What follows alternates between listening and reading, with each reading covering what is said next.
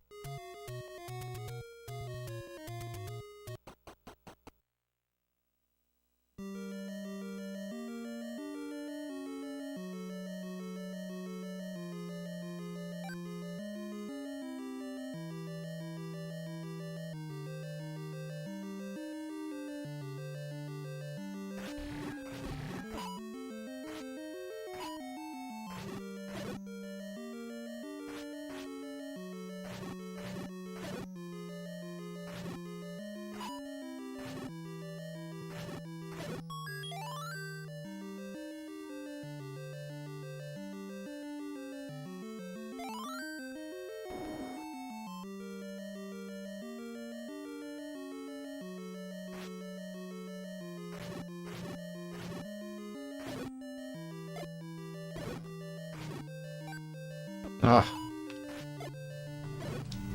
damn it.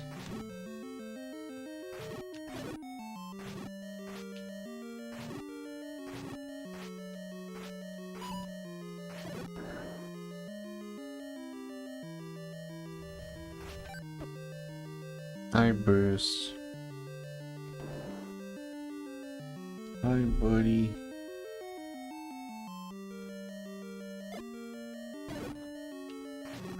God. Oh my god, dude.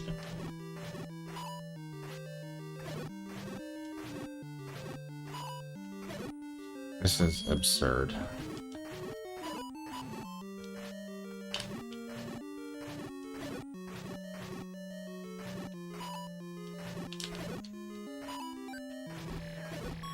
That's a forced reset. Thanks, game.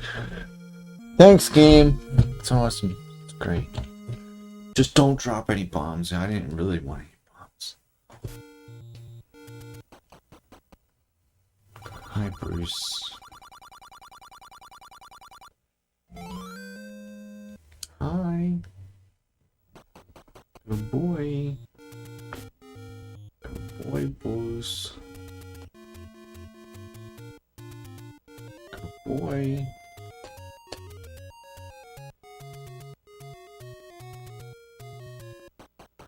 Good boy, Dr. Bruce. Good boy. Boy, Dum Dum.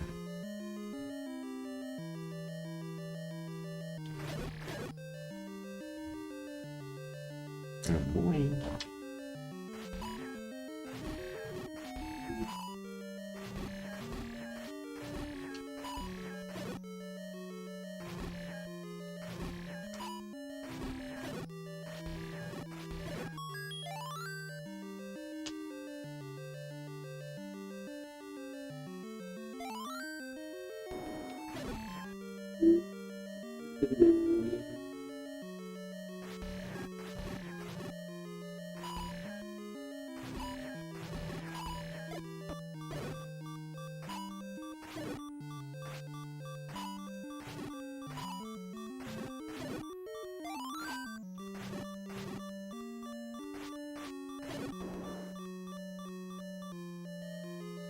Hi, Bruce.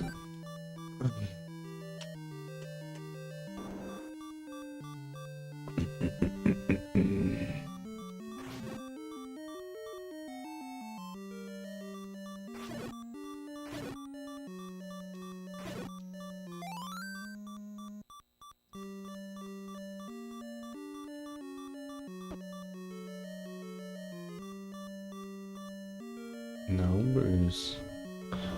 Don't go up there. Nothing good can be. No.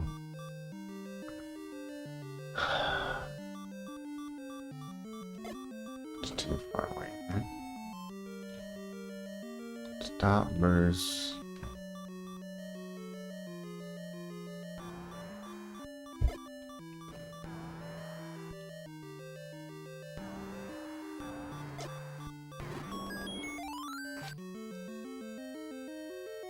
What are you doing, Bruce? Oh, whoa.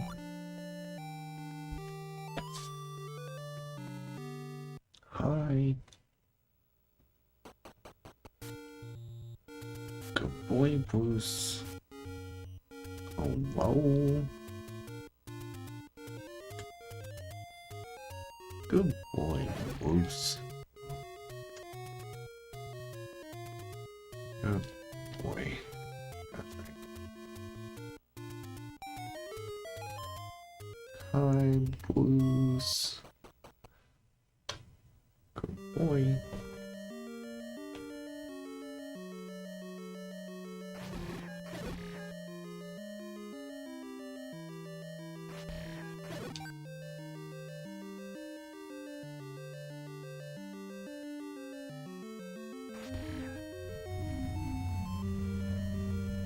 Boy.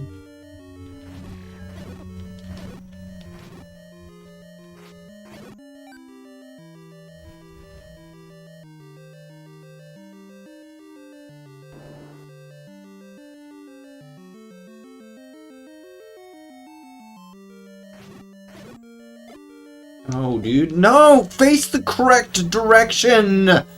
Jesus Christ!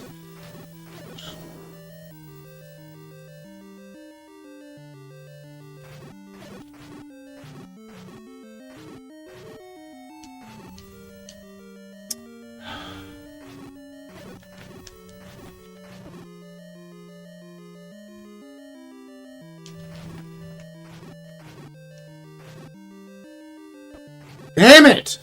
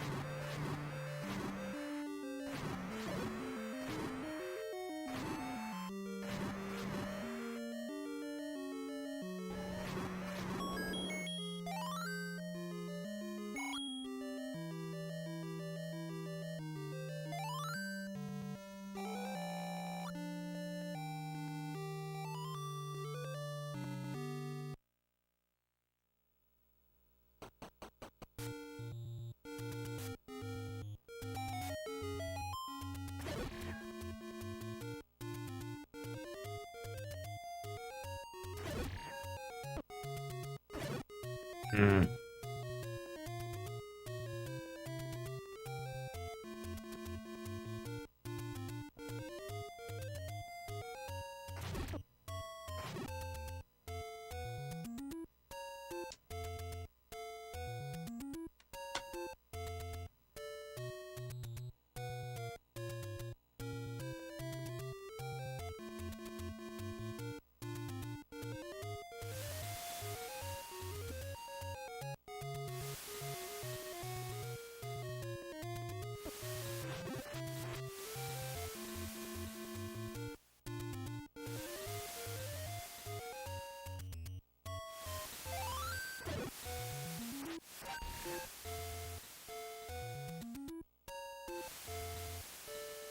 Yo, thank you.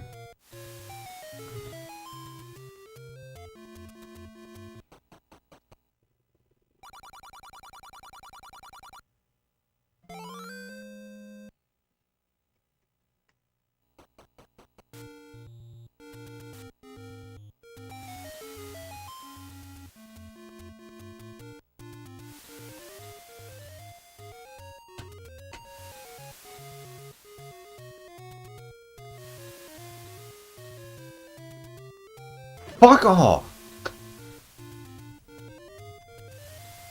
Well, now you're gonna get involved, huh?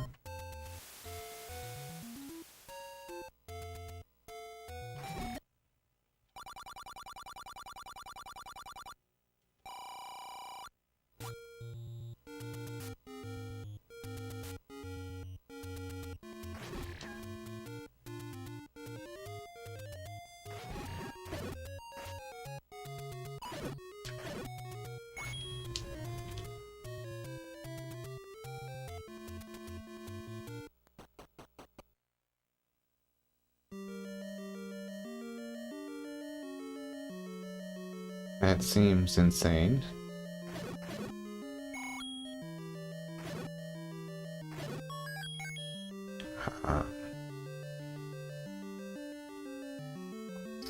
Knee's doing a little better, but I don't trust it yet.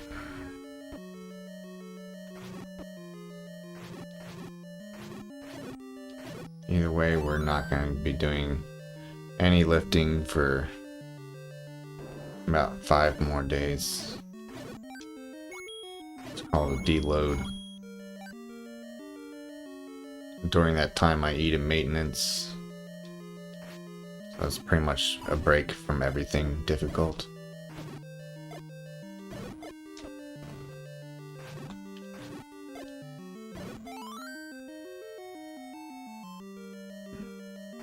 Hopefully when that's over with, I'll be able to lift heavy without pain, as well as be able to diet without too much discomfort as well.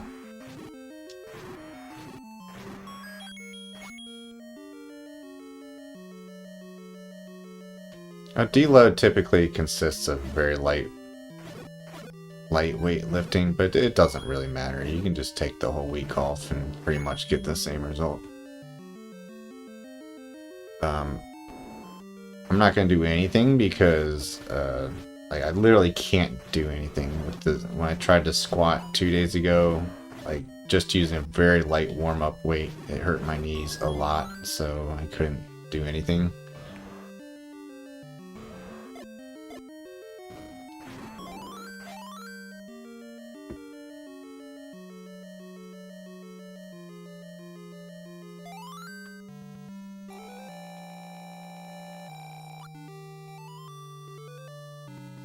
The routine's about to get a lot harder overall. So a week of complete rest is probably the best thing I can do. The shoulder never got 100% healed, and I'm hoping complete rest will improve that a little bit too.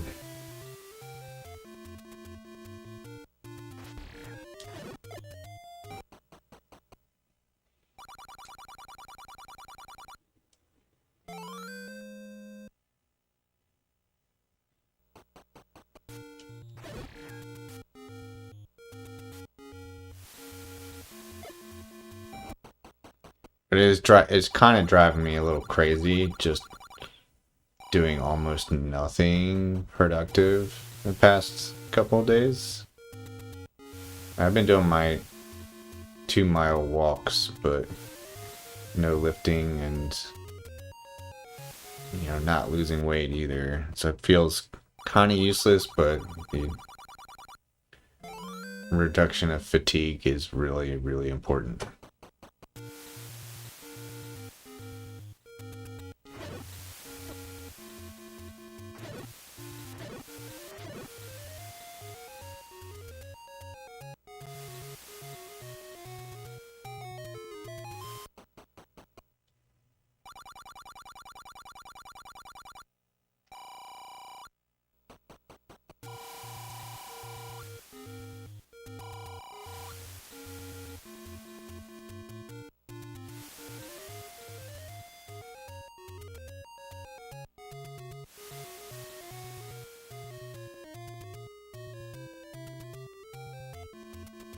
I realize there are one or two other movements that could be contributing to the shoulder pain.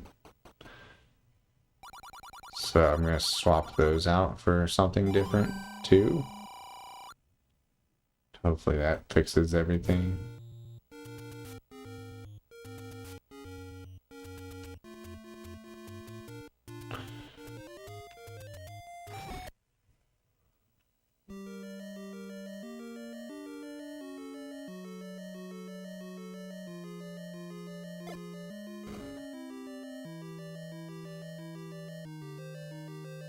Well, if you're asking because you're wondering if they'll hurt your shoulders, then by no means are these exercises likely to hurt your shoulders. But what it was for me, it was an overhead cable tricep extension. That was the first one. And I'm still gonna do it. It's just before it was like you had both hands grabbing a rope and doing this. But now instead of doing both hands, I'm gonna do one hand at a time and kind of go out more to the side like that. I don't know if you can see the difference, but that just doing that with no weight feels more natural, more comfortable on the shoulder. And then the other thing is upright rows. I'm gonna remove upright rows. That was actually kind of a notorious like exercise for potentially hurting people's shoulders. Again, it's not like universal, like not everybody's gonna have problems with it, but it is like a common lift that people have trouble with. Upright row is where you can't really see, but like you have a barbell at waist level, then you pull your shoulder up like to here, and then go up and down like that. And that can be bad because it can pinch the front of your shoulders, rotator cuff tendons, because you're in what's called internal rotation of the shoulder. It reduces the amount of space between the bones at the front of your shoulder. And that reduction in space combined with a weight and friction can cause the tendon for your rotator cuff to get inflamed.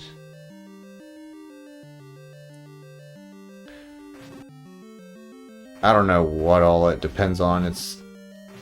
Everybody's anatomy will get what they call impingement doing that. Impingement is just the reduction of that space between the shoulder bones. And for some people, that reduction in space causes pain and inflammation in the tendons. Other people, that doesn't do anything. So.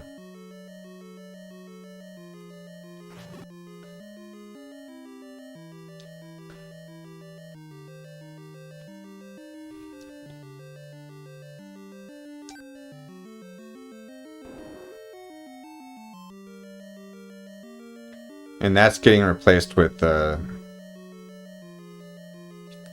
more cable lateral raises, which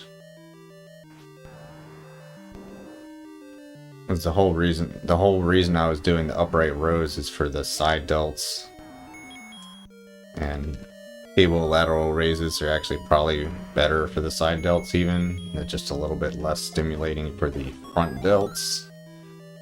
But most people don't need to worry about their front delts too much.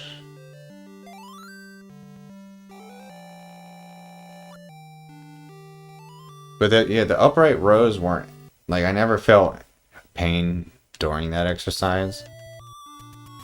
I only get shoulder pain like a couple hours after the lifting, which makes it hard to determine what's causing it. So I don't really think that the upright rows were causing it, but just because they notoriously cause problems for other people, and like I get just as much benefit out of switching to cable lateral raises, I might as well do that switch and see what happens. But I think the thing that hurts the most is like if I just do the overhead tricep extension with no weight just doing this, like, I feel it in my shoulder. Like, it hurts my shoulders just to do that. So if I had to guess, that's probably what's causing it.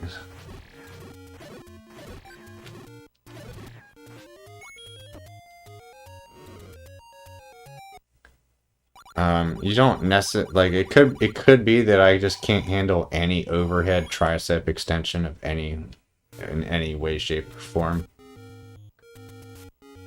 Which would suck because that's the only way to preferentially work the long head of the triceps, which is the biggest.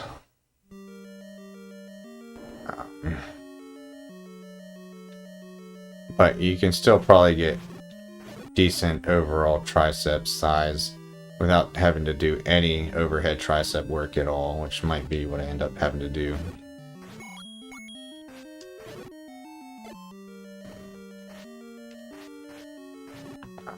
It's being dodgy.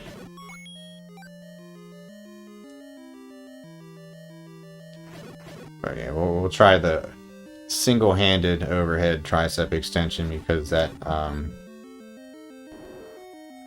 that allows me to not rotate the shoulder as much.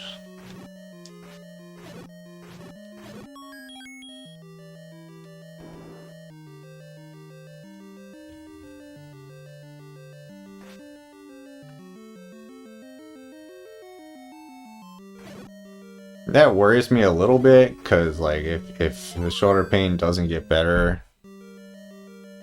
then that's going to very slowly start to become a bigger problem. But it's not like, it's not urgent. Like, the pain doesn't mean that I can't do any lifts involving my shoulder. It's not that bad yet. What worries me more is that knee pain, because that knee pain was such that I couldn't do anything for my legs at all. So, like, if that doesn't get better, then that's severely kind of impacts my routine. But shoulder stuff, like, I should try to proactively fix it, but it just isn't nearly as urgent.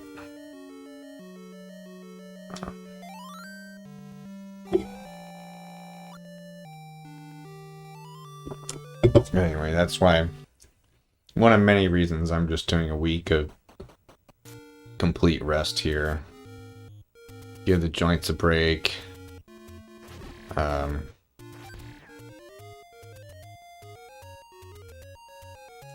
an even bigger reason to do it is probably the diet fatigue.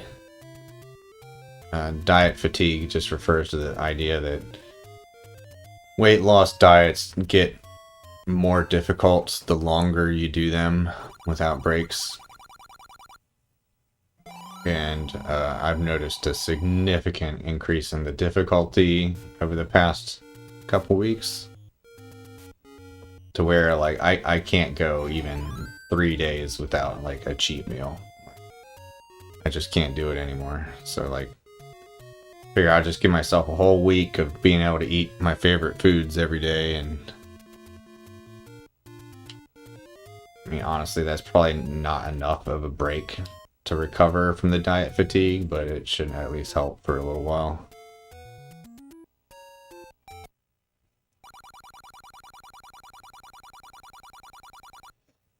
What I'm hoping will happen is that the testosterone will boost my metabolism, and that'll make it easier to continue the diet, as well as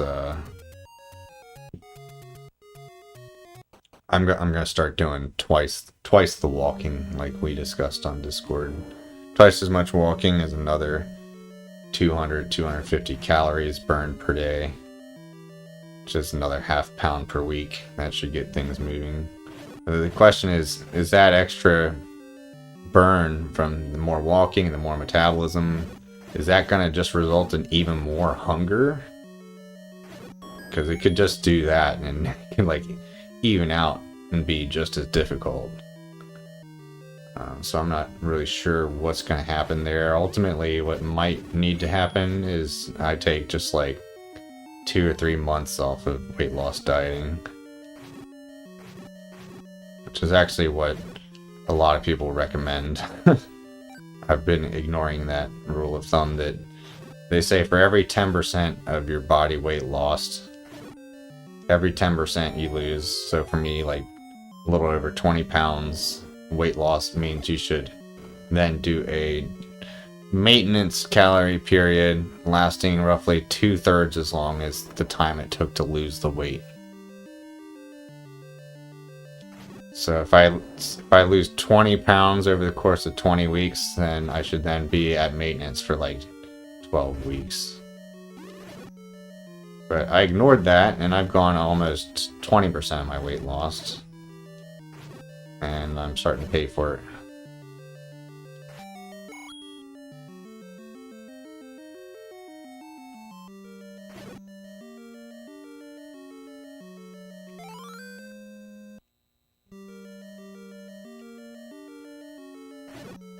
I'm way better than I was at the start of the diet. But my current body fat percentage is what serious lifters consider like the absolute upper end of how fat you should get. Like I'm just now at what they would consider the upper end, which is about 20% body fat or so. So like this is when most people are starting their diets, not ending it. But I mean, I had to make up for many years of bad habits, so it makes sense.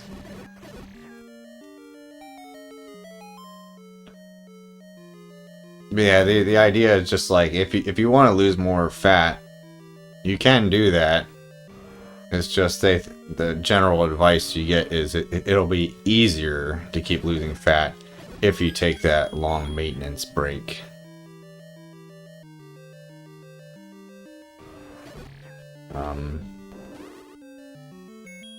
And that's the whole idea is you want to make your fat loss feel as easy as you possibly can so that it's sustainable and life still feels worth living.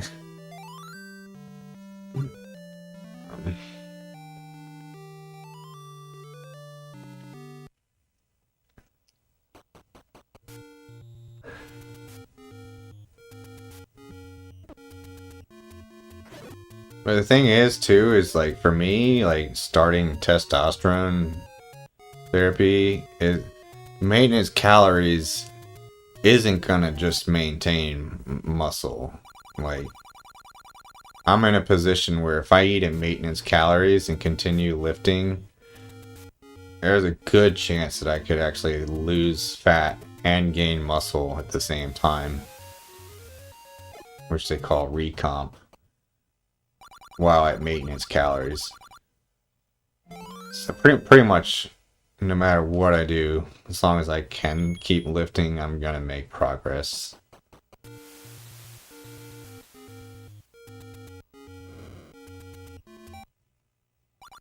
It's just I want to optimize progress,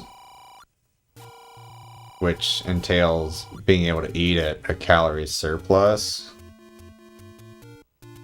But you don't want to do that until you're really lean, because there will be fat gain with that surplus.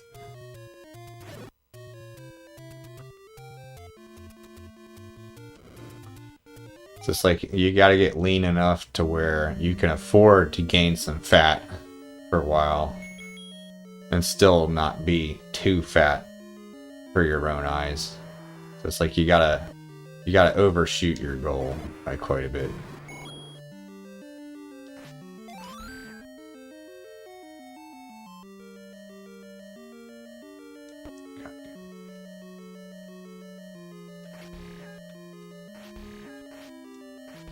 God damn it, you fucking lag is making it impossible to do that clip.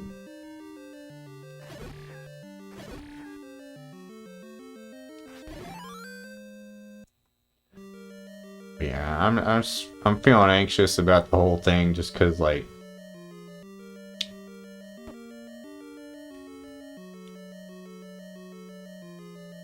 I don't know, I got a lot of what ifs that I'm worrying about, you know, like what if my knee doesn't get better?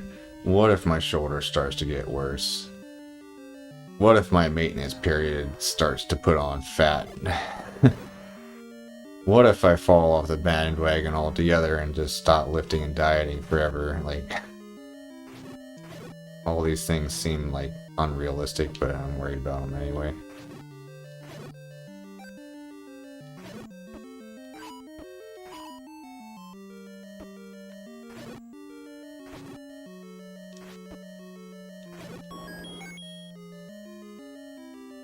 I doubt I'll go that far, but it happened before. Like, I'm no more motivated now than I was back in like 2020, where I did a year-long diet and exercise phase.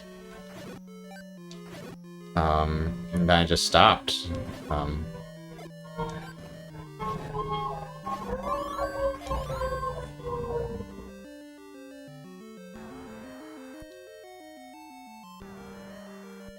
But the reason I stopped was back in 2020. It had to do with that was basically when my my depression started to get severe, and I also that's when I lost my energy. It was around 2020, early 2021. I just had a very sudden, dramatic decrease in energy that never fully went away since then. It was like I just hit a wall, and like all of a sudden everything like felt so much harder. And that's when I started sleeping like 12 hours a night, shit like that. So that's why I stopped lifting and dieting back then. Something, I had a fight with a family member as well that caused me a lot of anxiety, and that kind of made me not want to lift too. Basically, I just gotta avoid these like mental health things in order to stick with it.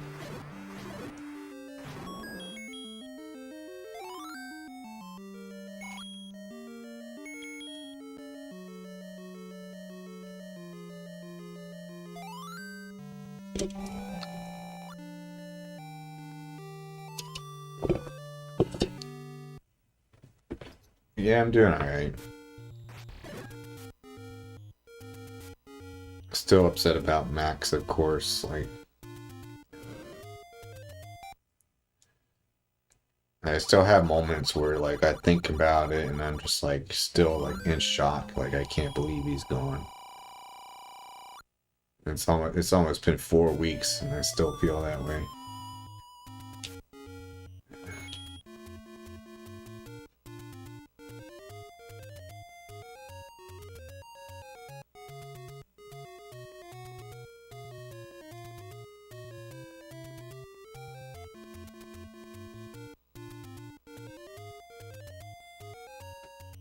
Yeah, energy has dipped this week too. Like, I'm starting to want to go to sleep way too early again. Yeah, past few nights I've been like wanting to go to bed at like 9 p.m. which is approximately 4 hours earlier than I'm supposed to go to bed.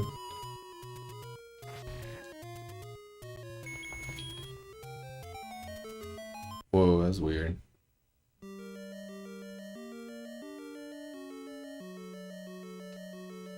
Yeah, it's normal. It's like, I don't want to get over it, you know? Like,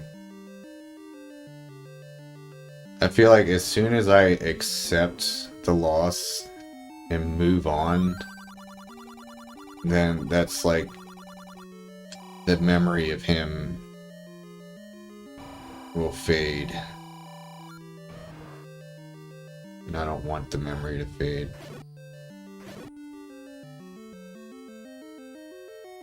Anyway.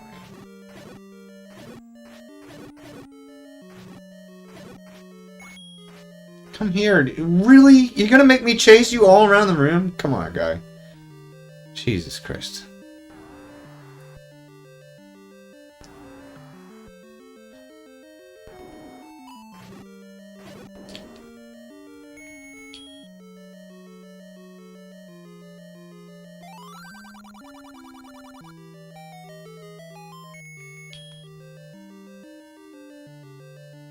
Yeah, I'm excited to see how this testosterone therapy influences me. Like it could have a long list of benefits. It's possible that the reason like I got so tired all of a sudden in 2021 and started sleeping 12 hours a day, that could have been because I hit an age where my testosterone was suddenly lower. This might fix that. We'll see. The timeline is very slow, progressive improvement over the course of 3 to 6 months. So yeah, very slow, incremental improvement, where the first changes could be noticed as early as 2 weeks in.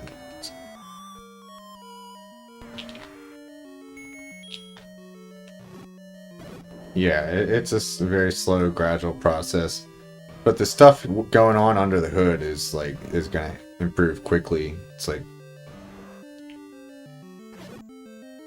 I think like almost immediately, like my sleep quality is gonna go up and my ability to recover from workouts is gonna improve.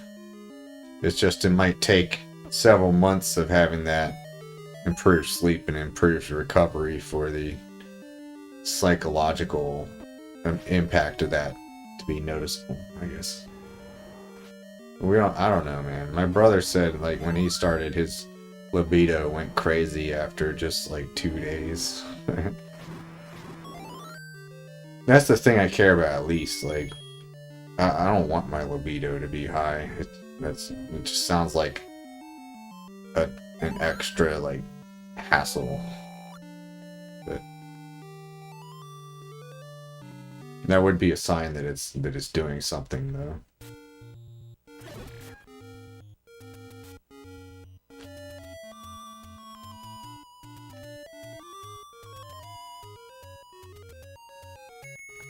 But yeah, I just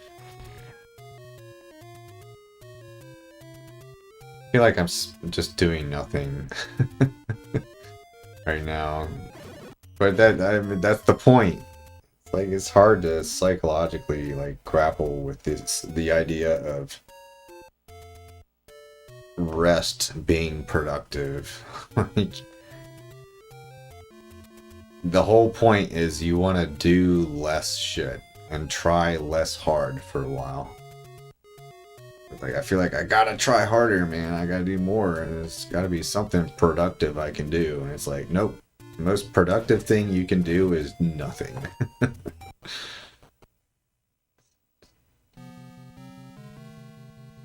Try not to stress, because stress will just make your recovery from fatigue even slower. So.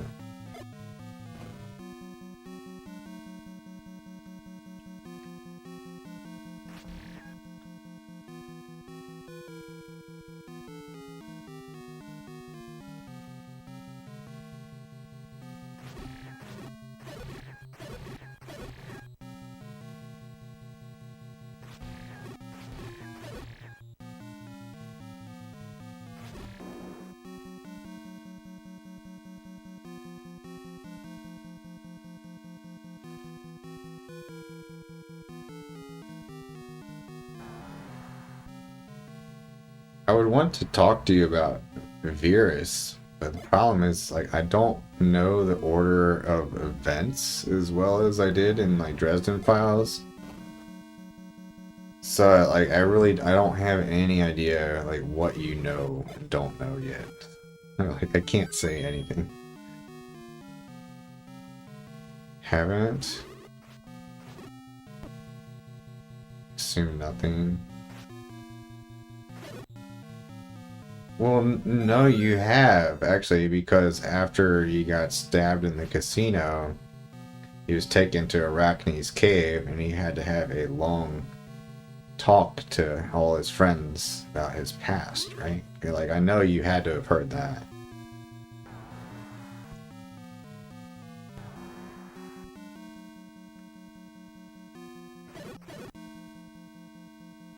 Didn't seem that big, yeah.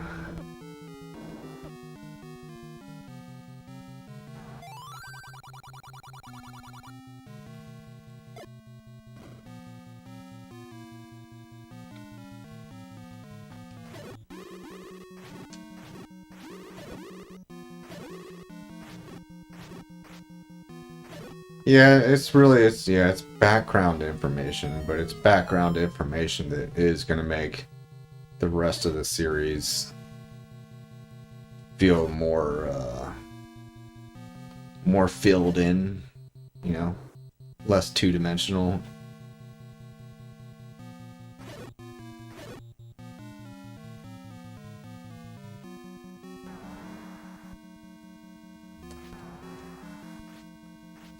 Oh, right. Yeah, you have no idea why they kidnapped that girl. Okay. Yeah, that's important to know.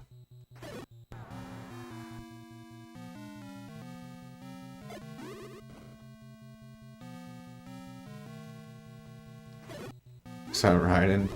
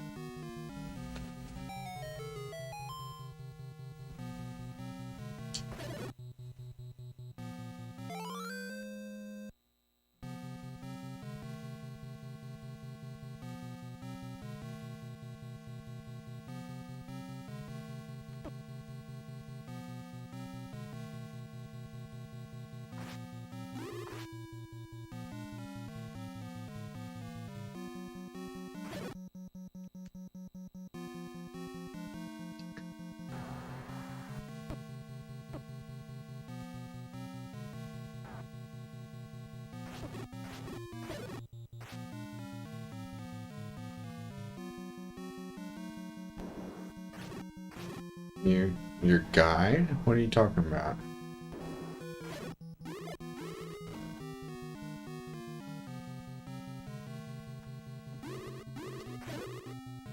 Shit.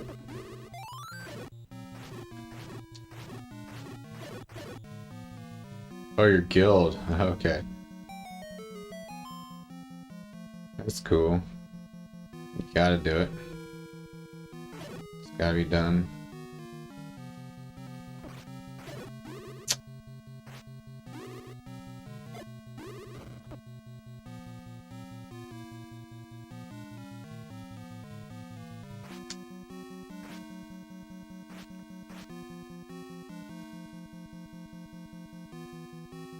Ah, shitty.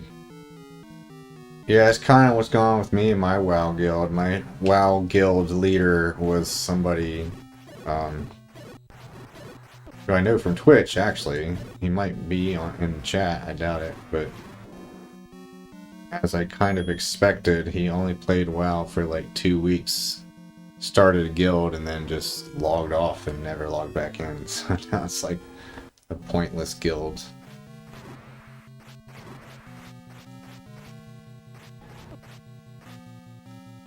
I knew it was gonna happen. I didn't want to tell him, but like I've seen him like I've seen his video game patterns enough to know by now that like he doesn't fucking stick to a single game for more than like 2 weeks. Alright. Thanks for the GG. I'm not saying it's a bad thing, it's just like maybe don't start a guild if you don't think you're gonna play the game for months and months. I'll be right back.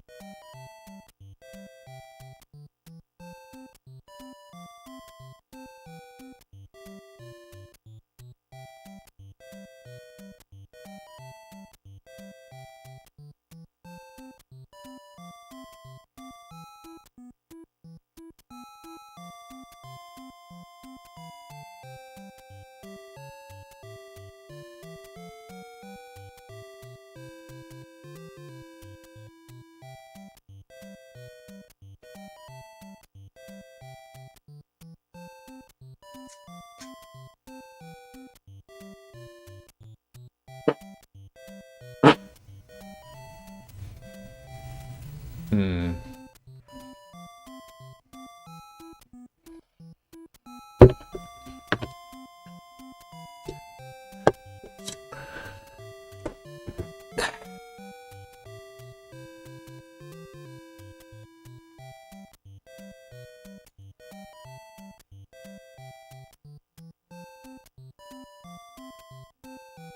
Alright, second quest.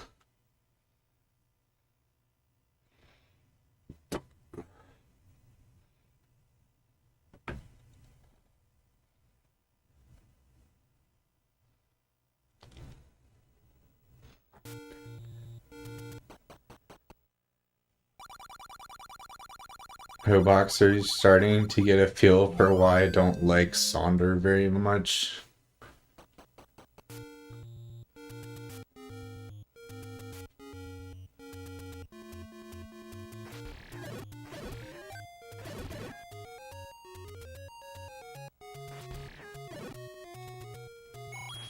Sonder, it's a character in the book he's listening to.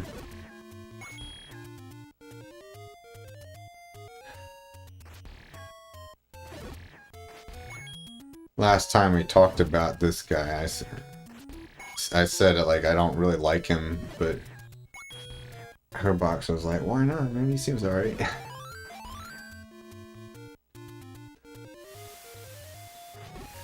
I was asking about Sonder Hobox. Like, what do you think of him now?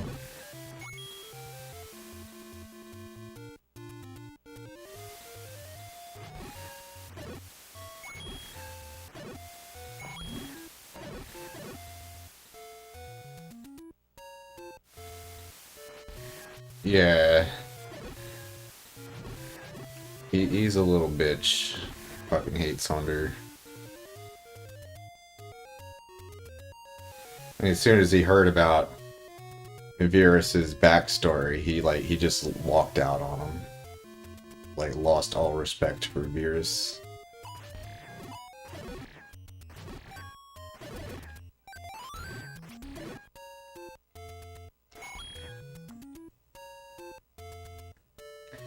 He's such a little bitch, like pussy, like bootlicker. Just really don't like him.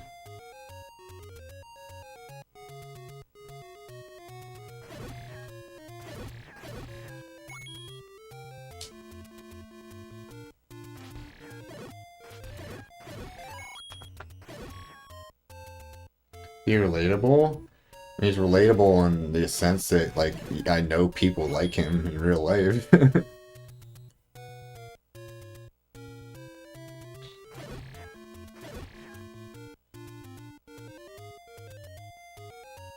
Right. I don't know, I think on some level Virus did know that, though. Like, he did say that he wanted to be more powerful than all his peers in school. So that he could kind of, like, rule over them. But he was also a teenager, and I think part of the whole point is that, like, shit you do wrong, like, 10 years ago shouldn't dictate your entire life. Like, people can change. It's like one of the morals.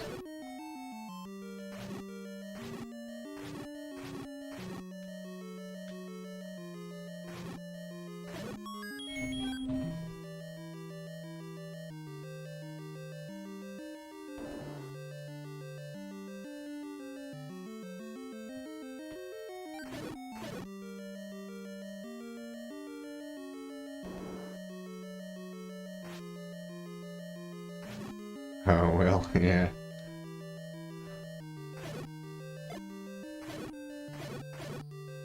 Do you think that they could possibly make amends then?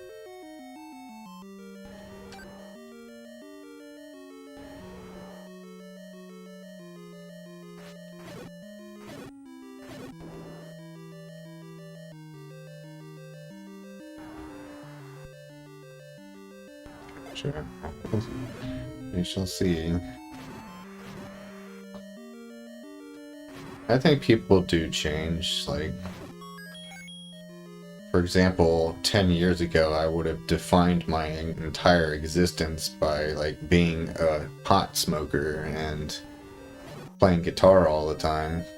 Whereas now I have pretty much no interest at all in smoking weed and playing guitar. So, when I was 19 years old, I thought it was hot when women were, like, slutty. And that, like, I didn't care if, like, they were willing to, like, have sex quickly or anything. Whereas now, like, I really look down on women who give it up too easy.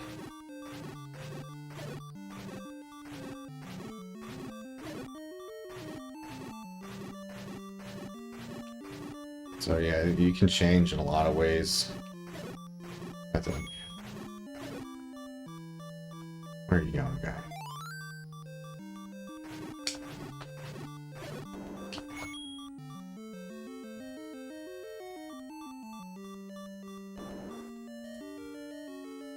Did I kill the guy? I did kill the, yeah, I did.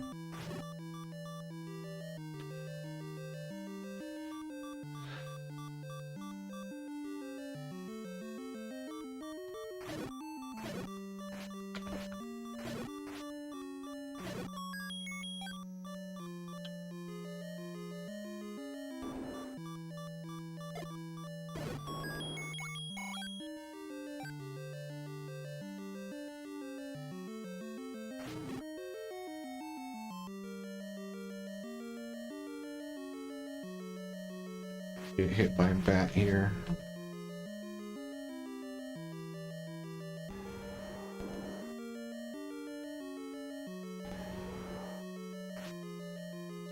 Of course, not everything changes, but like some stuff changes pretty dramatically. Like I think the fact that like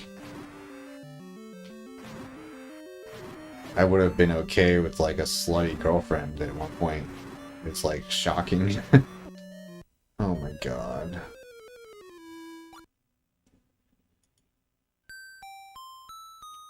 God damn it.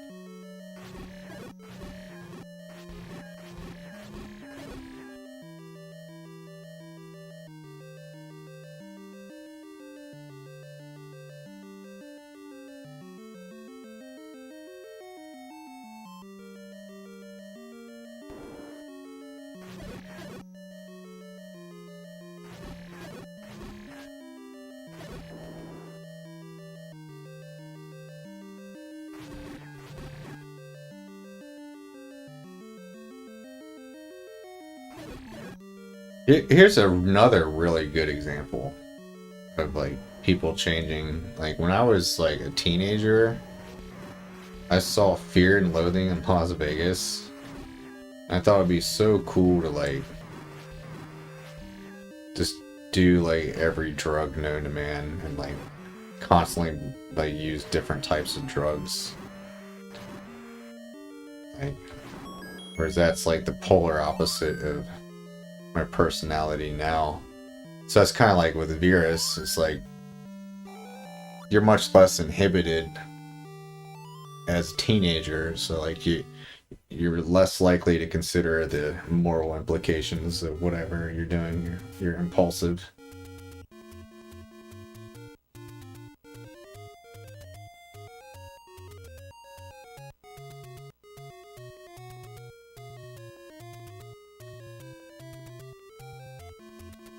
Yeah, same. I liked girls starting when I was like 7 or 8 years old.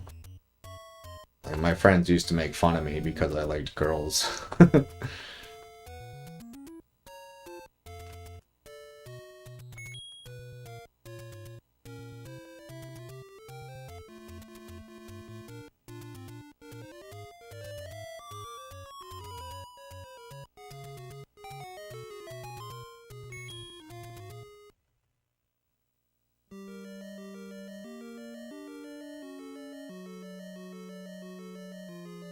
Yeah, I still generally don't like women over like 25 years old, so I didn't really mature in that aspect.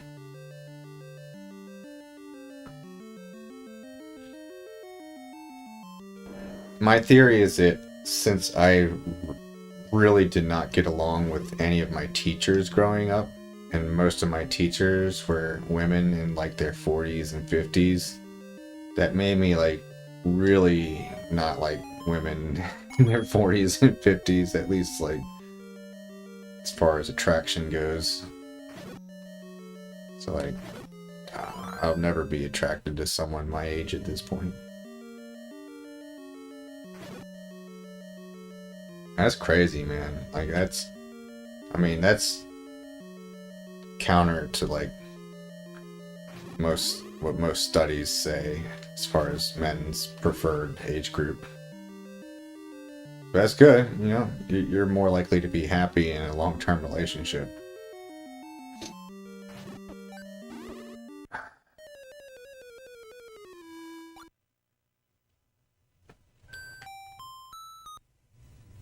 Yeah, I would probably like women in their early 20s less if I like actually talked to them.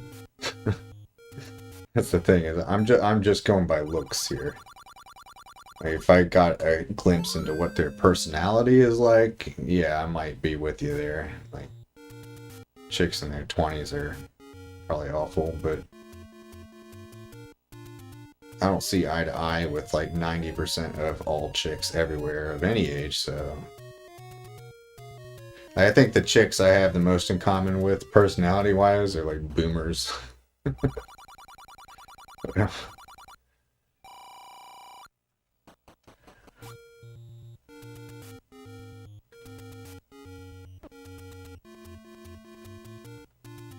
This is really bad, dude. No, I'm fucked. I'm just fucked. Completely fucked here. Maybe? Maybe I'm okay.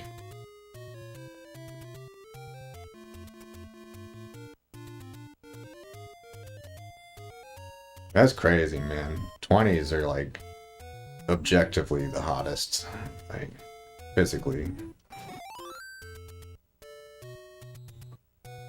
And pretty much all studies show that men of all ages think so, but there's nothing wrong with being a little different. Especially if that means that you have less competition for the thing.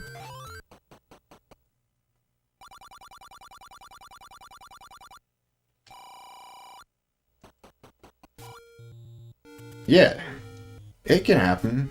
It can happen. Like, shoe on head. I thought she looked like shit in her 20s, but like now she's in her 30s and she looks really hot. But I think a lot of that has to do with the lighting in her videos.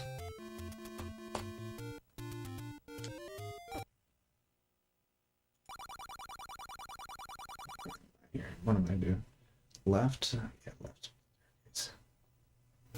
Yeah, better makeup. Her makeup was really trash and she was like really pale, like bright lighting.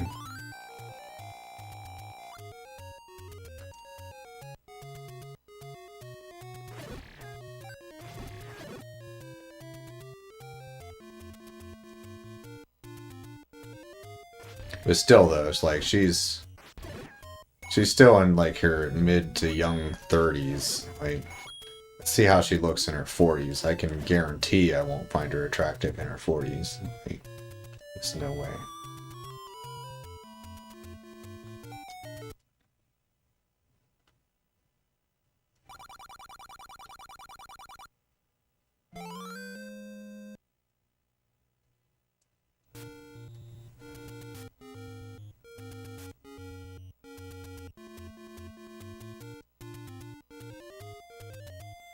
I actually can't proceed to the next dungeon without more bombs. So I'm trying to think how best to get those. I should probably go this way.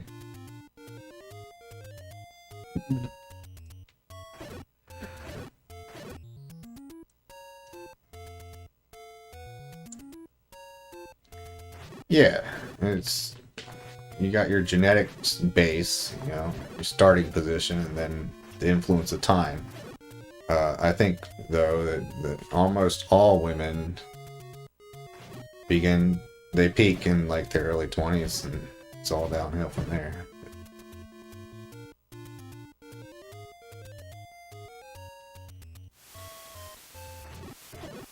Doesn't really matter what I prefer though, because I'm not getting it either way. My attitude, it's like,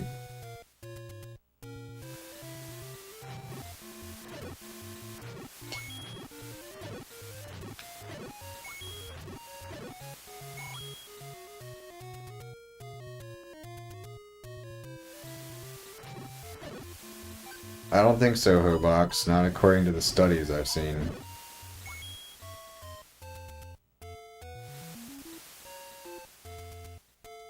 Well, the window expands, yeah, like you become more tolerable of older ages. It's like, yeah, even a woman of 30, I would have considered like ridiculously old, and no way I could ever find her attractive when I was like 21 years old. So, hell, at one point I thought 24 looked like hella old on women. Yeah, it changes, but there's been a lot of research on this, and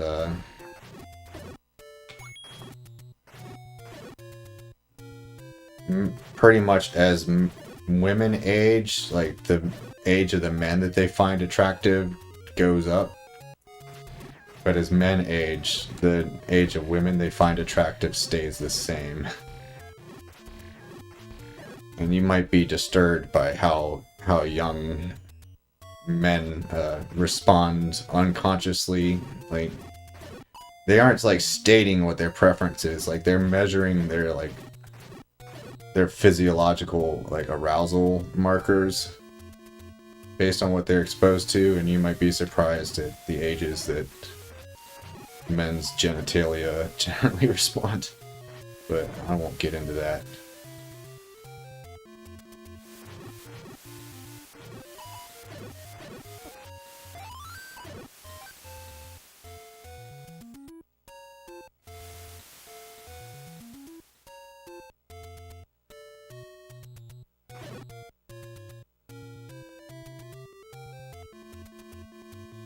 It has to do with, the fertility, you know. Yeah, as soon as a woman is fertile, we're programmed to start to find them attractive, pretty much. But men remain fertile, much later, so that's why.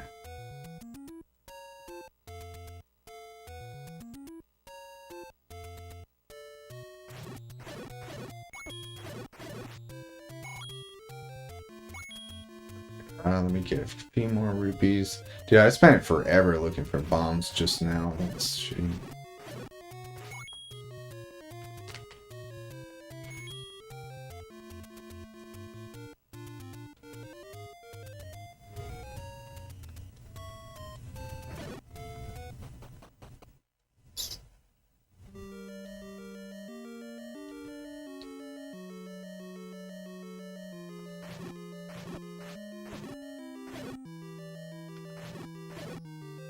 Nice. I am 37.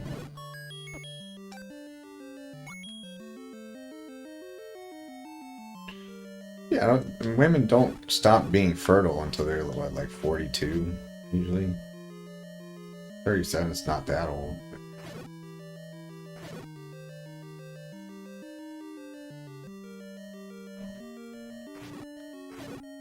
Like, your skin elasticity is, like,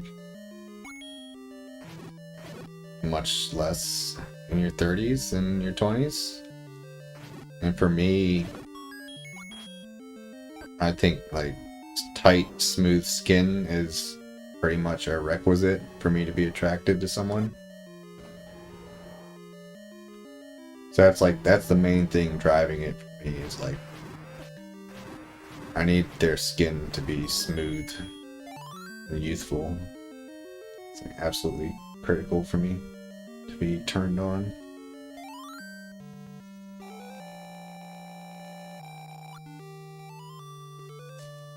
Oh yeah. I feel you. It's kind of sad. I have a lot of nephews, But all of my sisters have like an anti-video game bias. They wouldn't admit it to me because they know I like video games so much, but like I think deep down they think like guys who play video games are losers, and therefore like they don't want their boys to play video games, so they like heavily restrict their access to video games. So I can't like really even talk about that shit with my nephews. Sad.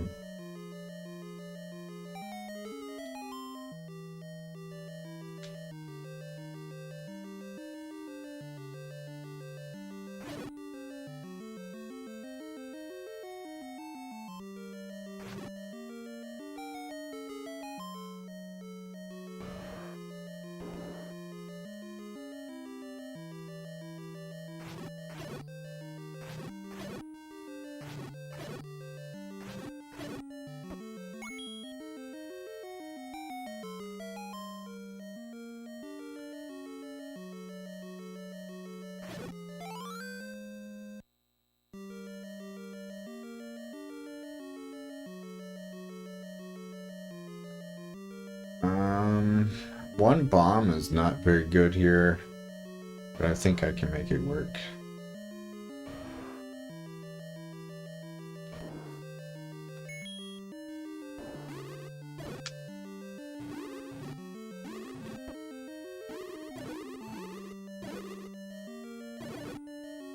But yeah, my sisters definitely consider the fact that I like video games so much to be a social weakness. Basically, they see it as it's being low status male if you play video games, which maybe there's some truth to that.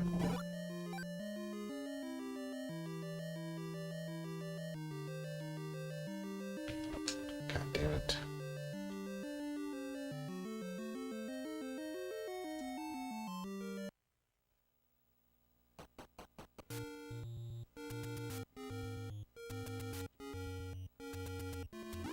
Yeah, I don't like realistic women. I like fairy tale, like princess women. That's what I'm attracted to.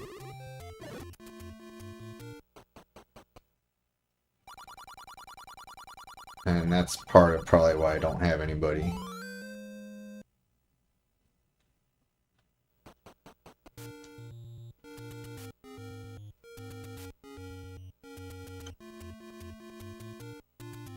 Well, my sister don't think reading is any better.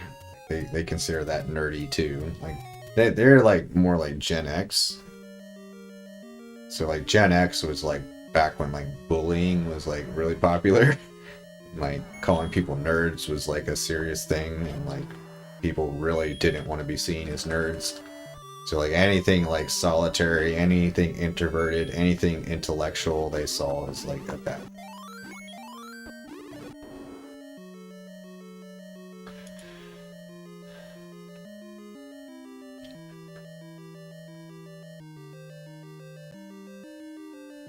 But yeah, I agree with you. I'm just saying what my sisters think, which is obviously different than what you think.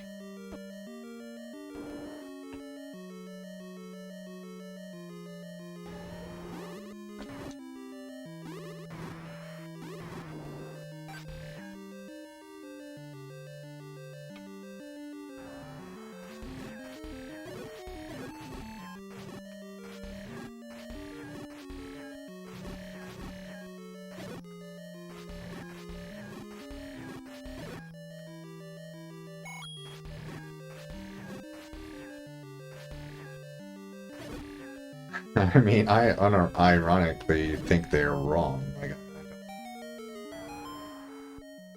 I'm not too good at the allowing people to have their own opinions thing. Like, I definitely think certain opinions are wrong, but I recognize that that's a type of arrogance, and possibly a character flaw, but I ain't changing.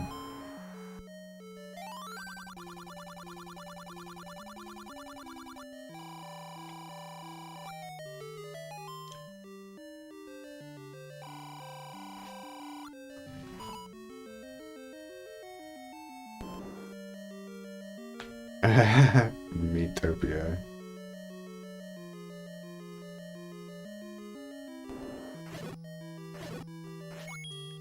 I reject postmodern thought,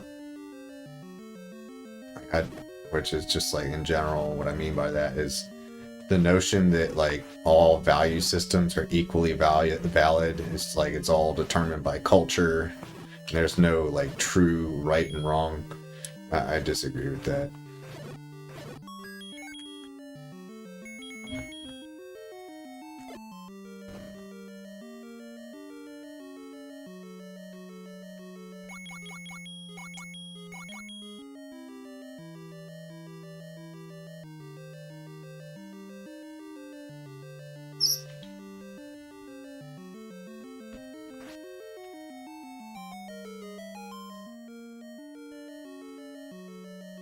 That's kind of off topic. I like talking about women more.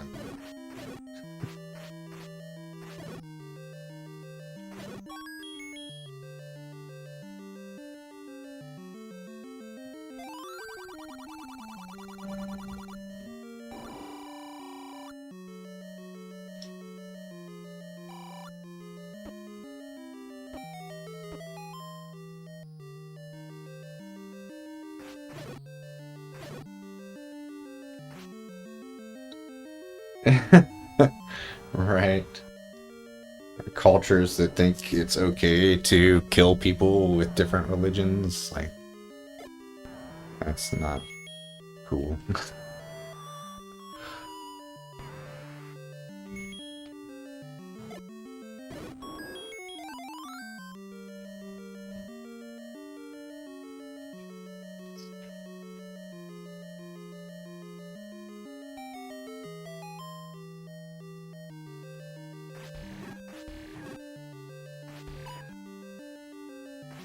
Yeah, it's generally the attitude you get from a lot of these like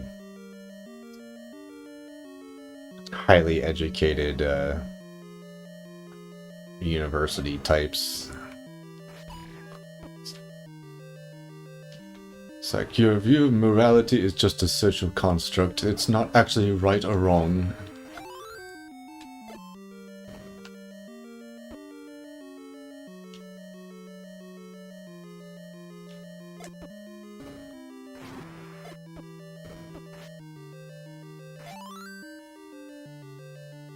I need you guys to do a solid and stop shooting me with shit, bro.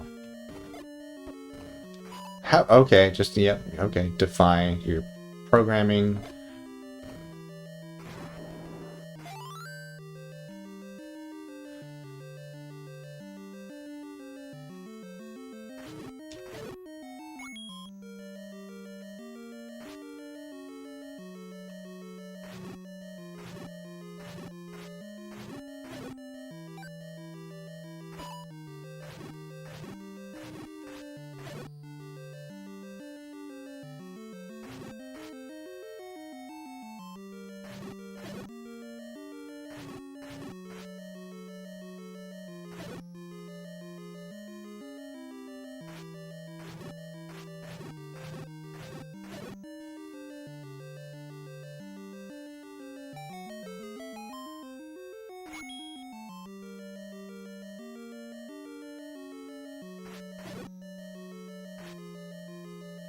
Right.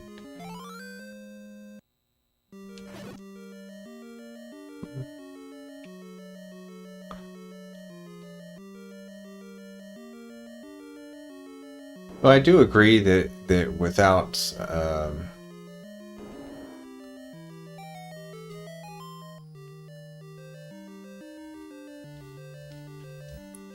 don't know. I don't really want to get into it. Basically, like,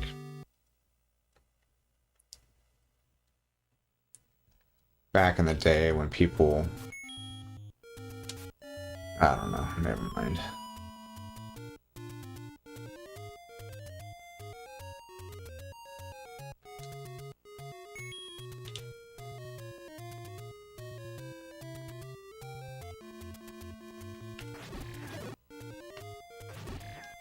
A pirate system? What's that? Sounds awesome. Drinking a flagon of mead every day.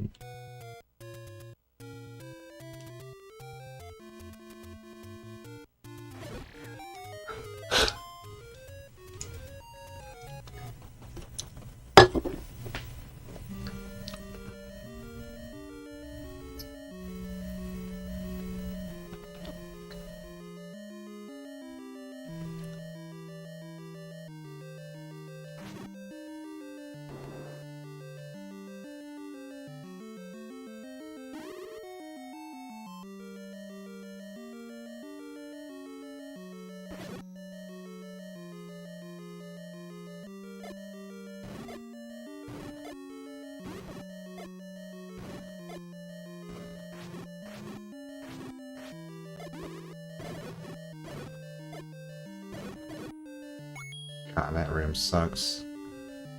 Very hard to survive that, dude. You're so under-equipped for 6 blue wizarobes at this point.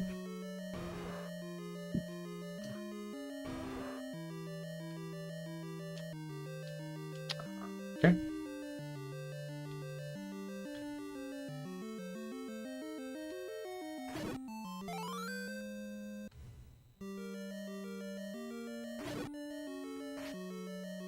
God damn it.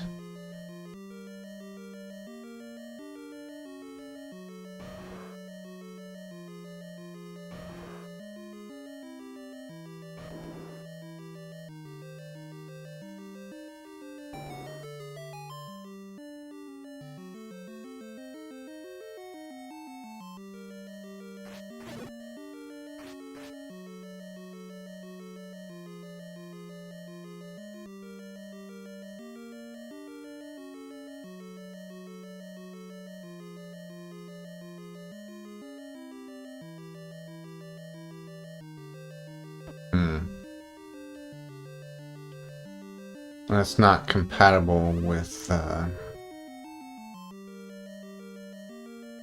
traditional society, but it is compatible with the internet. And of course, like traditionally, you're geographically bound. Therefore, if you do not follow the rules of the tribe that you're located next to, then you don't have a tribe, and therefore you can't survive on your own. Go down. Oh my god. Dude, this sucks. We're gonna bust out the wand here.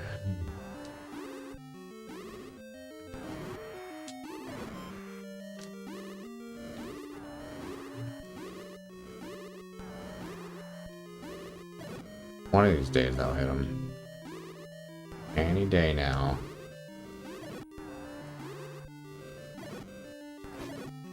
Okay. Yep. Keep being a piece of shit. Thank you. Alright, good. We got the fairy, otherwise I'd be fucked.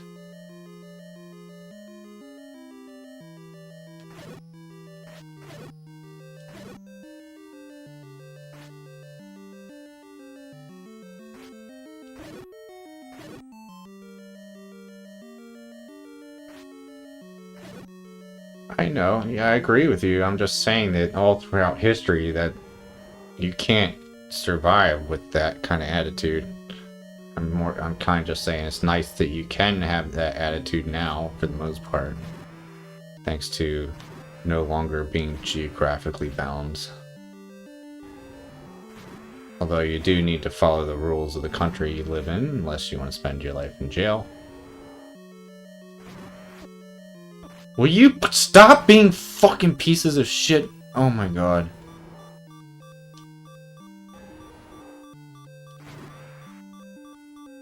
This is so fucked. You guys are being absolute pieces of shit. I can't do anything!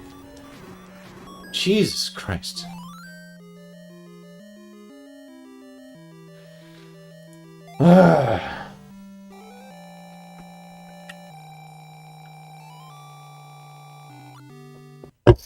This game is so frustrating sometimes.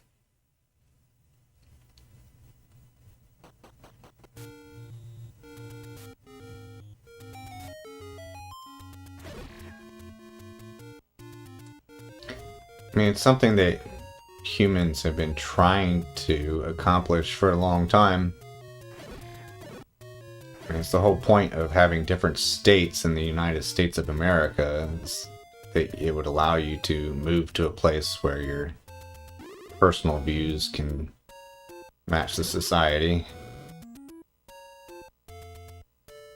But unfortunately, that didn't work because the federal government got strong as fuck. Oh my god, dude.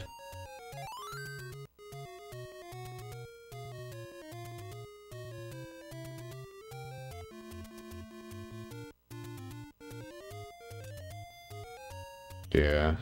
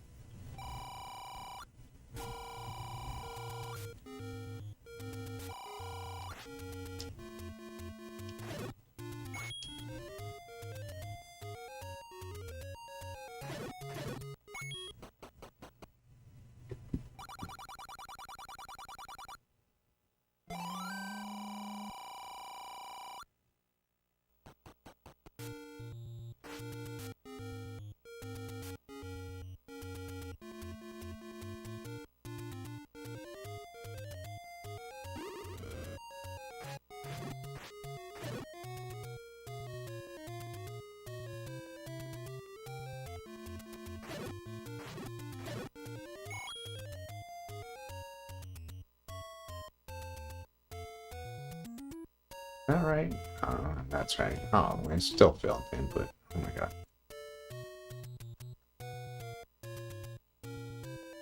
No, dude, we're talking about Harry Dresden. Harry Dresden is about an adult wizard PI living in Chicago.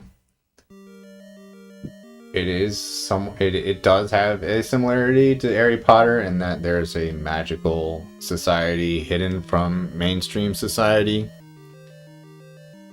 But it's not about children going to school. It's about an adult dude living in Chicago.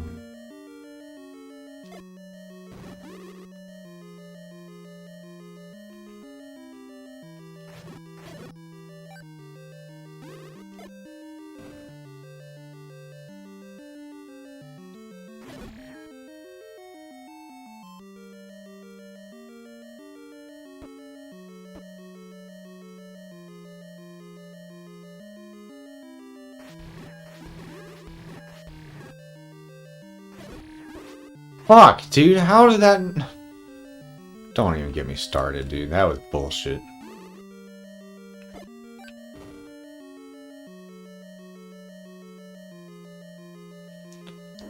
No, Harry Dresden does not make love potions. That's part of his disclaimer for his customers, actually. It's too unethical. I suppose love potion could theoretically exist in the Dresden world. But he's mostly, he does evocation. Harry mostly does, well, he's got kind of two specialties of his magic. He's got the evocation, which is like your offensive magic, you know, wind spells, fire spells, shit like that. And then Harry's also good at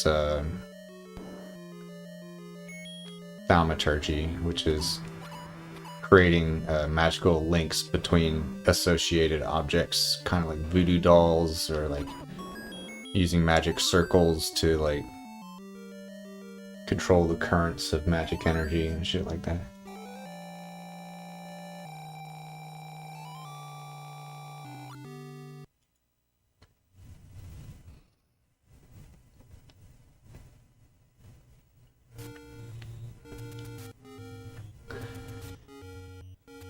Yeah, thaumaturgy is kind of underrated among Dresden's skills. A lot of people don't realize that he's like pretty much just as good as that kind of magic as he is at evocation. But the evocation is a lot flashier and gets more screen time.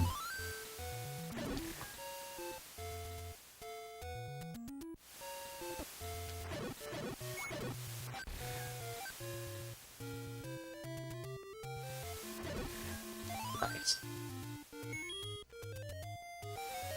I'm pretty sure you did give Raiden the books before. I think he just forgot or just knew he wasn't ever going to listen to them.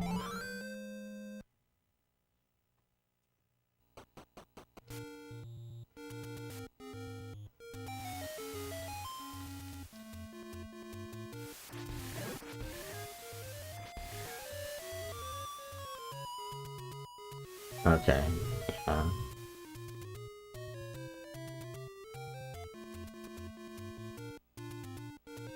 But yeah, it's definitely a different demographic. It has its similarities to Harry Potter, just in that like the magic world is kind of hidden from the main world. But the biggest difference, I would say, well, besides the fact that it's actually intended for adults, like generally it's most enjoyed by men and women in like their 20s and 30s. But the biggest difference is that Harry Potter, despite being tied into modern society, there's very little emphasis on the real world, or like the realistic world. Pretty much all the story is spent in Hogwarts, which is like purely a magic like environment, whereas Dresden Files, the majority of what's going on is in the real world. So because of that, it tends to feel a lot more realistic.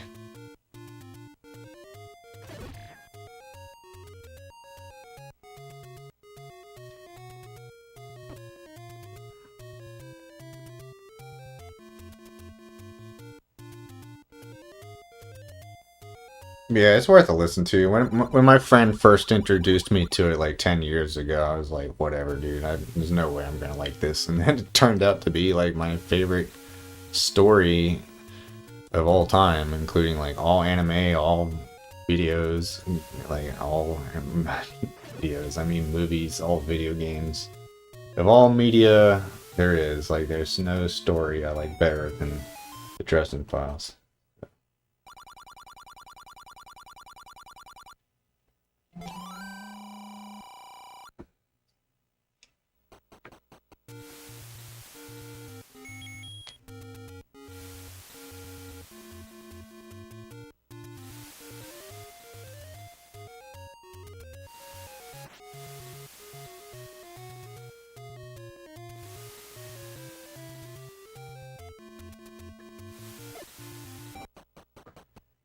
I mostly recommend Dresden Files for people who regularly have activities that are boring and don't require a lot of attention. Like if you drive a lot, for example, or like your job is really boring and you don't have to think about it too hard, that's like the perfect candidate for Dresden Files.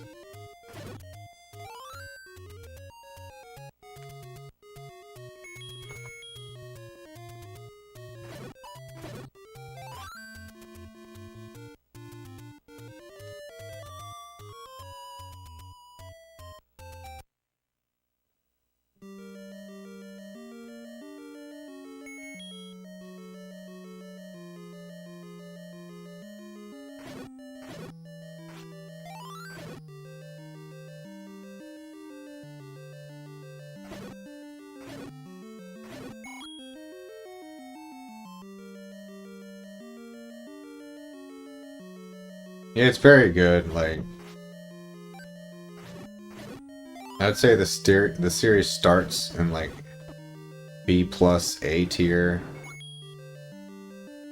and then it's like eventually it starts becoming like consistent S tier books.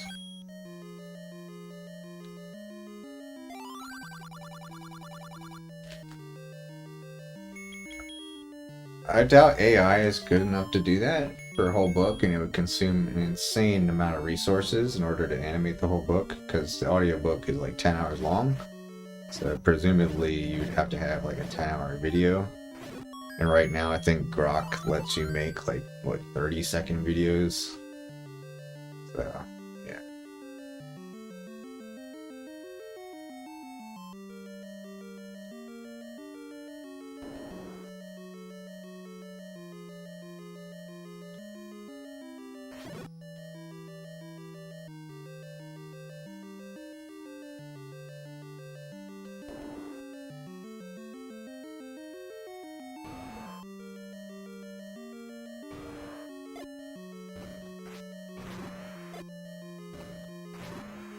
I'm much more anti-AI for music production than I am for video production.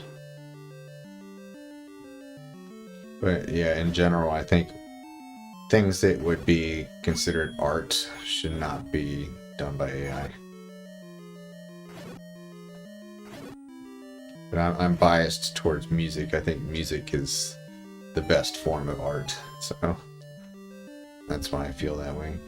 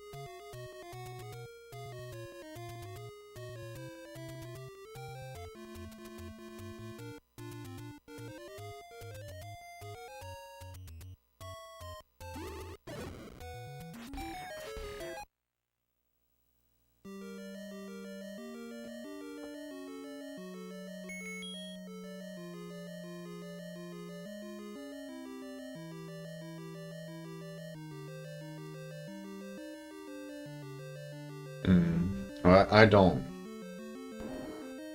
personally prescribe to the minds are just machines kind of model of reality. So that's my excuse, but I think Hobox does kind of think that way.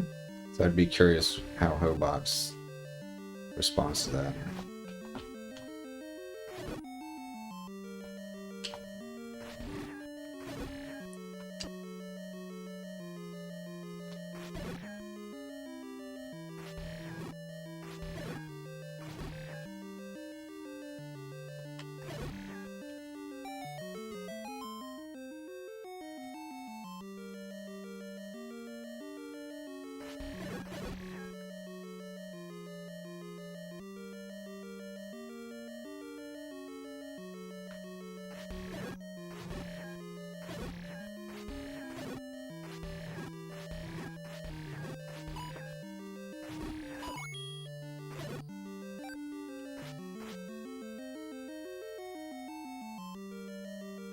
Wait, so you think souls exist?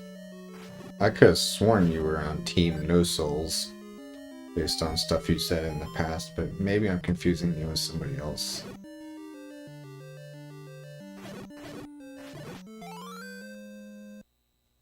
But I know you don't think that, Hobox. I'm talking about right.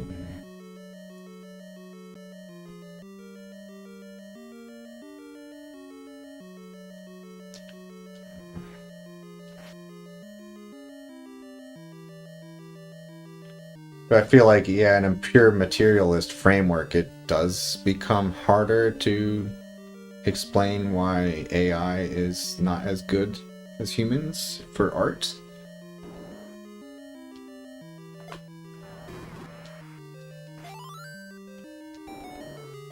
So I was curious your answer. But, because, like, presume it, like, I'm guessing you would say something like, well, the quality is never going to be as good. But let's say the quality is as good. Is there still something that you don't like about AI generated art? That's what I'm curious.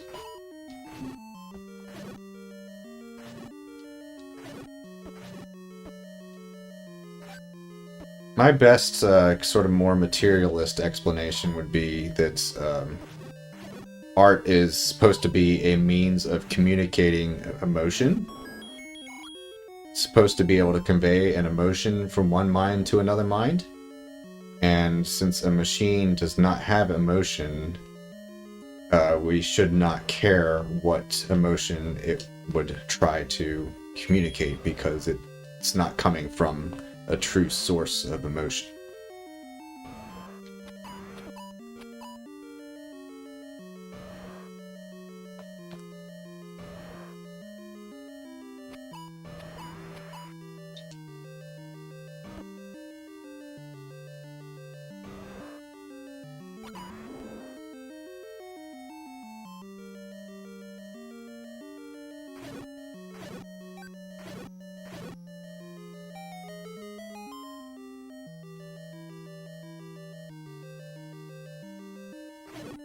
I see.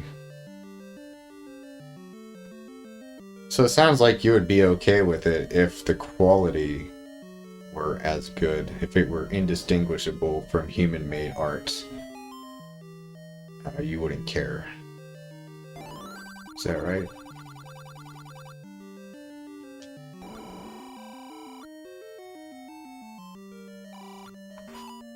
Shit.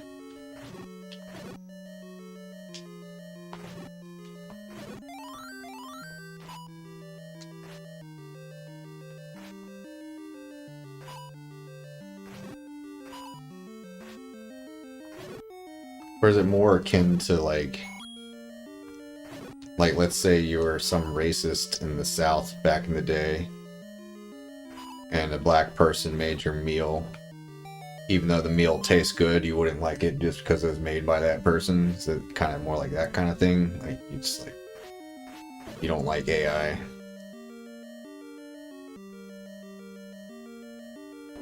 Yeah, that makes sense.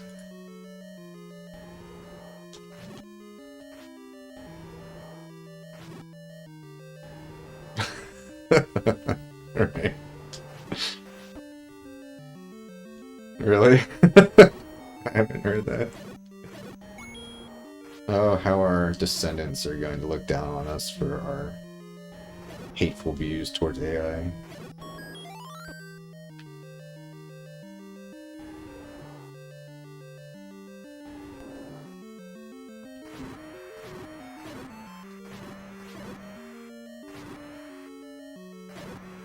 Yeah, I am confused by what you're saying, Raiden. Are you saying that there is...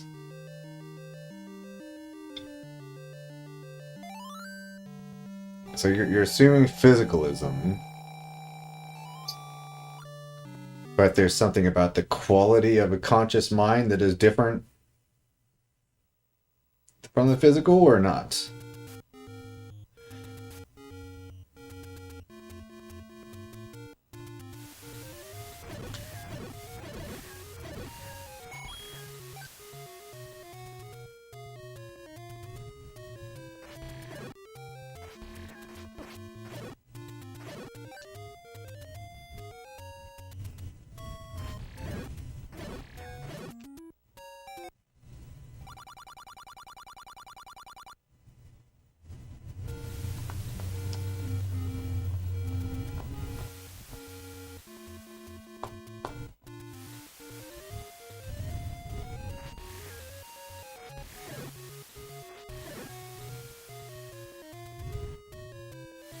Yeah, it could be a language thing, because typically I think the word soul almost always means that you are not... You think that the mind is different than the physical.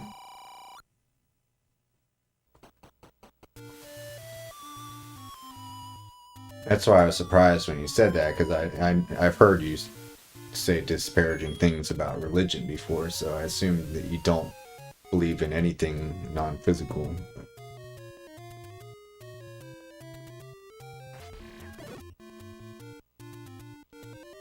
I'm not gonna have enough money, dude. I need like a lot more money.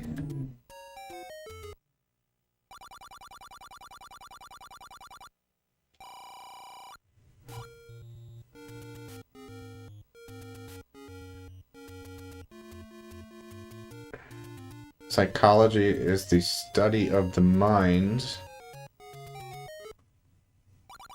Although some would say it's the study of the brain. That is why there are different branches of psychology. For most people nowadays, I feel like they think that the mind and the brain are essentially the same thing. But that is an assumption that not everybody is cool with agreeing to. So that's the part I find interesting about this discussion.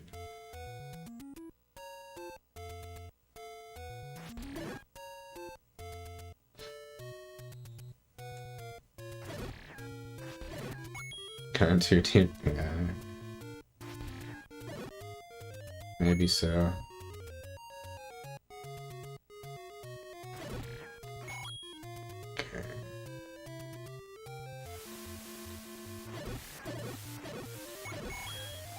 Right.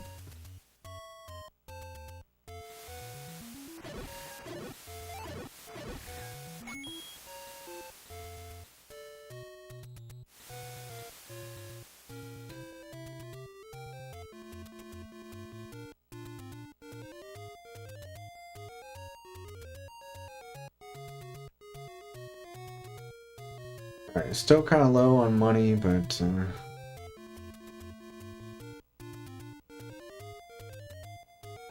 I see.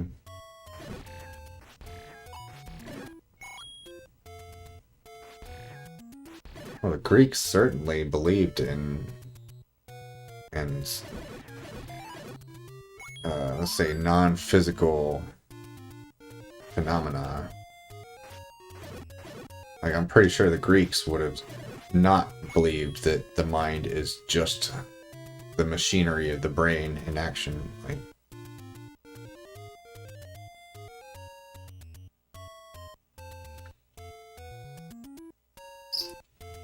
I don't know, it's a very murky subject and notoriously difficult to talk about, and will be especially so with native language difference. So I don't know if it's worth going into.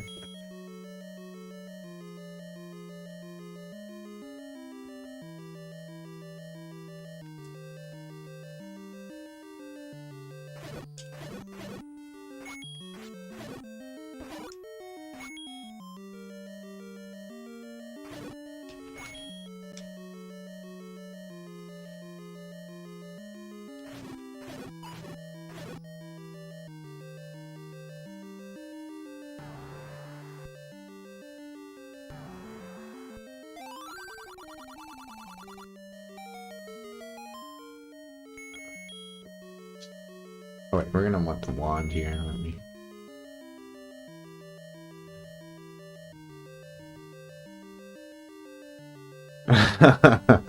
Yeah, true.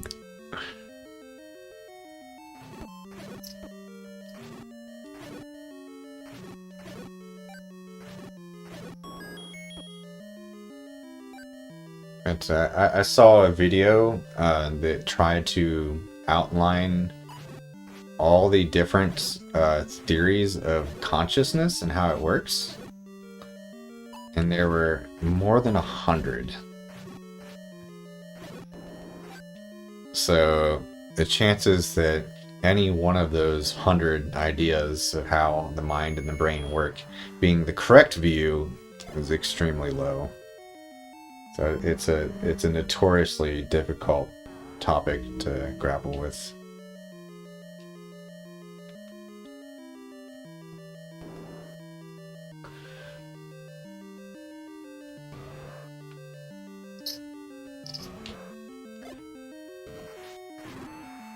Personally, I think the smartest thing is to be sort of agnostic about it. Like, I think to have absolute certainty that consciousness works one particular way at this point, it's just making too many assumptions.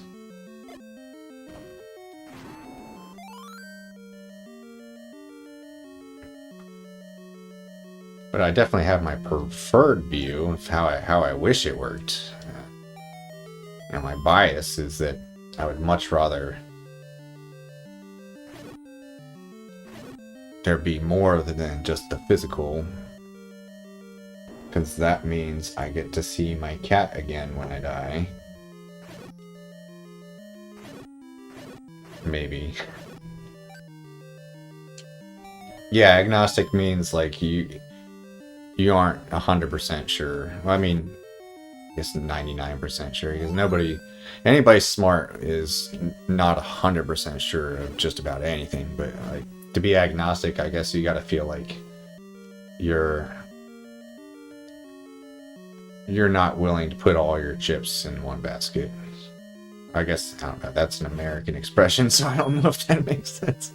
But anyway. Yeah, so yeah, agnostic is usually used in religious conversations to mean that you aren't willing to say for sure whether or not God exists. Whereas atheists say like affirmatively 100% no, God does not exist.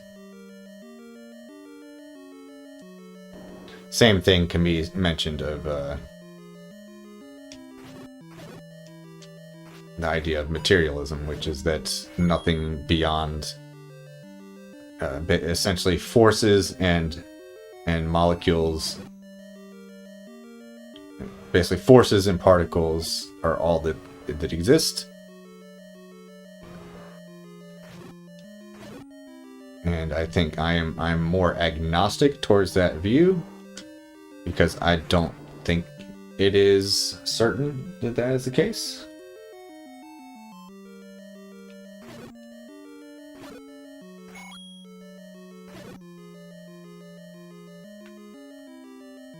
I have no trouble believing that there are things that we cannot perceive about reality, things that scientific instruments cannot measure. Just because a scientific instrument cannot measure it does not mean that that thing does not exist.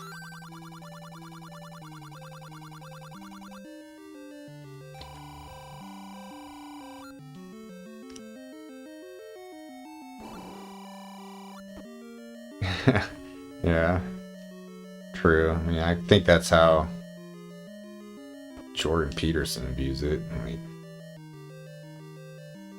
and a lot of other people in his camp, like, it's like all symbolically meaningful and has a positive application to people's behaviors and thus society as a whole. I think it's fairly easy to make the case that societies that are predominantly Christian tend to have good outcomes. Not guaranteed, of course.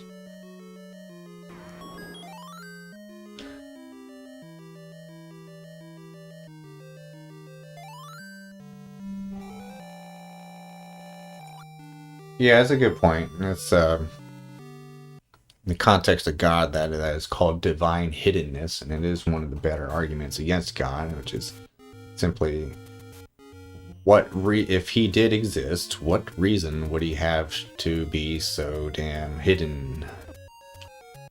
There aren't very many good answers to that question, although there are some decent answers, I would say.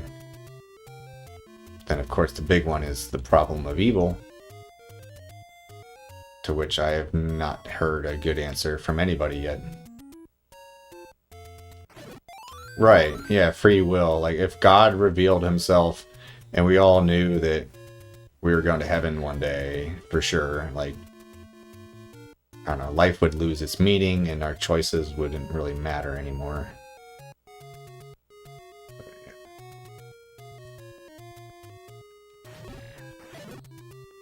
I think the problem of evil is the big one, though. That's what most people can't get over.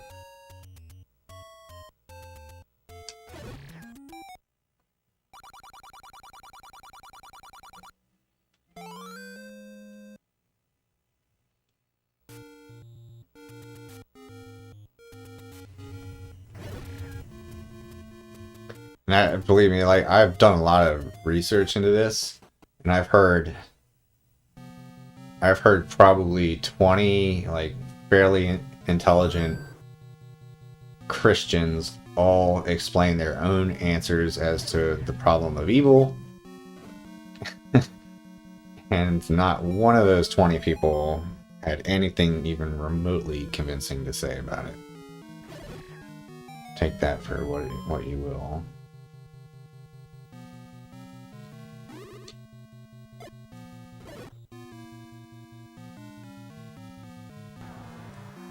Interesting. You have a pretty nuanced view about this, right? And I like that.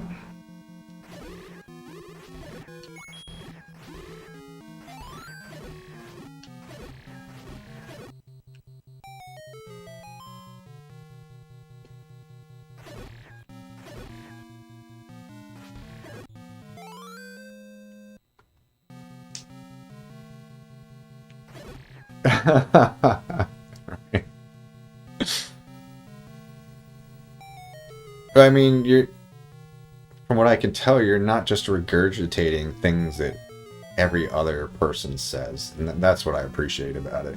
It's like most religious people and most atheists just kind of regurgitate the same like three arguments, and it gets very tiring. It's like the discussion never gets anywhere when like nobody has anything new to add in terms of thoughts.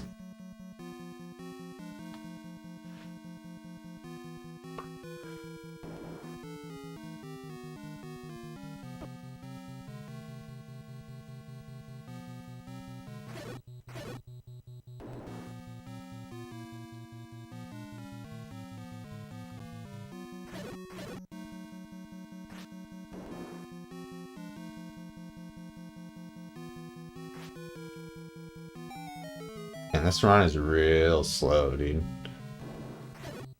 But like I know why. It's because I had to spend like 10 minutes farming bombs on the overworld. God damn it.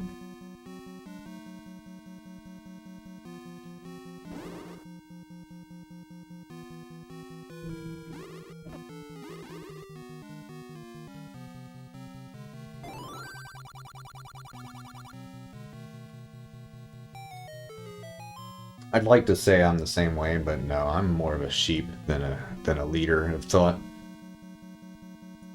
I use other people's arguments rather than my own. But a lot of that is because I don't think there are correct answers to a lot of these questions. I mean, there's obviously a correct answer, but I think anybody who's certain of the truth is wrong. Generally. Like you say, like, no, that's not how that works, and you'll try to make something make sense. But what if you can't make sense of it? And that's where I am with a lot of this stuff. Like, nothing I can think of, nothing that anybody else has to say convinces me one way or another. So it's like I might as well just pick the one I like, you know? I don't think I can be intellectually satisfied with anything. Therefore, I might as well pretend that I believe that there's like an afterlife and this shit, because like then at least I might live my life in peace. But a lot of people would consider that, you know, kind of red pill, or not red pill, blue pilled. Wait, what's the good one? Blue pilled means you stick your head in the sand. So yeah, that's me. I'm blue pilled.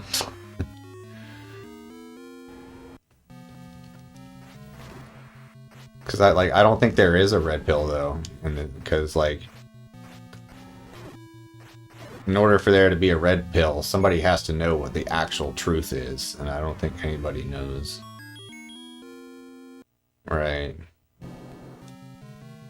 In this context, the Matrix means believing in non-physical souls and the afterlife and reunion with lost loved ones, etc., etc. That's the only reason, like, discussions of God matter to me. Like, yeah, like, I don't... Whether or not God exists, I don't really care. Like, all I care about is reunion with lost loved ones. That's the only part of all this shit that I really care about. But...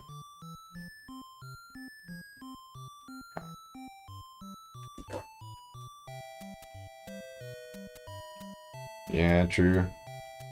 Thanks for GG. Link to the past coming at you.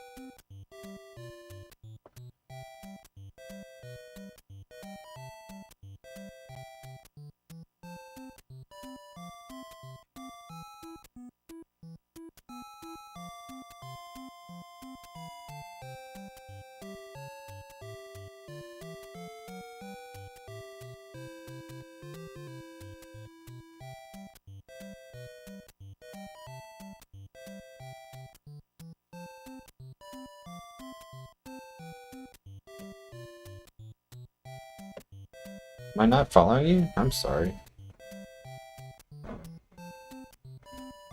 Yeah, I just clicked the wrong mouse button. I don't know what effect that had. Yeah, I'm not following you, man. My bad. I have to turn notifications on because I don't just browse Twitch followers ever. Like, I never sit down and say, oh, I'm gonna watch some Twitch today. Oh, without notification, I would never know if you're online or not.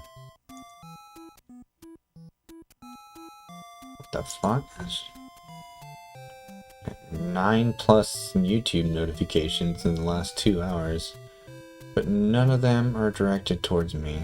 That's sad. Nobody wants to argue with my thousands of random YouTube comments.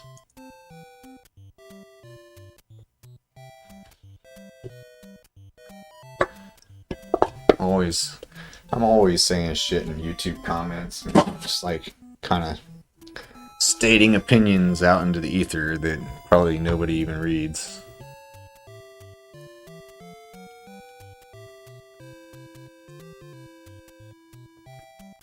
The last series of posts I made were about artificial sweeteners.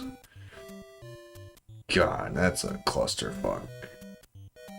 Debate about artificial sweeteners. Like, there's so many people who are so certain that artificial sweeteners are bad for you. And it pisses me off because, like, I don't want people judging me because I'm walking down the street with my 0 sugar Mountain Dew, sitting there thinking in their head, like, haha, that guy's gonna die soon because he drinks diet sugar. Like,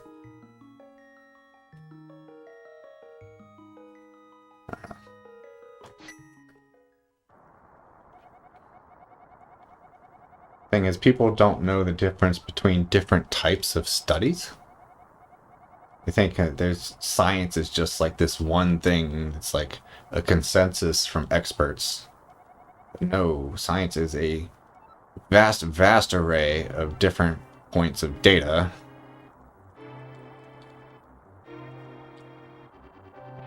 And certain types of data be valued more highly than other points of data. When it comes to artificial sweeteners, studies that everybody who thinks they're bad for you are looking at, oh, they're probably not even aware of it, but where that information is coming from is what's called cohort studies, which just follow people throughout their lives without actually intervening on the variables that you want to study. They just see what's happening out there in nature, essentially. Jot it down, see what's happening. And if you look at those studies, then people who drink artificial sweeteners tend to be less healthy.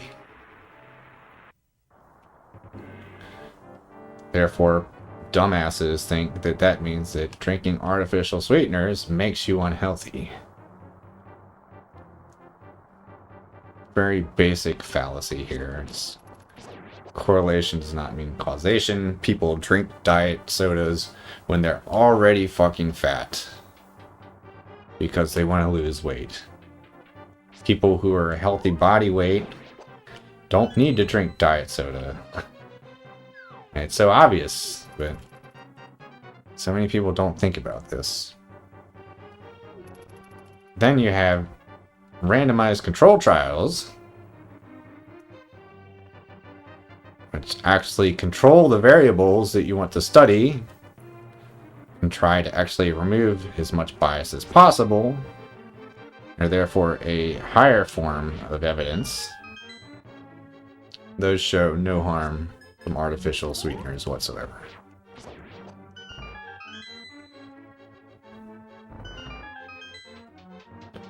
But trying to explain this to some rando in a YouTube comments never goes well.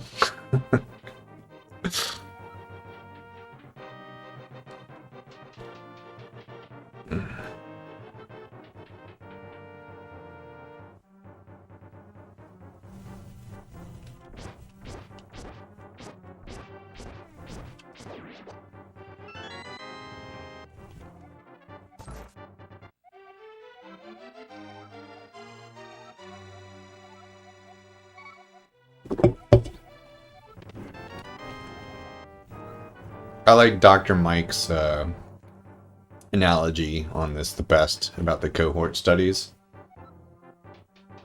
It's like looking into the wild, and by the wild I mean human society, looking out there and seeing, wow, every single person with a broken leg has these things called crutches. Wow, that must mean crutches cause you to break your legs.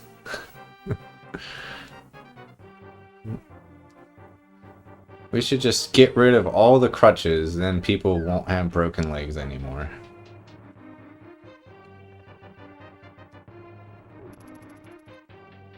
And that's what's going on with the artificial sweetener studies.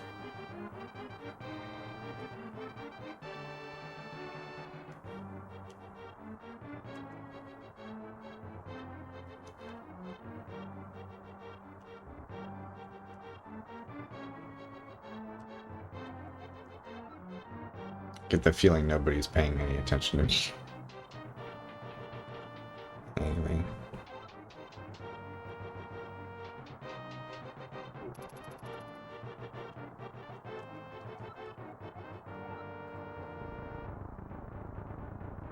I already know you feel that way, Hobox. Question is, how do you feel about the statement I just made?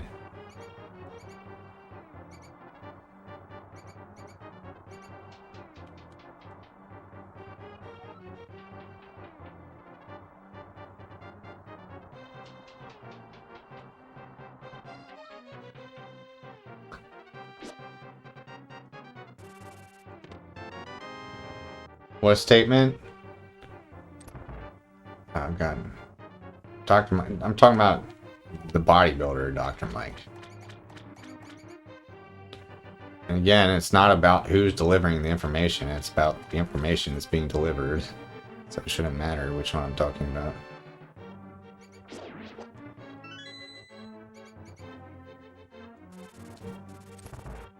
No, not that guy.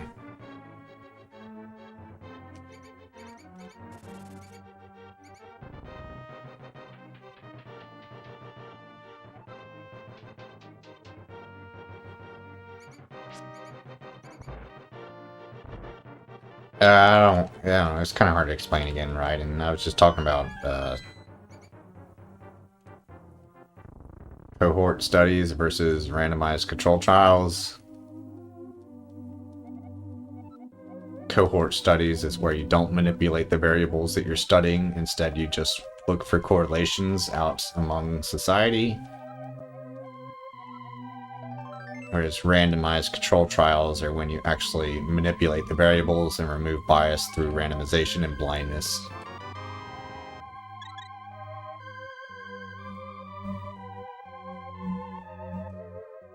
And so, like, the randomized control trials show that there is no harm from artificial sweeteners. But cohort studies show harm from artificial sweeteners. And then that I was saying that that's like saying that everyone with broken legs has crutches, therefore crutches must be what's causing everyone to have broken legs. In a similar vein, everyone who drinks diet soda is fat. It must be the diet soda that's causing them to be fat. Like, it's just a very stupid view, in my opinion.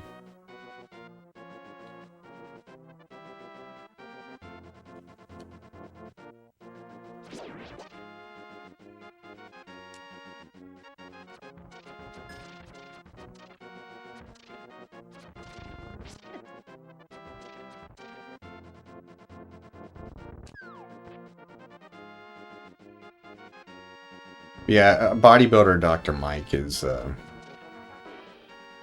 I still think 80 to 90% of everything he says is accurate, honestly. But, you know, the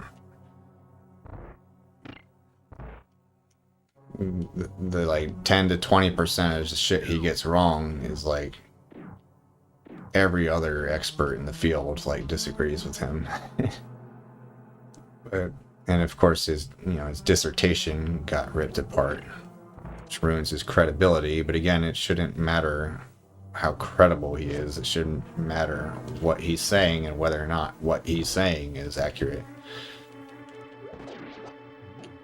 Shit.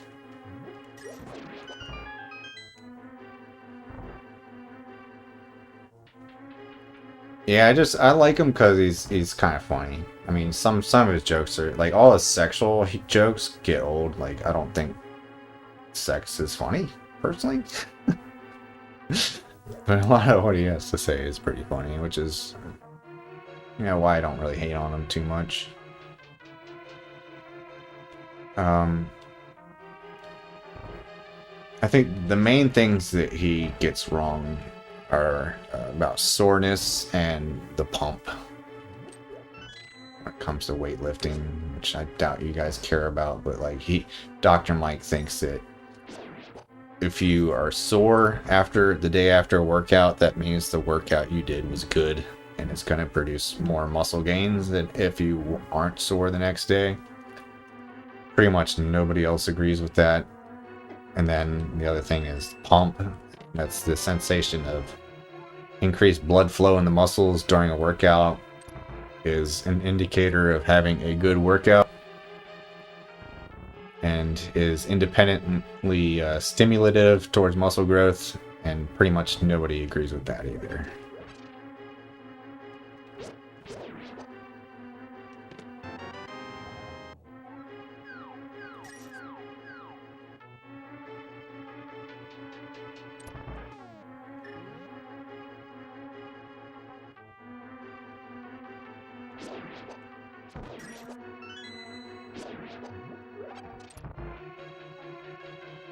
Right, yeah, an experiment. That's what a randomized control trial is. It's an actual experiment, whereas a cohort study is not really an experiment in the traditional sense because you're not manipulating anything.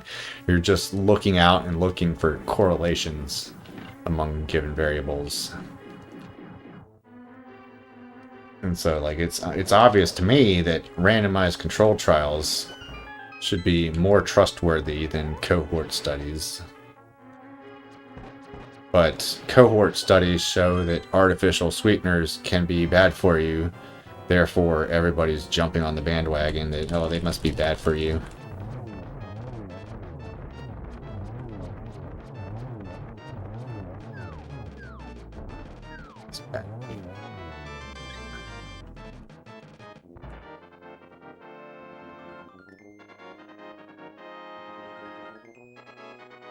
Right?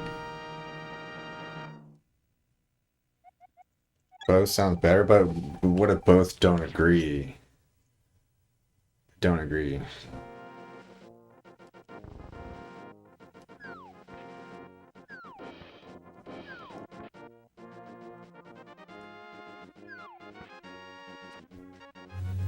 I guess what you do is you have to do more control trials because you can't do more cohort studies. Like you're already looking at the entire population as it exists without interfering with it. We can always do more controlled trials.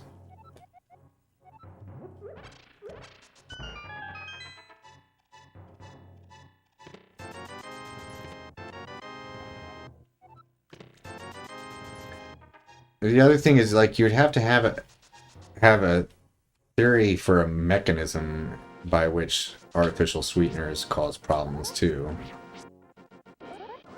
And that's where I think the argument really starts to fall apart, because like aspartame, it just metabolizes into like 2 amino acids, then like a little tiny bit of methanol. Obviously, amino acids aren't going to cause problems, therefore those are completely inert. So the only thing that could be causing problems with the artificial sweetener is methanol.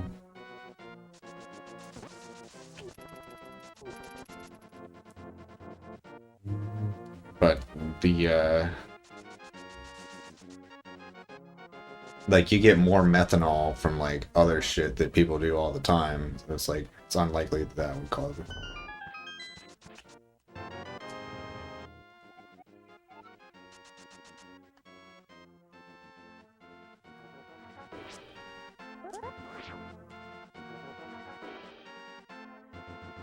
Yeah, another thing that pisses me off about like people and like their health opinions is that people undervalue blood work and body weight. Like for example,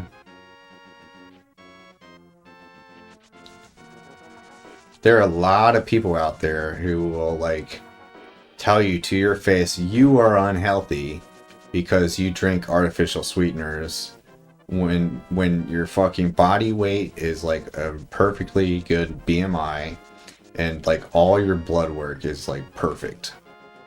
And they'll tell you that, oh, you drink diet soda, you're not healthy. Meanwhile, their BMI is like through the fucking roof. Their blood triglycerides are like way too high. They've got bad cholesterol. Their blood sugar is too high. like they're missing the fucking forest for the trees or whatever that expression is. Like, it's like you realize like losing weight is the best thing you could possibly do for your health if you're overweight. And if a diet soda can help you do that, then that is 1,000 times better or more meaningful than any potential toxicity that comes from the artificial sweeteners. Like it doesn't compare. Like the improvements in your weight and blood work, way better for your health. No comparison.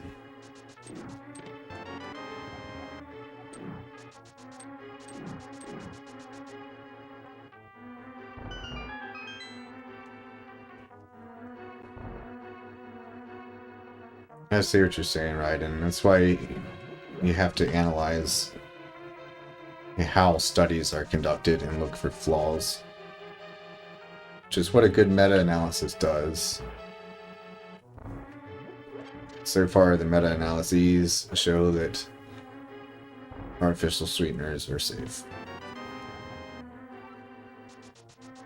And again, like, even if there is some danger to artificial sweeteners, the improvement in blood work and BMI far, far outweigh any negative effects of it.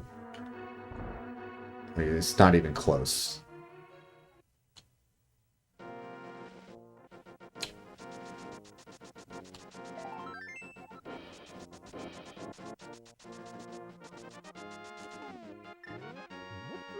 True, yeah.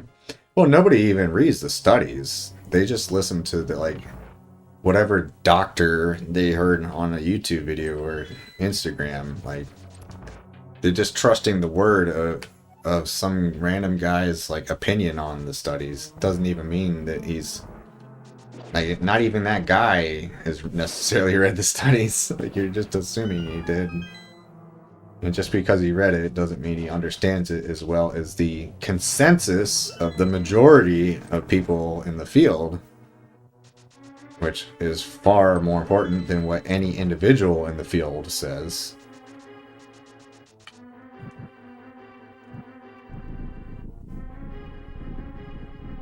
Yeah, I mean, most people don't have time to go, like, read studies all the time. Like, I pretty much go by what like the consensus is among like reputable sources.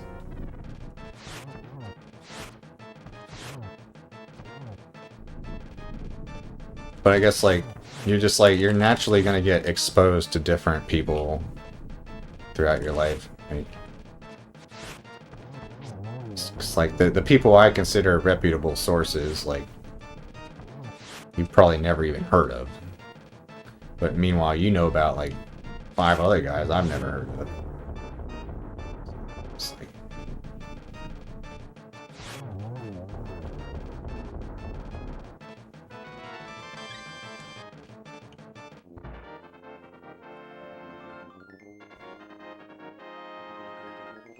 But I think when you have like a consensus opinion among Mike Isertel, Menno Henselman, Lane Norton, fucking Lyle McDonald, like, all these people say the same thing. What's that, Paulson? Speaking of people who probably think that artificial sweeteners are bad for you, I feel like that's something you said once. That's bad. Right. I disagree for reasons that I just explained for the past 10 minutes straight, and I don't want to repeat it. But how you doing, man? Amnesia. Nice, dude. I forget what that game is like. Haha, get it?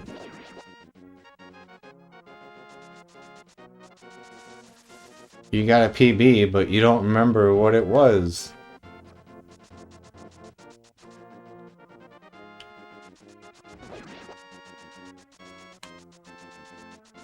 Shit.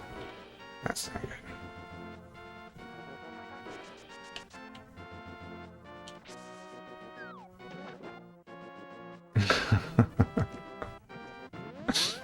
Oh my god. 47-24? Nice. Congratulations.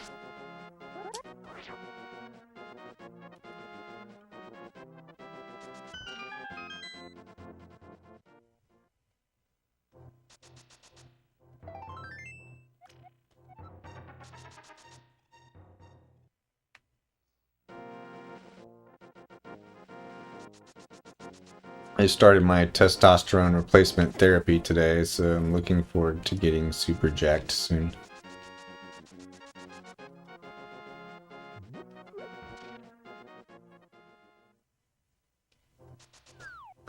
By soon, I mean like 6 months from now.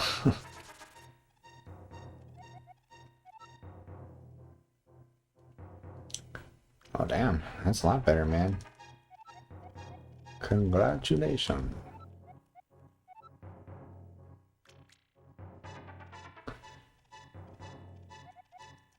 Yeah, testosterone replacement therapy, it's when your testosterone is too low, so they give you like basically a small dose of steroids to fucking get you back to normal levels.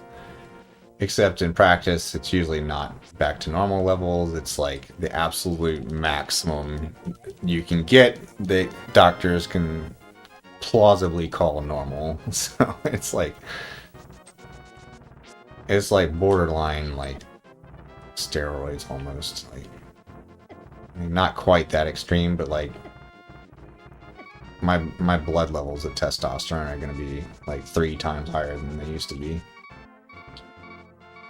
Depressed? That sucks, man. Sorry to hear that. Wish I could help, but I don't really know how to fix depression.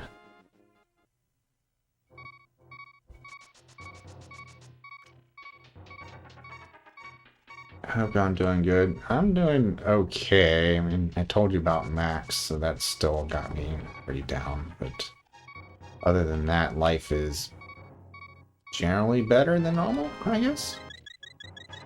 Things seem to be mostly moving in the right direction. God damn it, dude.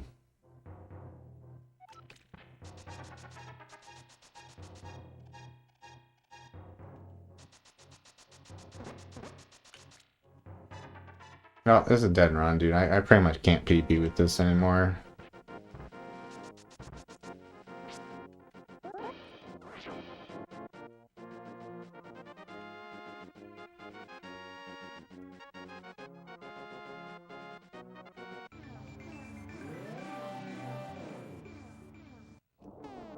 Yeah, I know how you feel. My depression... I think my depression pretty much just went away on its own. Like, I don't think anything I did caused it to go away. It just kind of went away. Because of that, I definitely don't have any good advice. Thanks, man. Appreciate it. Yeah, it's pretty much what I've been afraid of for like the last like 5 years.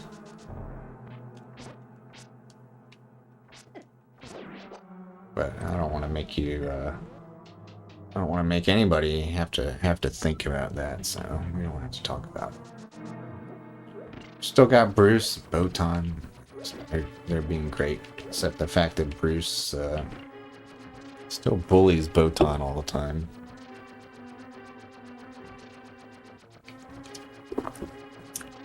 Bruce is starting to wake me up in the middle of the night, too, trying to get me to feed him. It's annoying.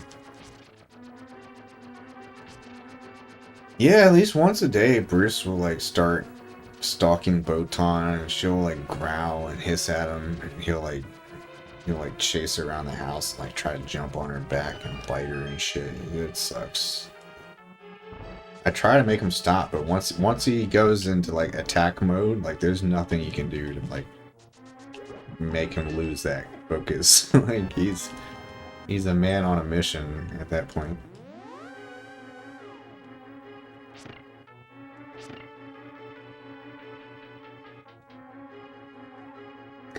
Yeah, exactly.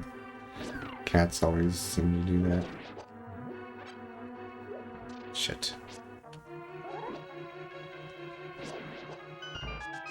This run is really bad, dude. Like, I don't even know if I want to continue this. No, he's neutered, and he was even neutered at a young age. He still just has a very dominant personality towards other cats. He's like, by far, the sweetest cat towards humans I've ever met. Like, he loves humans. He's like super respectful, super nice. But man, he is like alpha Chad to other cats. Like he's gotta dominate them.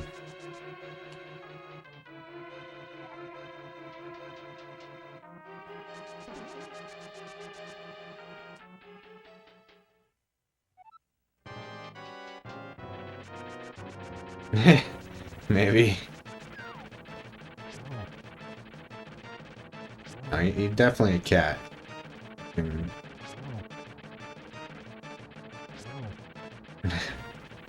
know what you mean.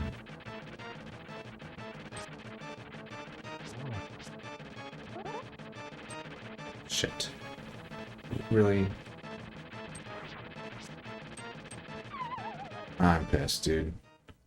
I'm pissed, dude. I might just stop this run. Like, I'm like a minute behind PB now, at least.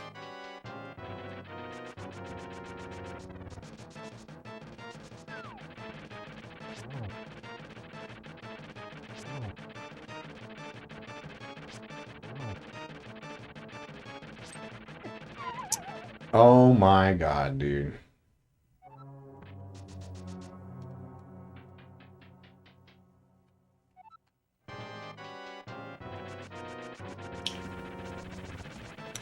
Alright guys, I need another game idea. So what's another game I can play? Actually, fuck that. I'm probably gonna say no to whatever you guys suggest. NGB. I mean, it's been so long that I might actually enjoy it again. But also might become like super frustrated with how much worse I am than I used to be.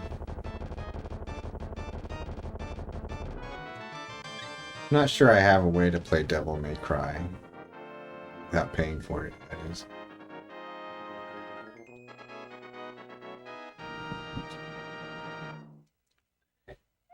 The main thing that stops me from wanting to play NGB is just that I don't think I will be able to do the Emperor quick kill.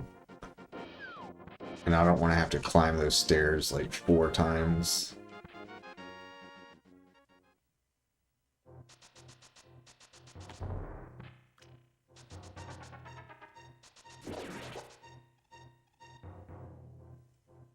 I mean, 70 star is not a bad option. Oh my god. I need to get dinner though. Like, I'm gonna order some food and eat it, so like... Ideally, I would play a game that's not a speedrun.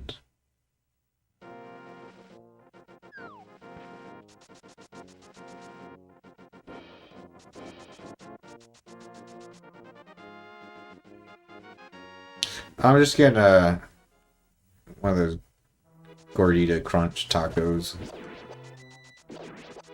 Taco Bell. I already had like a big meal for lunch, so it's got to be a fairly small dinner.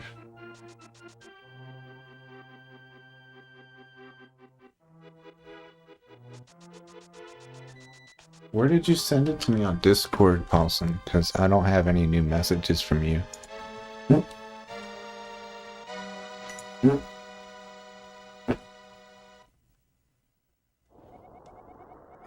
No, I haven't tried anything. Thanks. Yeah, I've had quite the renaissance of farts lately. Like I have stepped up my fart game, and like evolved into a much better farter. I think it's because I started taking a lot of fiber gummies, and I think the protein shakes do it too. So like, not only do I fart more than I ever have in my life, they fucking smell really bad. Like they're consistently like very foul smelling, which I find amusing.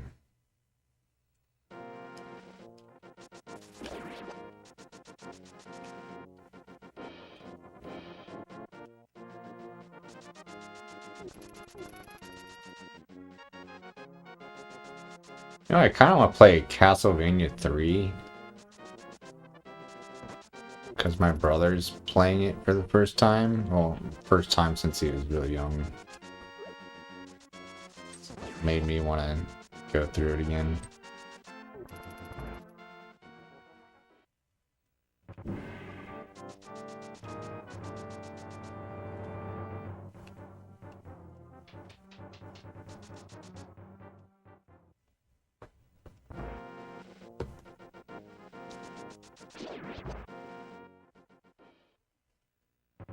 He beat OOT. Yeah, he finished that about 2 months ago.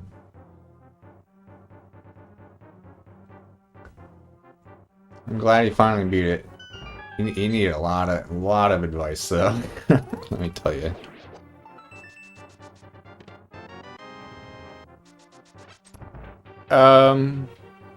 He might try MM. It's kind of low on his priority list right now, though. He's more interested in NES games. He got an NES EverDrive, so now he has like all of his favorite games from childhood plus more. I had to teach him about CRT TVs. Like when he first got the EverDrive, like he was just getting his ass kicked from like every fucking game he played. It's like, you know, new TVs really suck, right? And he got a CRT, and now he's like really good at it. So.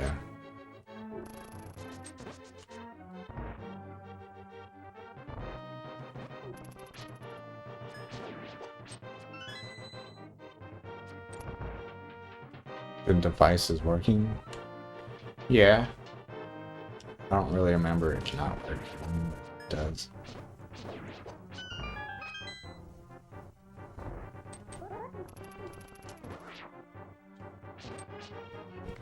Yeah, I know you're talking about the EverDrive. I don't remember it.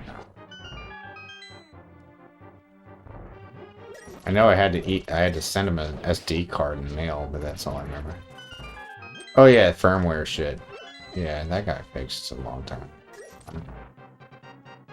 Oh, what was the problem? I forget what the problem was, but yeah, we fixed it.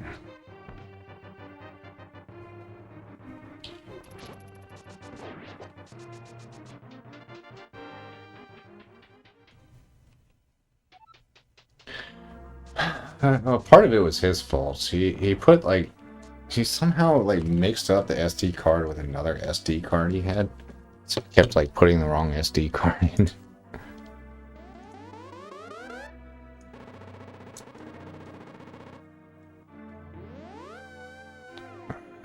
This is a longer video than I expected.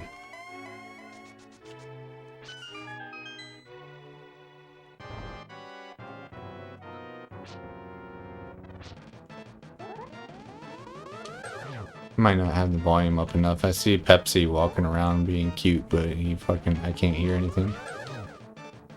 Just fed him something.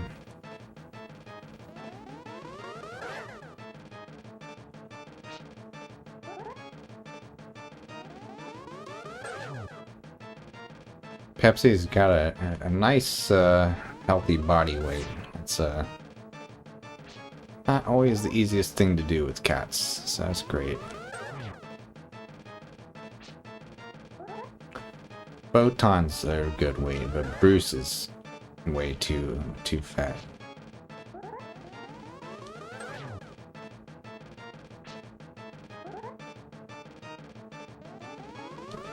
But if I finish this game, there's like an hour and a half left. Yeah, nowhere near done.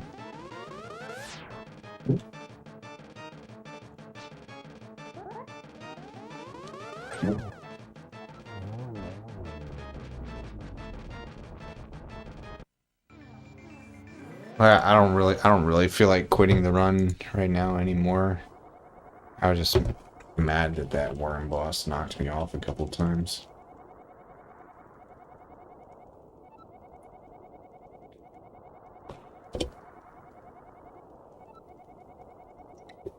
And again, I don't really get anything out of finishing this run. Like,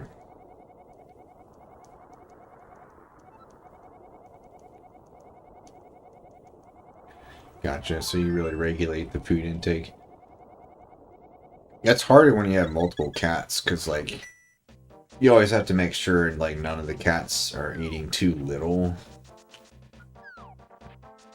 It's like, if I put... Like, whenever I put out food, Bruce is kind of, like,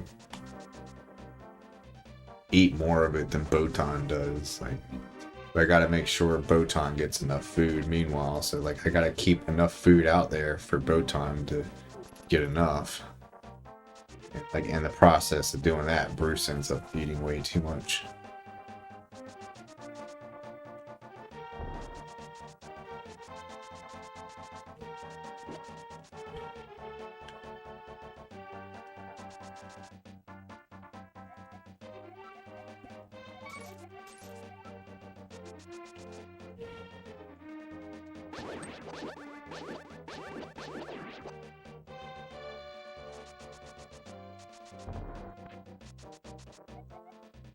I actually have no idea how to spell that, so I don't know if that's right. It's certainly how it sounds like it would be spelled.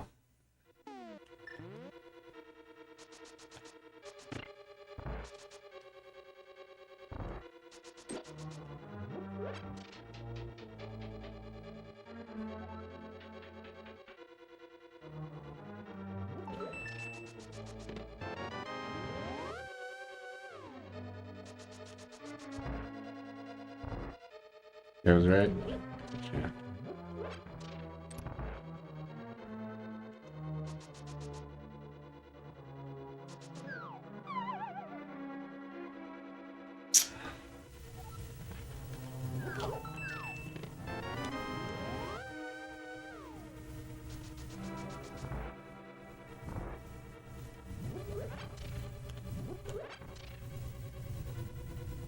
Dude, that bot I got is so good.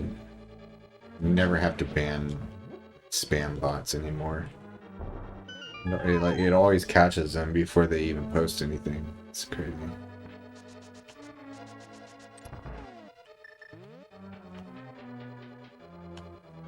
It makes me so mad because, like,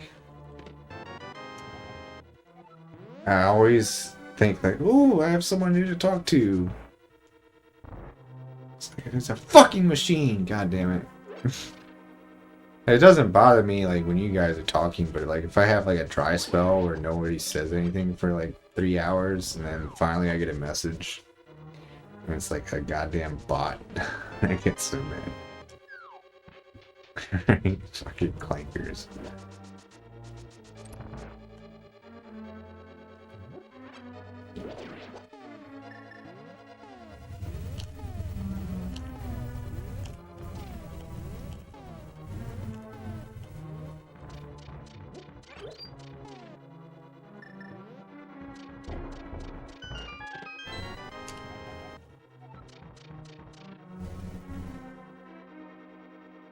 Oh, the hover? Yeah, sure, dude. The best hover I've ever done in this game is I was able to hover for like 2 seconds once after trying it for like a half hour.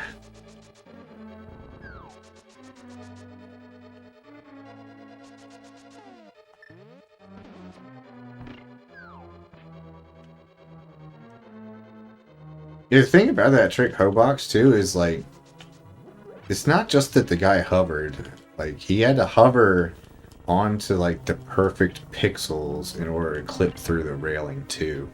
That's why that trick is so insane.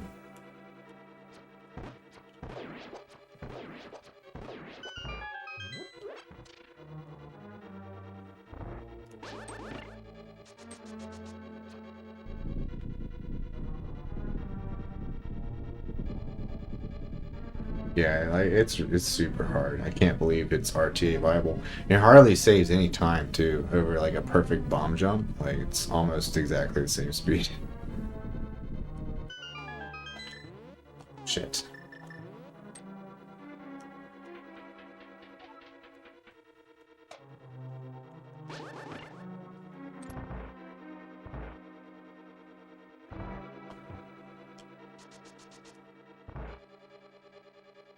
Can't believe it's almost weekend already.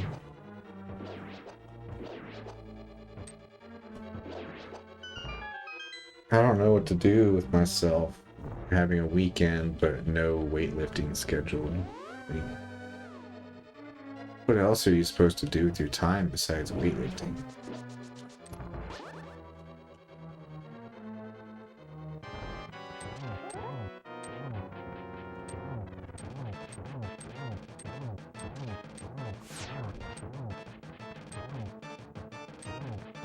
Maybe. Well, I'm not really feeling like video games in general, though.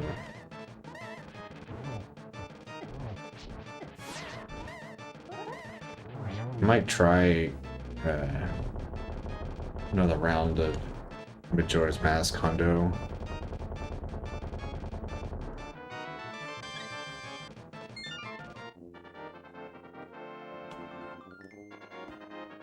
Or if they get any closer to deciding on a route for OOT Hundo, I could start working on that. But like, it's looking like it might be several weeks before they actually decide on a route. What happened with that last time, Majora's Mask? It was a jolly good time. I enjoyed it. It was fun. It's like a little over 7 hours. Pretty much nothing bad about the experience at all.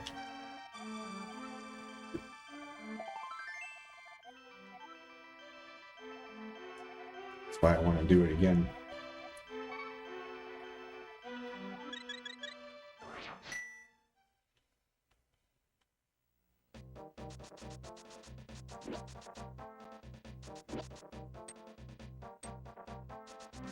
Yeah, I'm into OOT Hundo again. It's pretty amazing what can happen to my interests and just over the course of a week. Because I think it was less than a week ago I told you, like, yeah, I don't give a shit. Like, I'm not going to pay any attention. Now I'm like, when's ZFG going to stream? When's ZFG going to stream?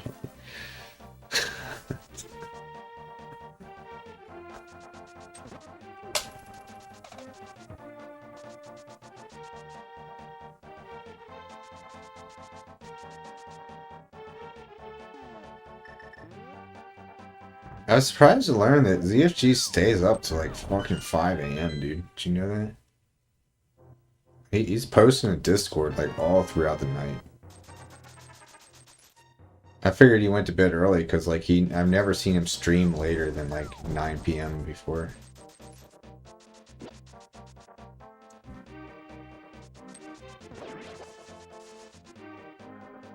Yeah, maybe he's just like really into the routing. Could be. Yeah, the discussions on that stuff keep going like way after his stream ends these days.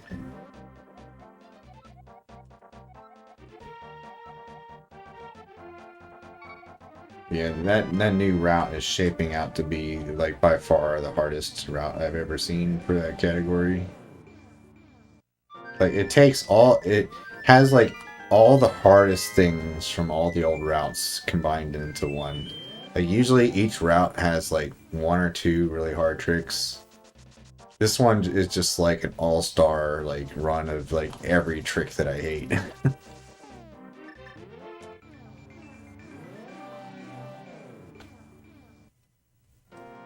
It's usually more like one. What do you mean? One what?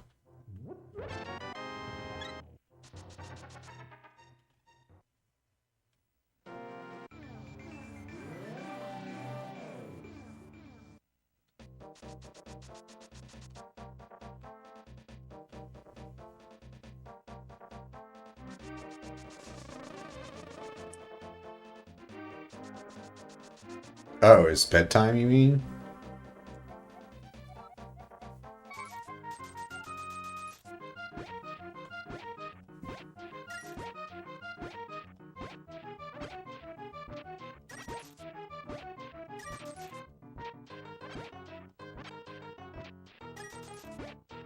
Gotcha.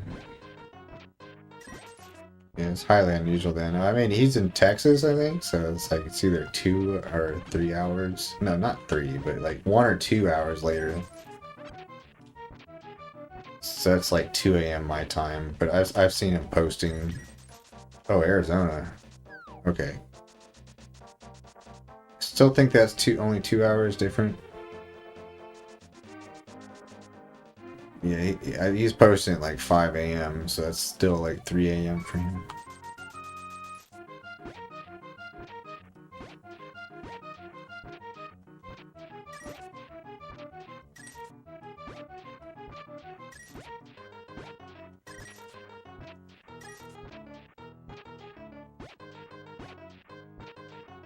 Another thing I might not mind doing again soon is Final Fantasy VI. It's been like a solid year since I played that.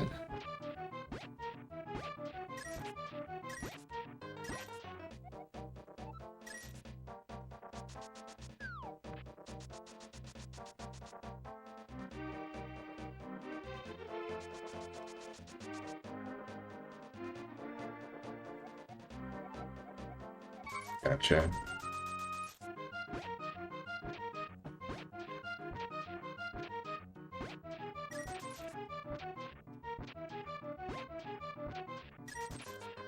He's probably sitting there feeling like blue balls, just like I am, over the fact that, like, well, there's no decision on, like, what the route's gonna be yet, so, like, what am I gonna practice, you know? What can I work on? There's, like, nothing to do until they decide which route's faster.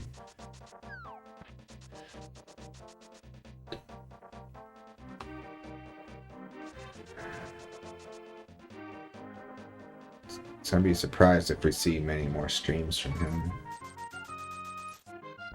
Right now we're waiting on some guy to decide which route is faster for just the child mask trade quest sequence stuff. So gotta figure that out, and that's gonna like impact the whole rest of the route, so that's like the first thing they need to know.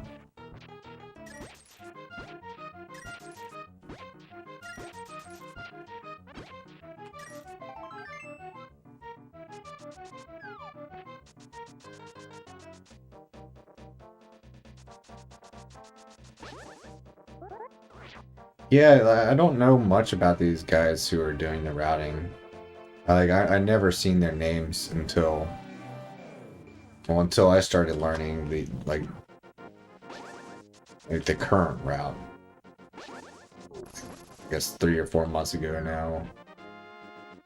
It's like they were able to. They were the same people who were like teaching me how to do things in Discord. Like they don't just do route stuff. They also do like good advice for people trying to learn.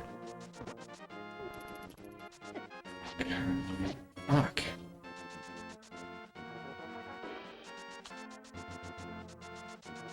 Yeah, it's mostly a guy named, I don't know if they're guys or girls, but people named Gigo and Elo or something like that. They seem to be the ones that know the most about what's going on.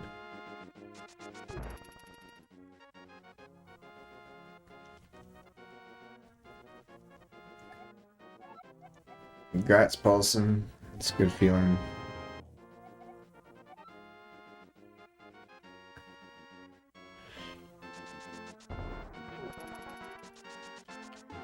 They're probably like these people are probably people who I would know about if, but they like changed their name because a lot of people do that, like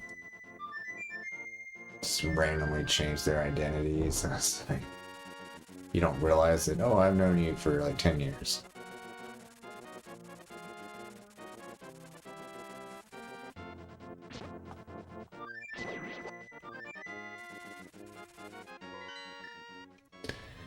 Well, based on the Discord discussions, there has not been any talk about whether or not anything is human RTA viable. That's not even a part of the equation for them. Like, CFG is good enough that he's just gonna do whatever they give him, no matter what. So, and like, I'm sure like top runners would think that the things that I'm calling too hard for me are easy. Like, most of it isn't actually hard. It's just hard when you're in early intermediate skill level like I am.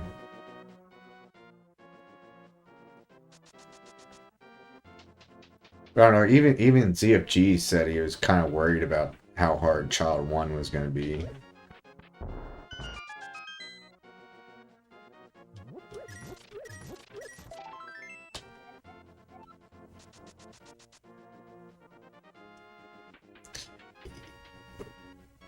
Yeah, well, I mean, yeah, I just keep doing the route that I learned a couple months ago, but I mean, even that was kind of too hard for me because I could never do the light arrow cutscene wrong warp, which is still a thing in the new route, so like, that's still going to be a blocker for me, so.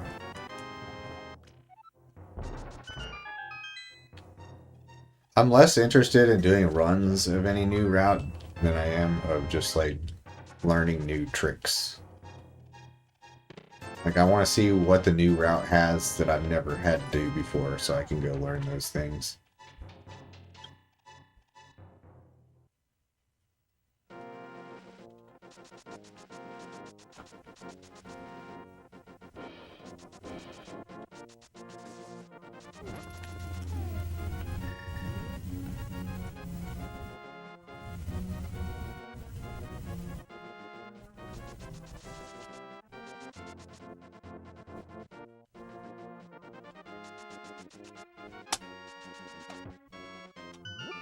Yeah, things always get easier, but the light arrow cutscene wrong warp is always going to...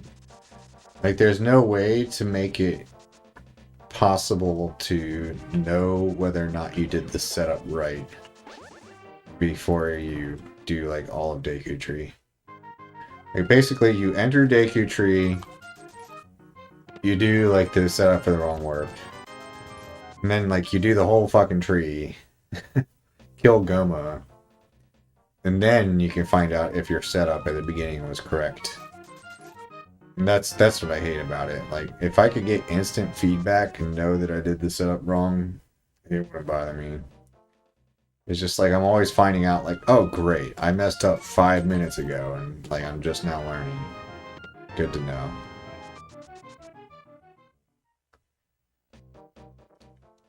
Yeah, they could discover a more reliable setup, and the new thing he came up with is a lot easier for sure. But the problem with it is,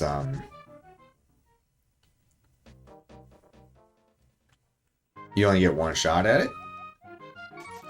Basically, because like your camera angle is influenced by the nut you pick up being the first nut that you've ever picked up, so you hold it over your head.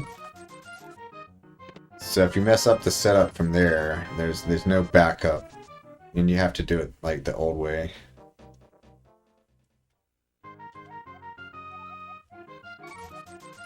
This run has like a little over an hour to go still. Depends on my RNG in this mini game here. Are you just waiting for me to see the cat video? As I could just stop and watch it first and then continue.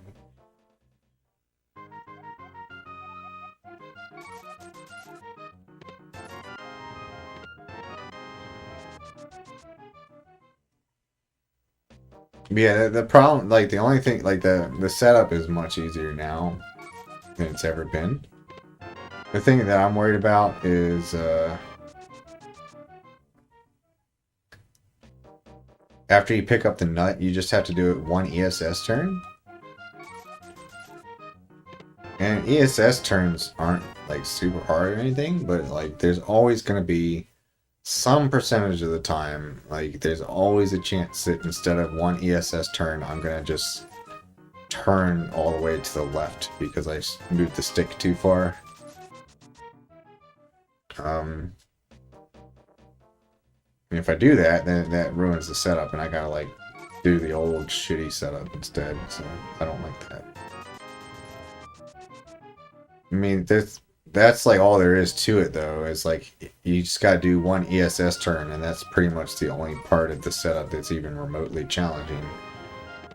And because the old setup you had to do like 2 ESS turns to the left, and then later in the setup you had to do 3 ESS turns to the right. So it's like much more complicated. Alright, see you, Paulson. Good luck. I don't know what short percent is, but it sounds like you're not beating the whole game. I don't know, Paulson, I legit might be about to rage quit here, because this mini game is pure RNG, and I've been doing it for like 5 minutes now. It should take like 10 seconds on a good run.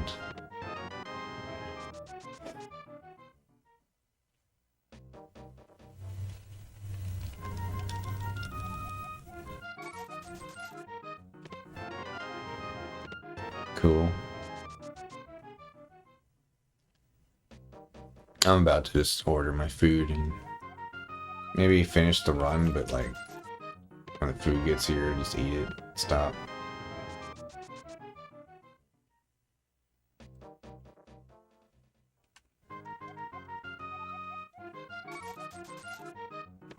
Oh, there's no way this will even come within 10 minutes of my PB at this point. My PB spent like 10 seconds on this minigame.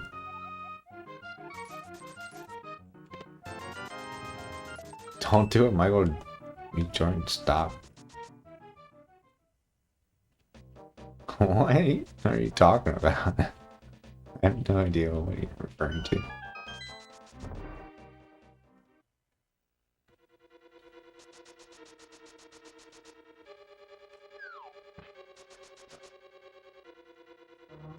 Are there more than one Michael Jordan out there? Like, are you talking about the basketball player?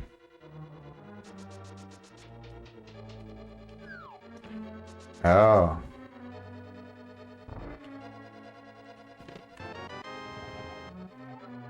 There's anybody named Michael Jordan needs to change their name ASAP, because there can only be one Michael Jordan.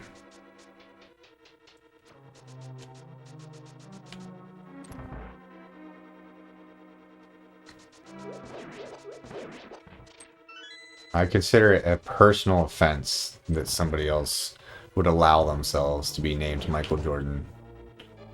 It's not right. It is wrong.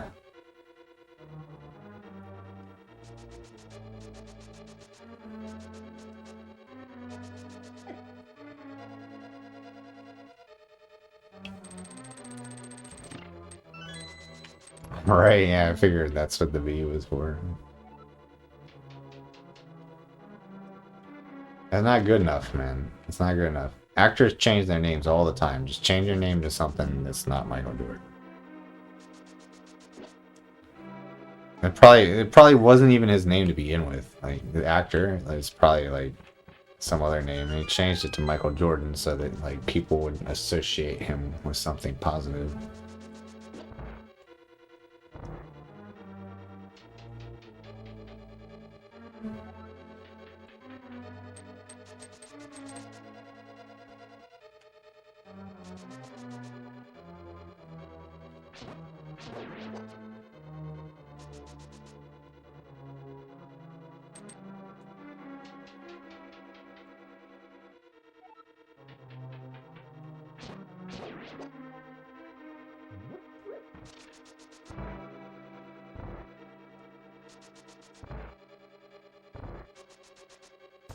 Francis Johnson.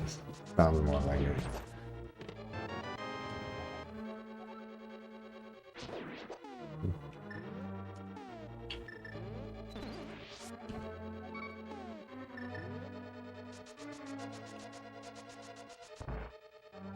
Oh, I already gave up, dude. Like, yeah, good luck to yourself too, man.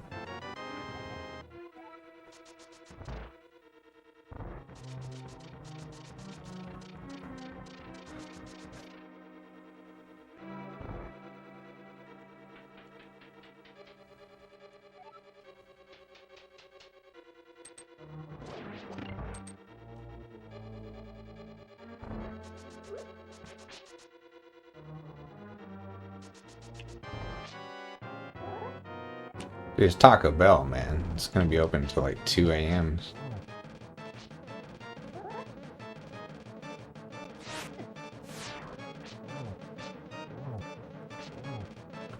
And the later I eat it, the more protein synthesis I'll have while I sleep.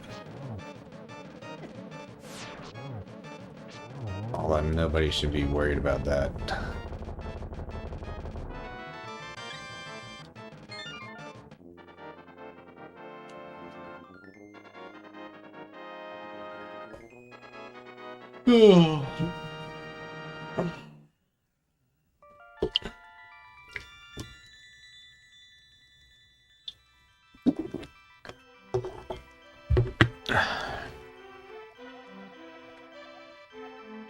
Still can't believe it's fucking Friday tomorrow already.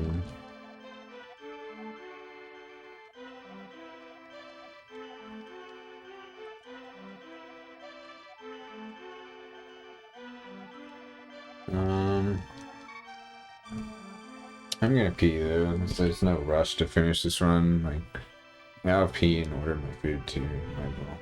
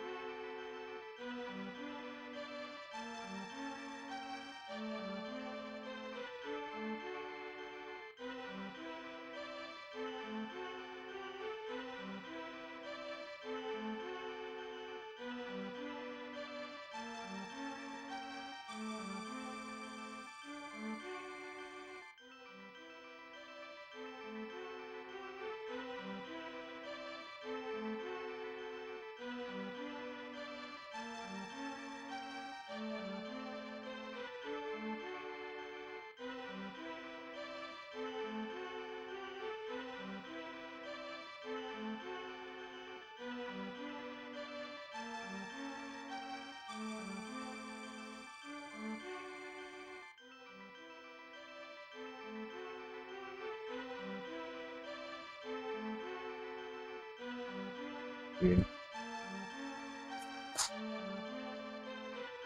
He hurts a little bit. Let me see if I can do a body weight squat. Oh. Oh, that's not too bad. Oh, that's way better. Oh, not totally, though. Okay, knee's getting better, but it still hurts, actually.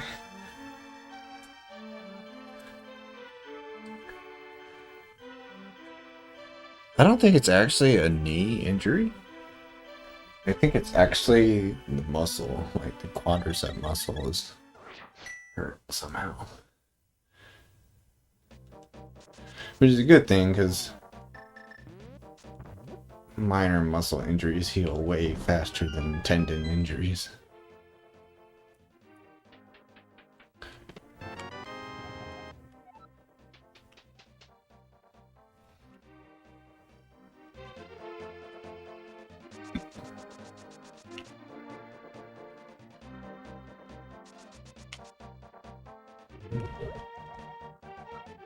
God damn, dude. First body weight squat I just did was like no pain at all. So I did it again. And the second one fucking hurts. What the fuck? Did I just make it worse or what? I don't know. Most of the physical therapy videos I've seen on it seem to say that like it's okay if there's a little pain, like you want to keep moving it.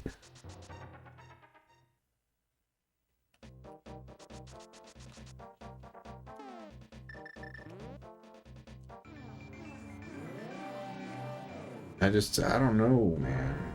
What am I supposed to do if I can't get big legs, dude? What is even the point of life if you don't have big quads? Like,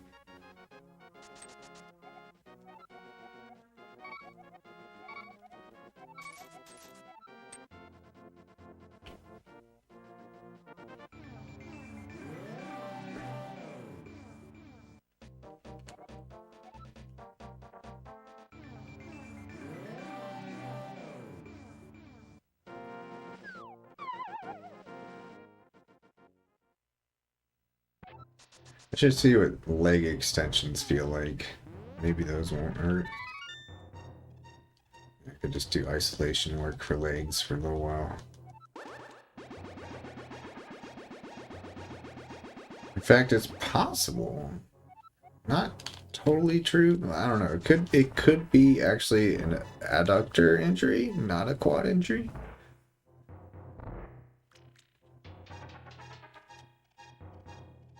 It's really hard to tell. It's like it's definitely on like the side of the knee.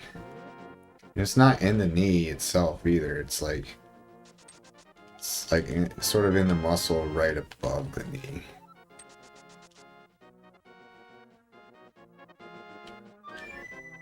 It's probably the quad, but maybe not. And again, I definitely feel the pain most when I put the quad under load, so that must be it.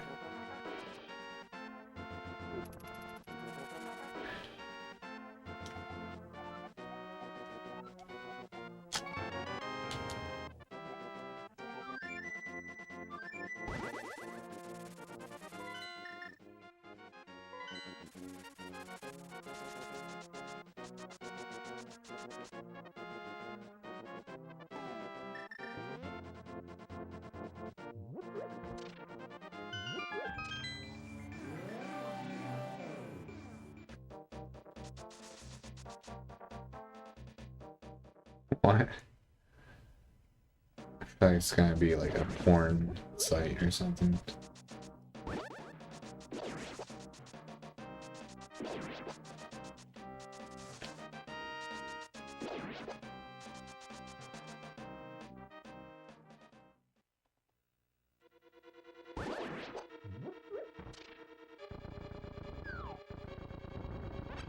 Oh, nice. It's got big calves in.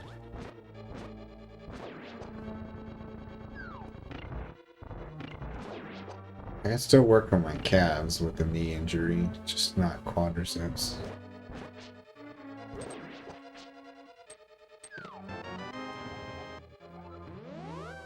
The thing is, calves fucking just don't grow for some people.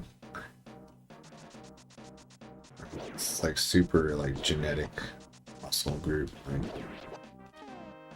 some of the biggest, most jacked like bodybuilders of all time like have like small calves. It's like they're obviously doing everything they possibly can to make them bigger, and like it just doesn't help for some people.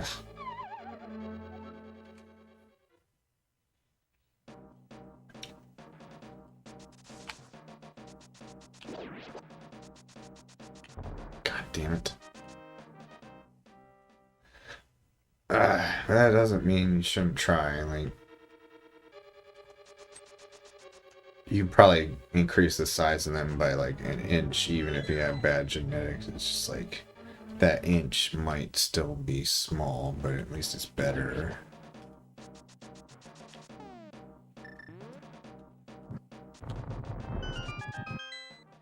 Yeah, like look up Big Rammy. He looks fucking ridiculous. Like he's got the biggest fucking thighs I've ever seen in my life, but then like he's got these tiny ass calves. So he looks extremely unnatural in the leg department.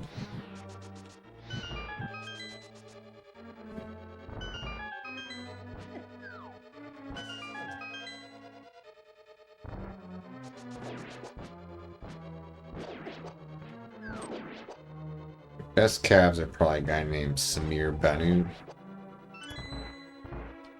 was a bodybuilder in like 80s.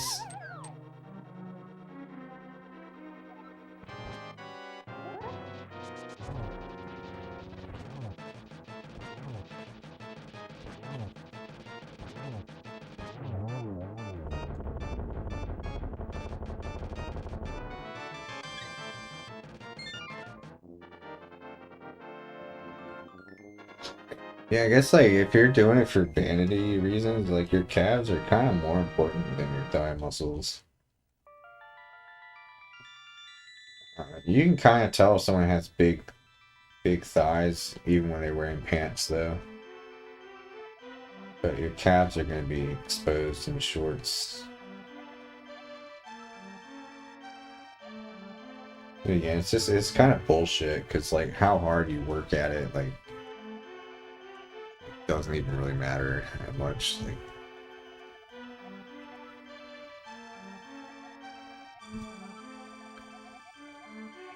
you don't have the genetics for it. Like they're always going to look small. But you should at least try and see what you can do, I guess.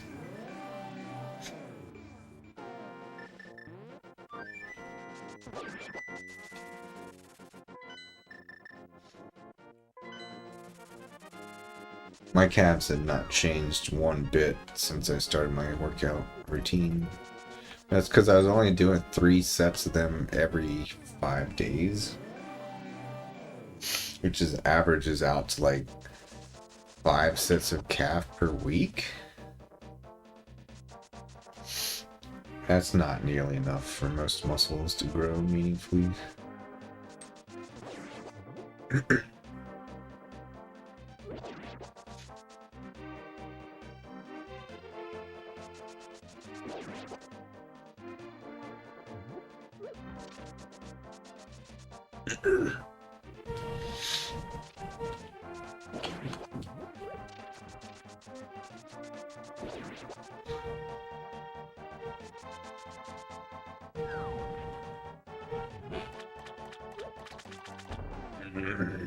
No, you don't. It's an illusion. Your mind is playing tricks on you.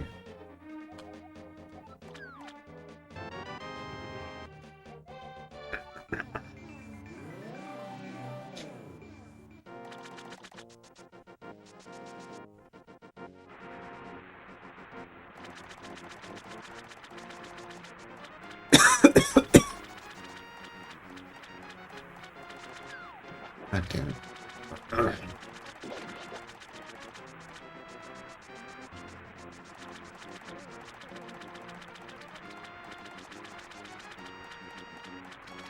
Backrooms movie? I don't know what that is. I haven't watched a movie, period, in about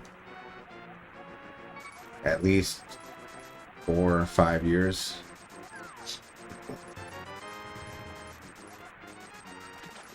So, Backrooms would have to be really fucking good.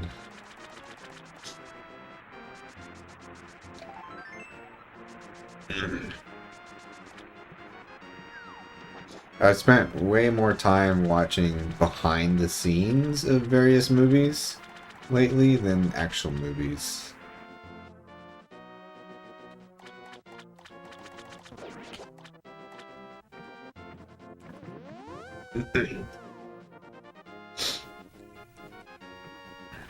I started getting behind the scenes video recommendations for Tombstone.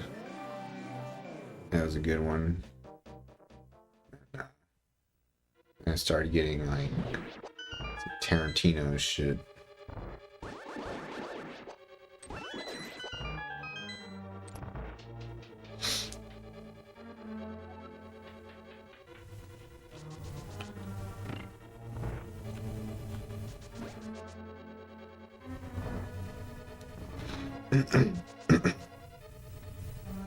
No, man, I have no culture. Anything that has to do with culture, I don't know what it is.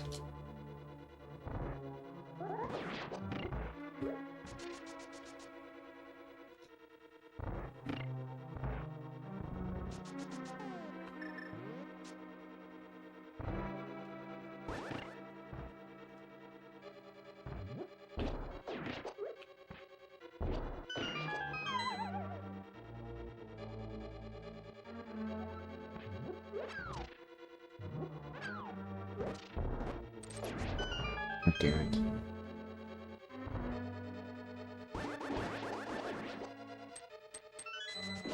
I wonder if anybody in Sweden has ever heard of Tombstone. I imagine not.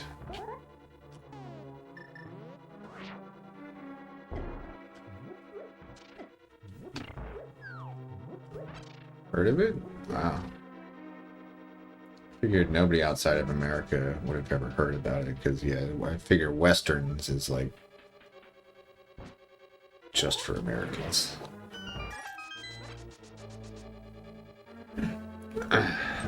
It's a story about Wyatt Earp and Doc Holliday, if you ever heard those names.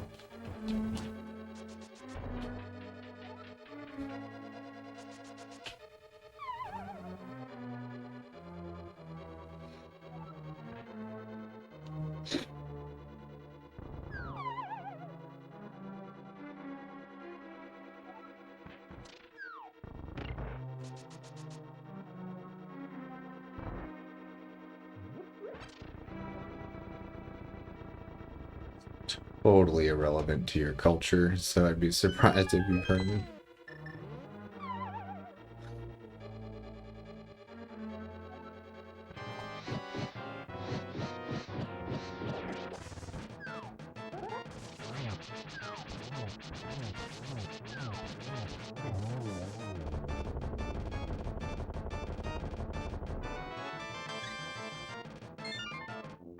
Yes, you have a culture, right? It's not American. The American culture? That's funny. It's a good joke.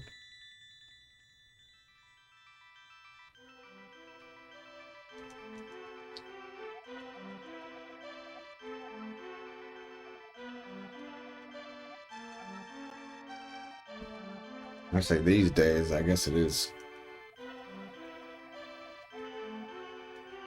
pretty fucking split up. But not like the notion of a Western is like clearly an American culture thing.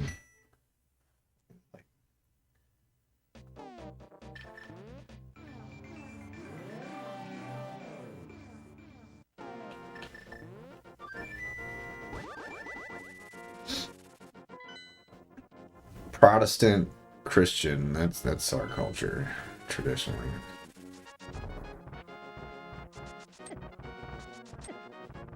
love for fucking guns and Bible. Fucking French fries. That doesn't really fit.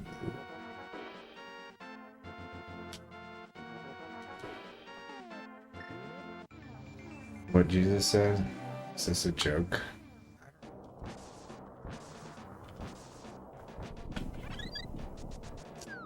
Get fat and shoot, yeah. Get off my property.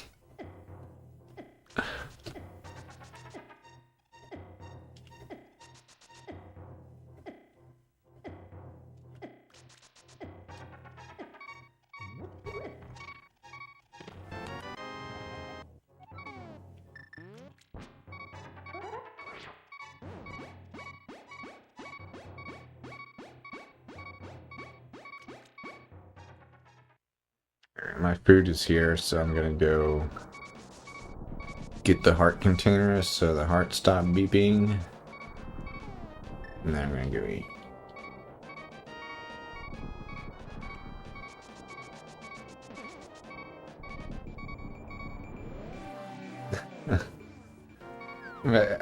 My favorite angry video game nerd episode you just remind me of is the Super Mario Bros. 3 episode where he has, what was his name?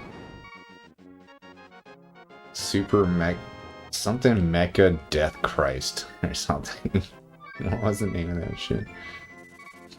That was the funniest thing I've seen on that guy's channel by far.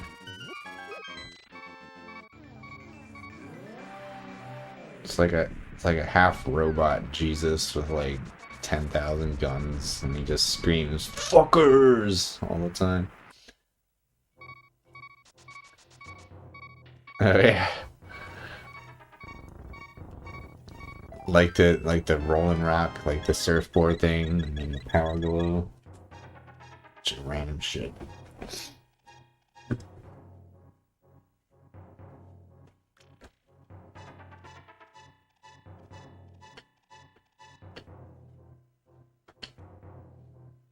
Peace.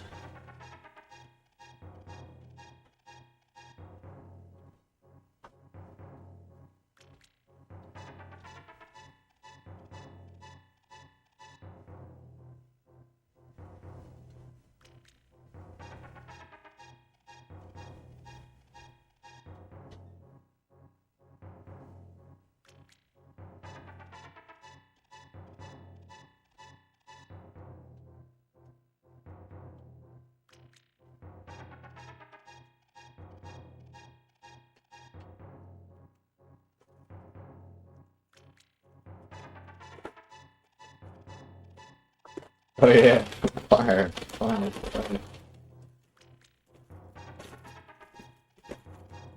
Yeah, the guy used to be funny as shit. I know this is really superficial of me and super hypocritical, but like I don't like the fact that he's bald now. Like, I don't want to watch him when he doesn't have hair anymore.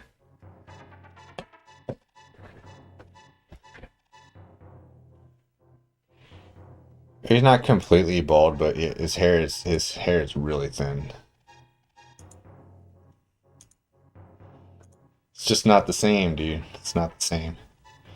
Alright, I'm gonna watch the cat videos now.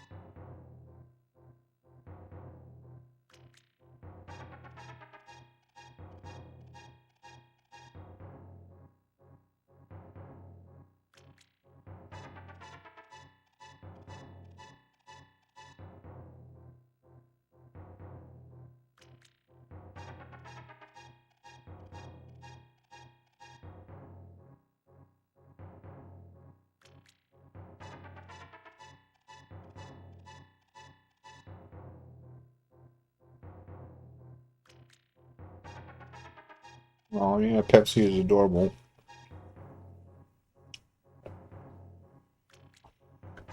You gave him like 15 treats in the second video.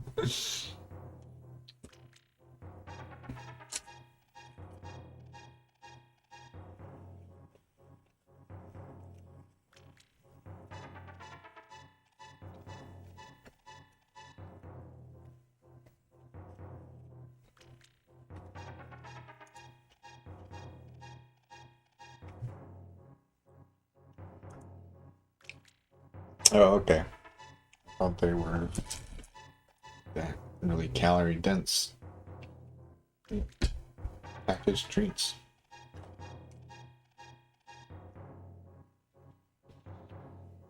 I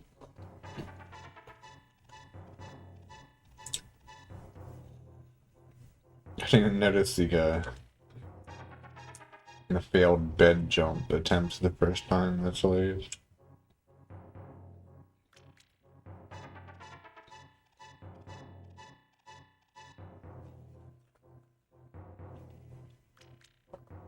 It's a pretty bad song to have on repeat, isn't it?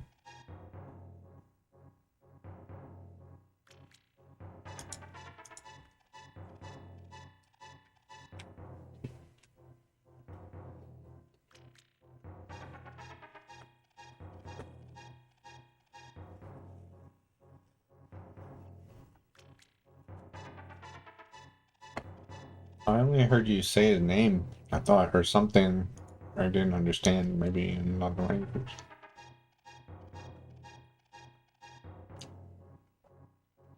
I tried to turn it up, but like, you know, the music from this fucking game is too loud.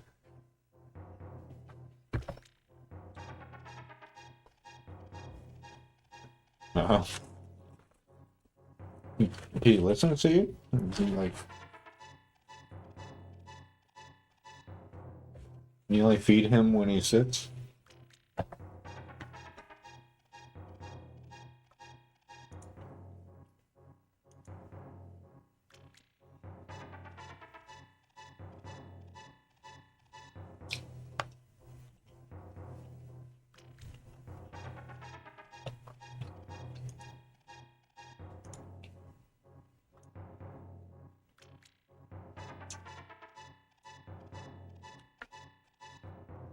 Either way, it's a very good looking cat.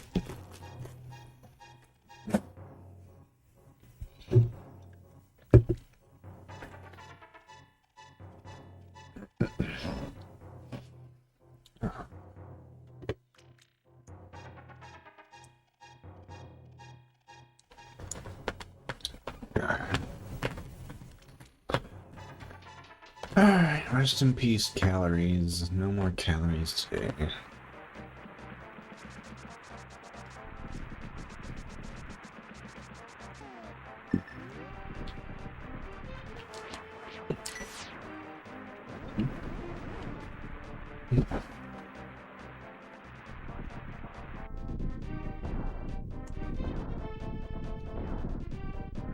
Oh, okay, yeah, so you might learn.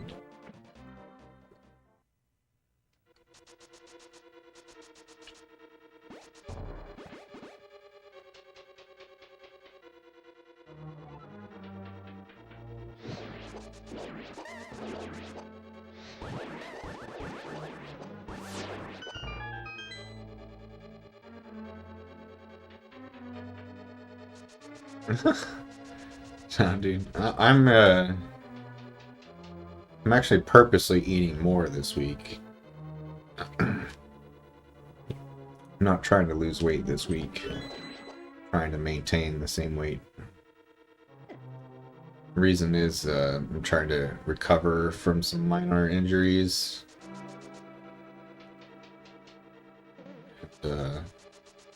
Being in a calorie deficit is not the best for recovering from injuries.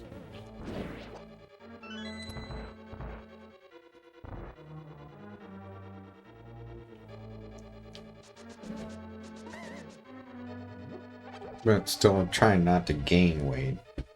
Still gotta watch the calories.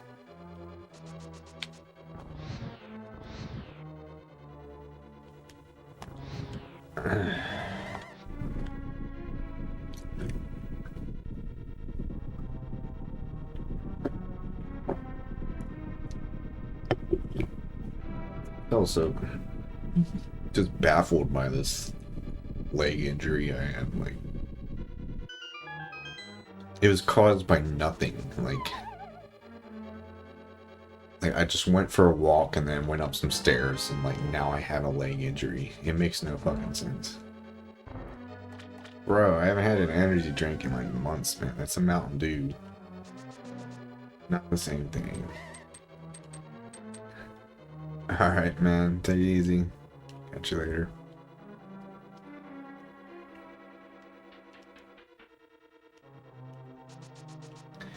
True.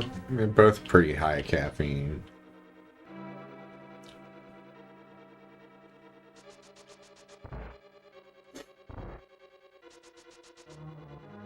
Mountain Dew is like half the caffeine of an energy drink still, but it's still a lot of caffeine.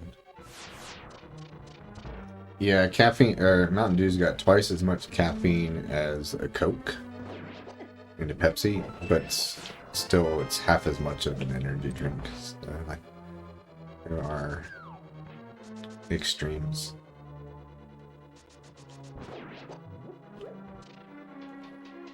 It's not really a problem though, as long as you can still sleep at night. I don't see much problem with caffeine, or if you're not like too anxious. But this late at night, yeah, caffeine will interfere with sleep, whether or not you're like aware of it.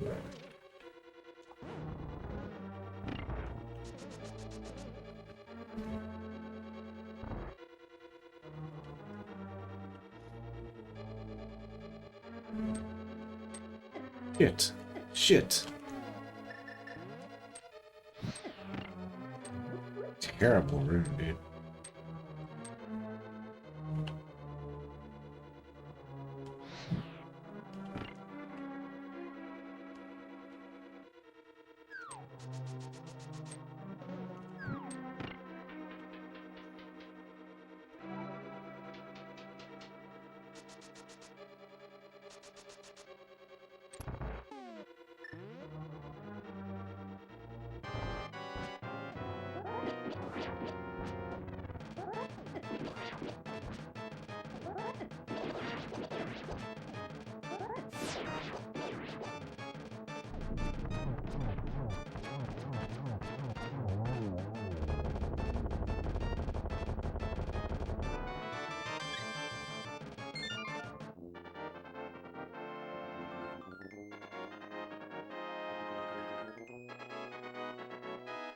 Yeah, I can't make any sense of it. Just like the only thing that makes any sense to me is that like heavy squatting like 90% injured my leg, but not enough to where I felt it. And then like walking up the stairs did like the final 10% that made it painful. And it's the only thing that makes sense, because just walking upstairs should not cause a knee injury. But like heavy squatting could cause it. It just seems more plausible. But the injury occurred like 4 days after the last squat workout, so like nothing I had done anywhere near that time frame would have hit the knees with heavy weight. Doesn't make any sense.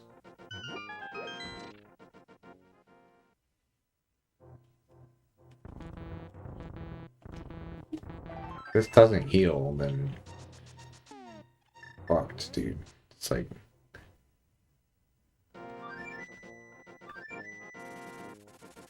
that'd be so fucked.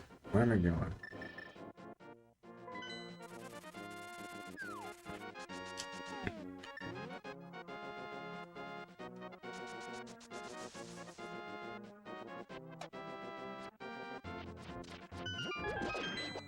That was a really bad warp location.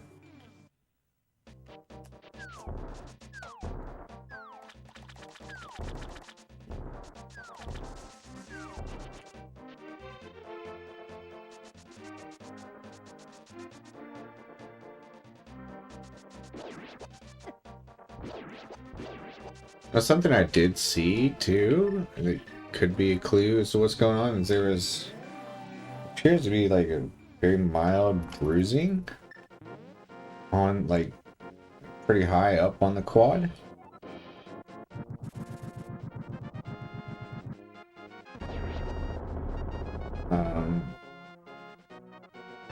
The reason that could be good news is, again, that would mean that the injury has nothing to do with the tendon, and therefore it's likely to heal pretty quickly.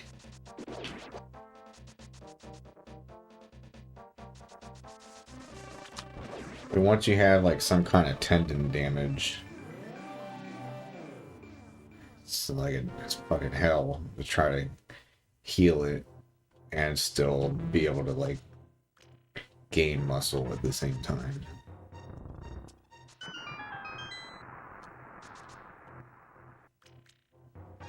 That's bound to happen. Like, everybody gets injured from lifting.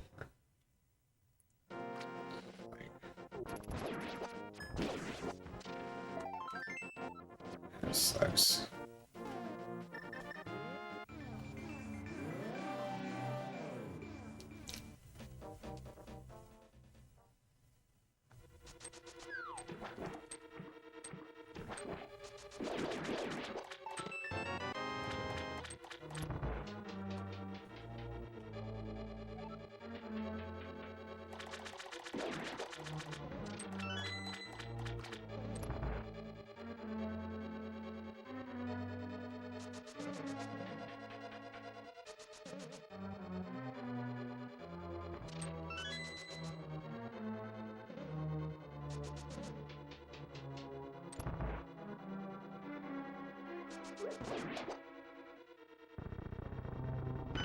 Ah. Got extra lag frames there.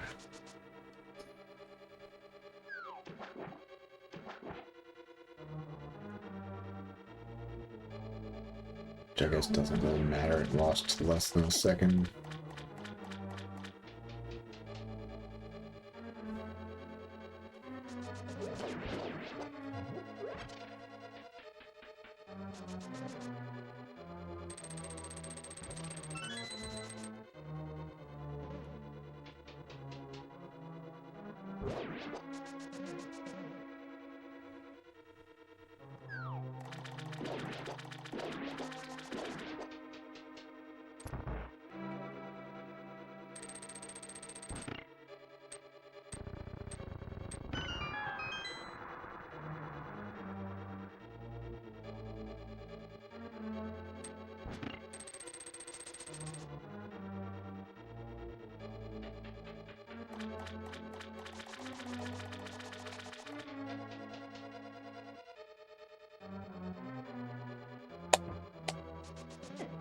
How do you avoid that fireball, dude? I've been trying to figure that out for years.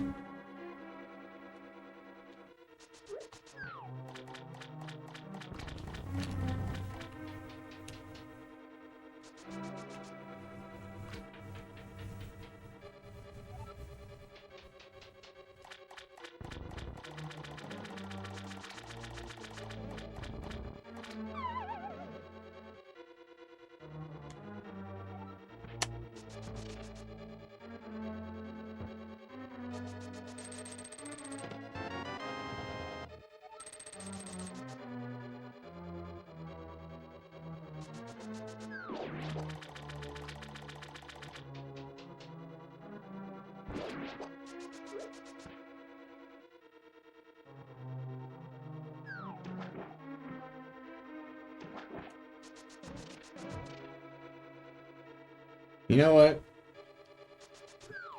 I almost want to just say screw this run and just stop. Oh, no good reason other than I just don't care. It's not super fun anymore. Food arrived 20 minutes ago and I ate it.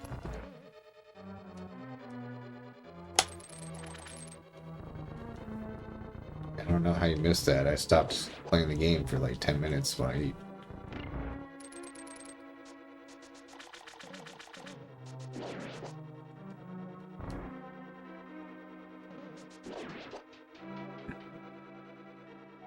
I see. That's not good.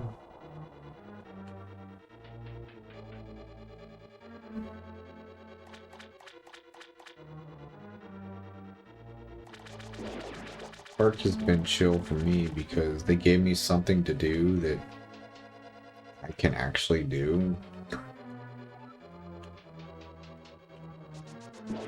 That doesn't mean um, the tasks that I can't do aren't still on my plate.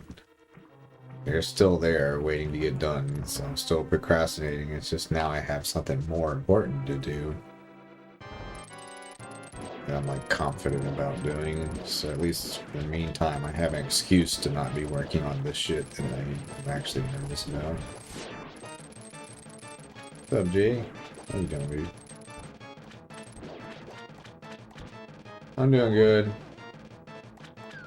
Yesterday was my first shot of testosterone.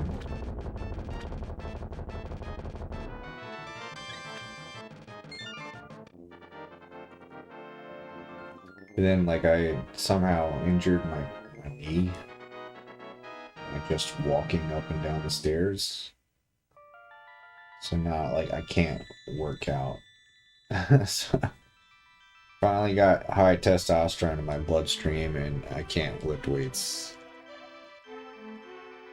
I don't know how to do the faster kill, but I need to learn how to do it.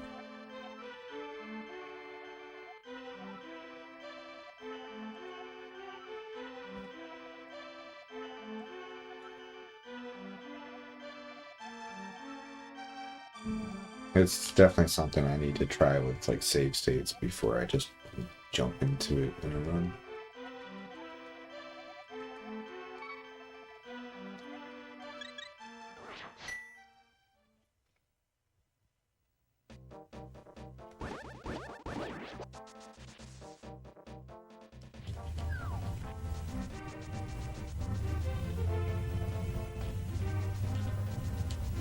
Definitely I can do more Zelda 1 after this. Mario is a maybe.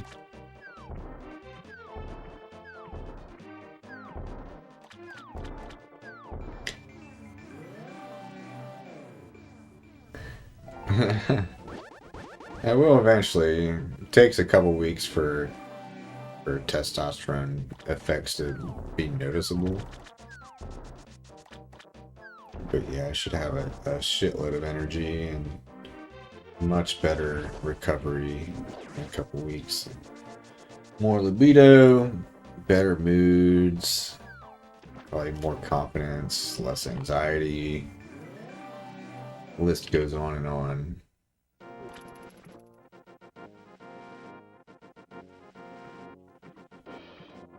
I just hope I don't get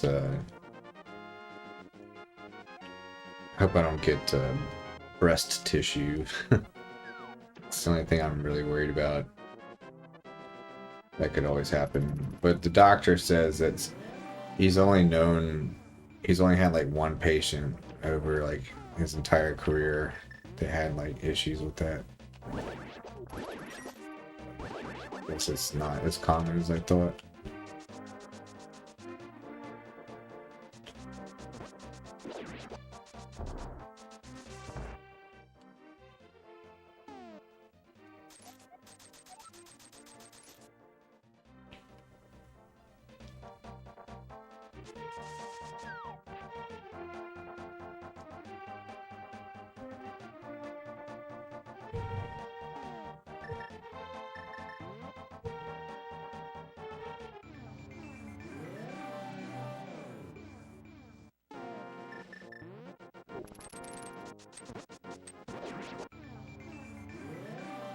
Thanks, man. It should be good. It's really gonna be a bummer if this knee injury doesn't heal quickly, because I've been looking forward to being able to go really hard on the weightlifting. It's gonna suck to have to actually pull back instead of go harder, because You know, the whole point is more testosterone. You can do more weightlifting and still recover from it. But now I'm like stuck having to do less of it. But it's probably a very short-term problem. Yeah, the shoulder injury is more likely to be a long-term problem. Still, it's not getting worse, so it should be okay.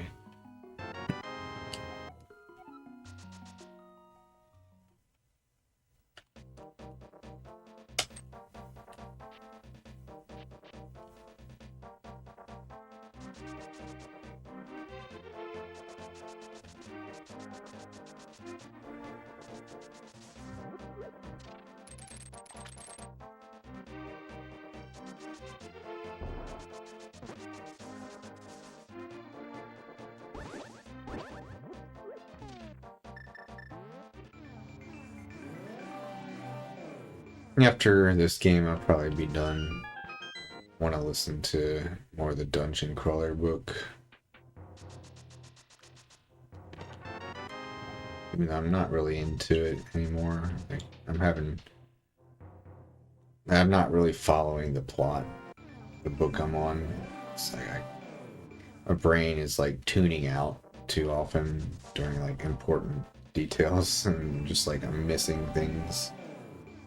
Not able to concentrate on the book.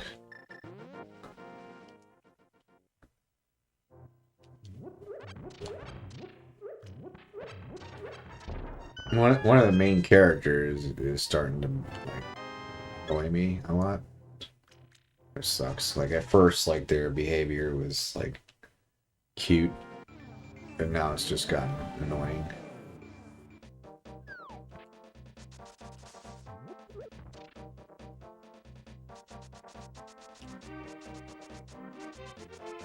Yeah, I don't want to say which character it is because I don't know. I don't think it's spoilers for you. You probably already know, but just in case, I won't say who it is.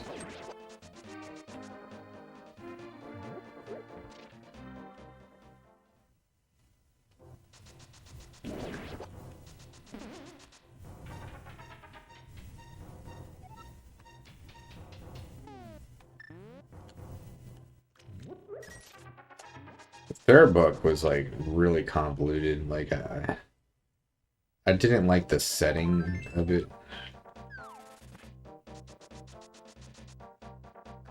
Yeah, I don't know if I can even say what the setting is without you considering it spoilers. Like I wouldn't be bothered if someone told me this in advance, but I never know what you think. Yeah, the setting of the third book is not that good. Like the fourth book's setting is better. Or you know it's in a dungeon, right? You know that. I feel like that's definitely not a spoiler. And you know, as you go deeper into the dungeon, the environment is going to change along the way. I feel like that's not too much of a spoiler too. And the environment, the dungeon in the third book was not something I liked at all.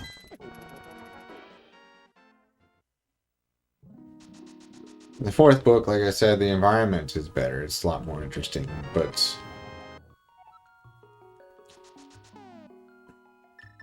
like I don't understand what the fuck is going on. Like, I know what their goal is right now, but like I don't know. It's not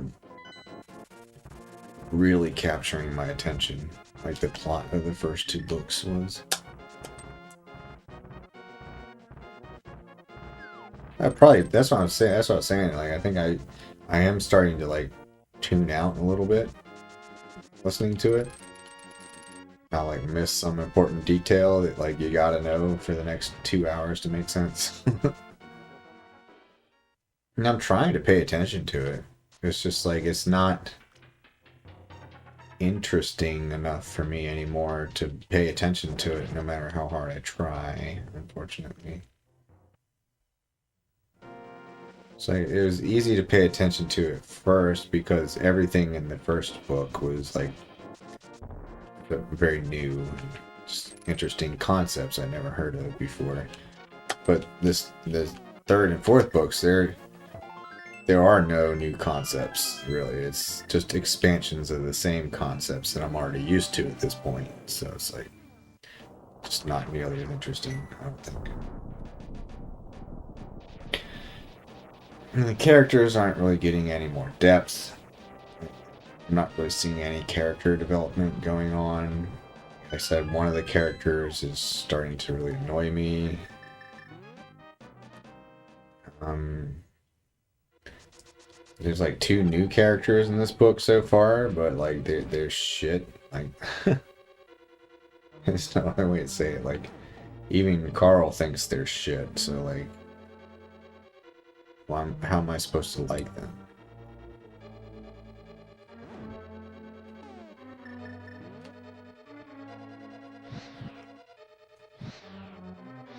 Fuck, really?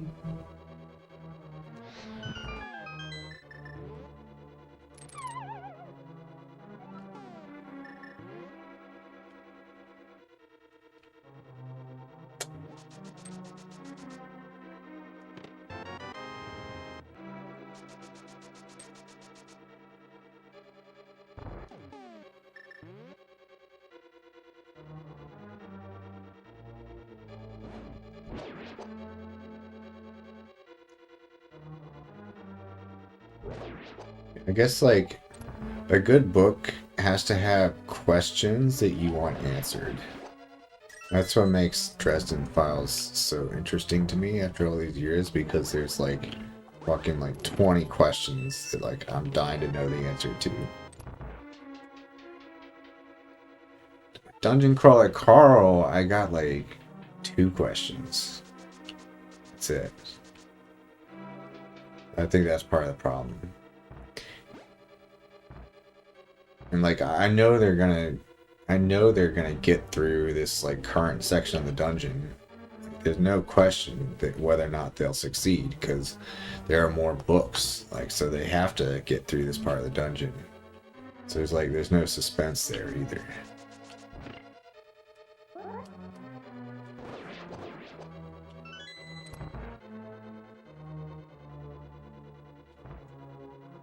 Yeah, you might like it more than me. I don't know. At the rate you're going through beers, it's probably gonna be at least 3 months from now. I still recommend you check out the Inheritance of Magic first, but maybe switch it up to a different genre. Like this, I consider Dungeon Crawler like a different genre.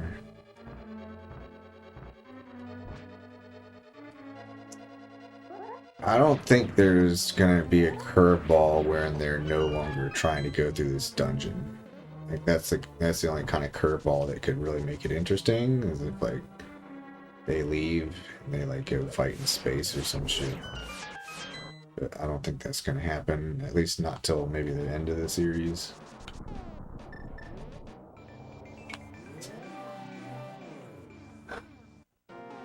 Like there could be potentially an impactful character death. I feel like that's going to happen to a certain character at some point. Got like the perfect character to make a heroic sacrifice. But that's probably not going to be near until towards the end either. And it's not like I don't want to lose this character because he's the best character, probably. Besides maybe Carl.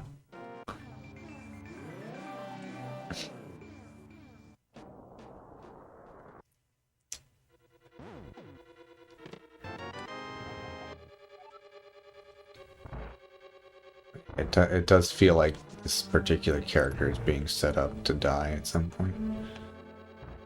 So that's gonna suck. We'll see.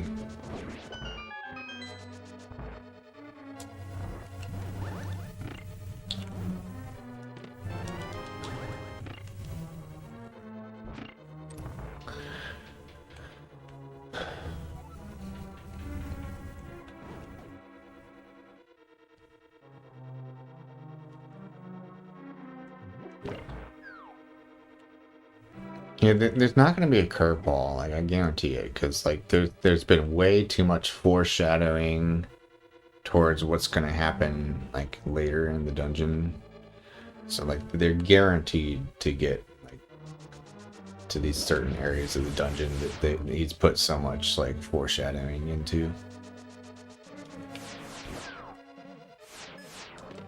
So it's like, yeah, I don't know. I feel like there's not a lot that could surprise me at this point.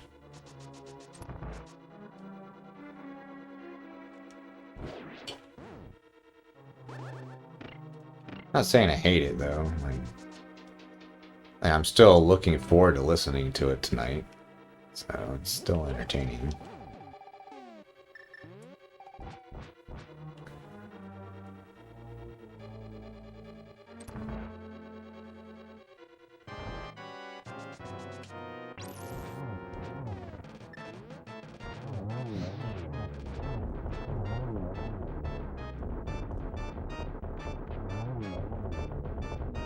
Much better than last time I fought this guy.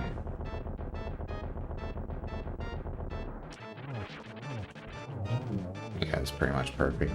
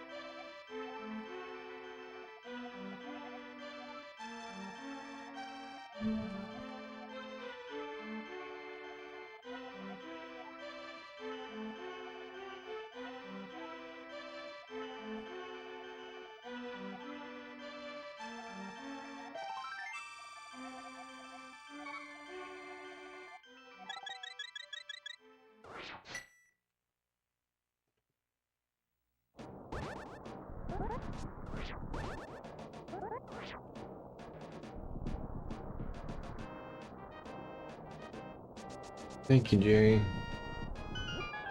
Just clean up at this point. Nothing could possibly go wrong. Except a soft lock. Or getting knocked into the pit by Ganon. But even that wouldn't really bother me that much. Got a fairy in a bottle, so there's like zero worry about my health at all.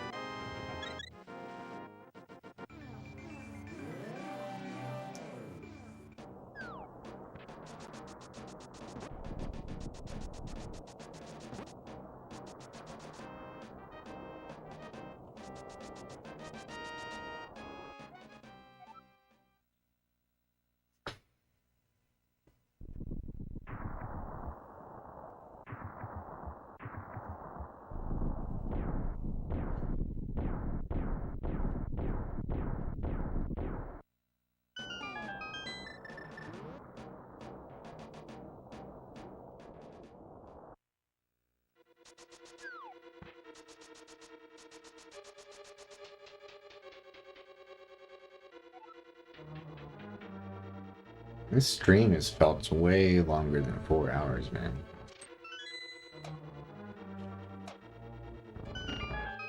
I don't know why. I feel like I've talked about so much shit.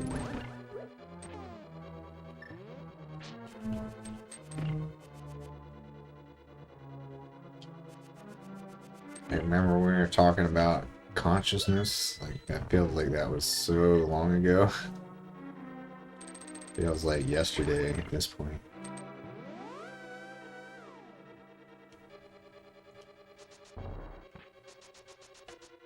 Oh god. Oh my god.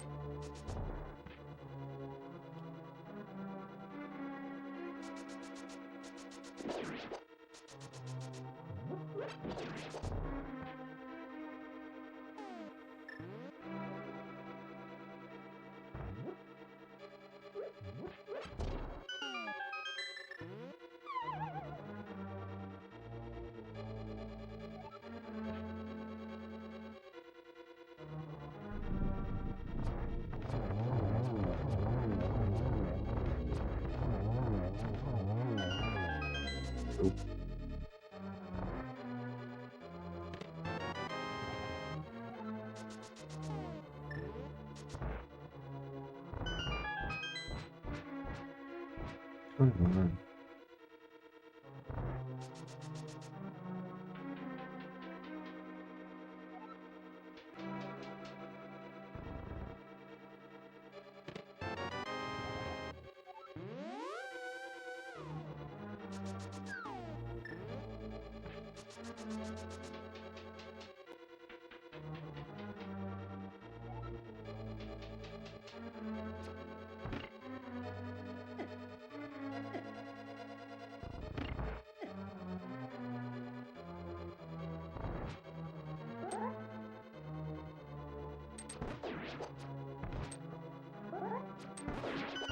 Come on.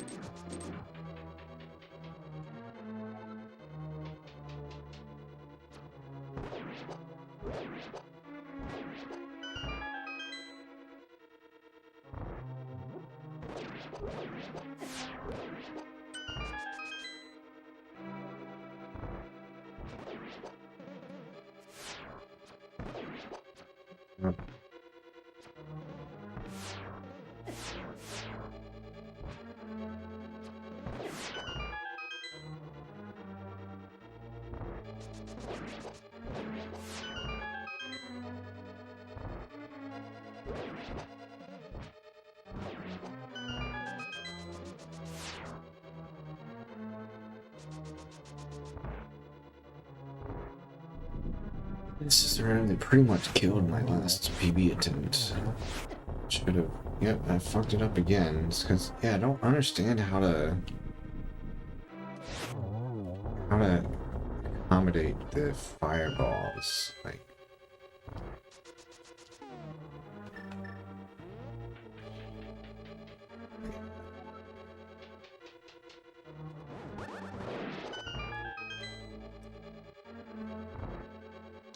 pretty ready for this to be over.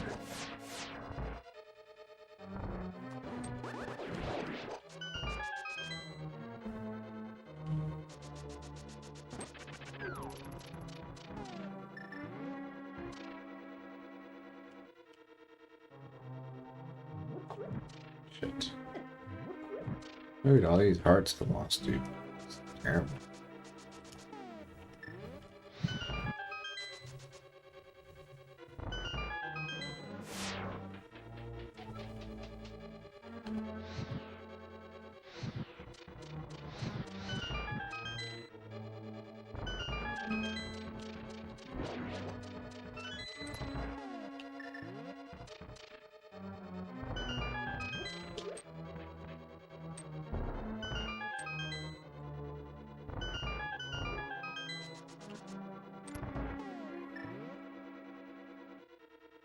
It's been so long since I've played Wind Waker, man.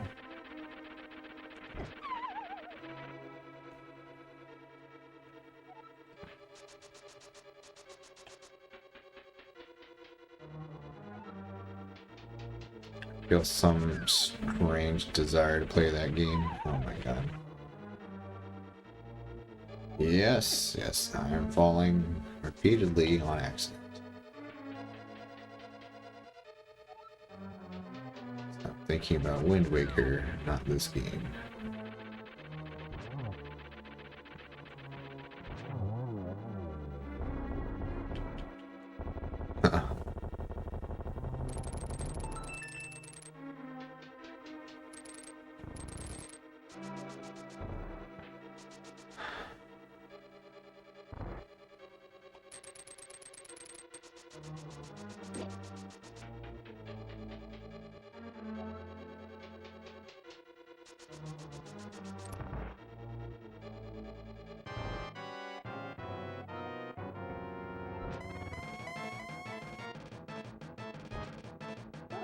Good thing I have a fairy, because, like, I would somewhat be at risk of dying again with this much health.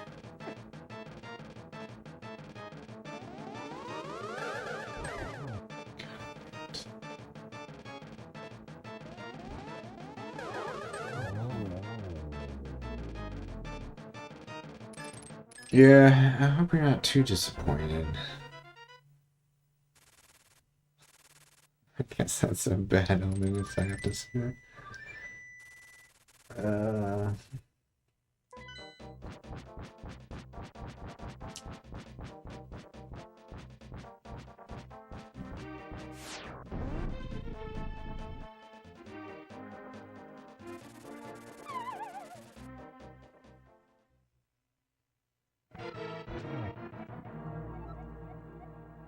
You still got, yeah, the ending of the book is pretty awesome, and then there are a couple more good action sequences I don't think you've seen yet that aren't part of the ending. Oh my god, dude.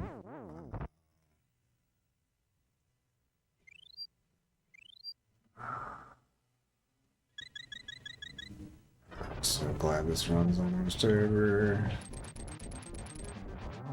To die with quadruple defense and 20 hearts is just shockingly pathetic.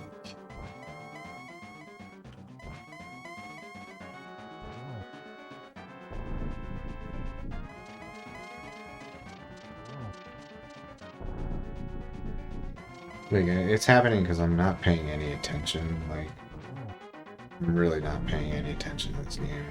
That's why I keep getting hit.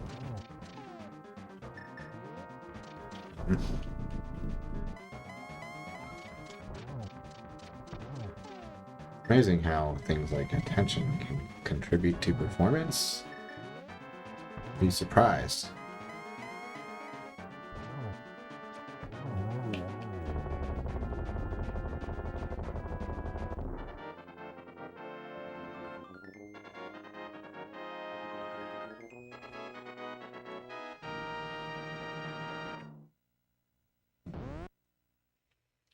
Yeah.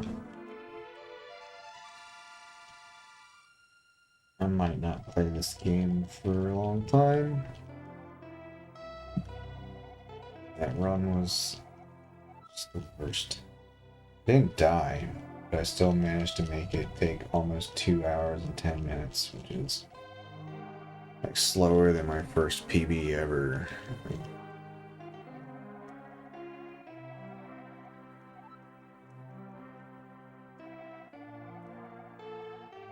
Oh yeah, definitely. The transformation is what makes the finale of OOT so good. It's the perfect, like, trio of dramatic elements, like your final humanoid confrontation, the escape, and then transformation. Those three things combined make for like such a good ending to a game.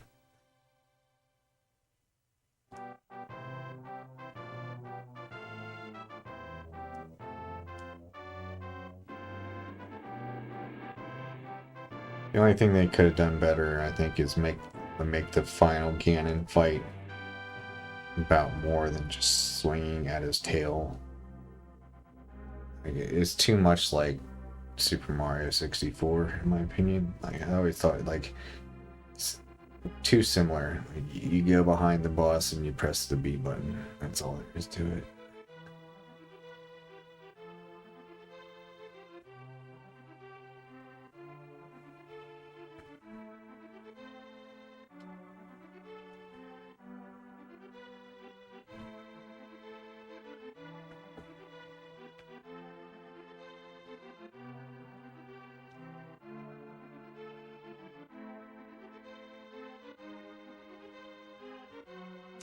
Thanks, Jay. Glad to see you again, man.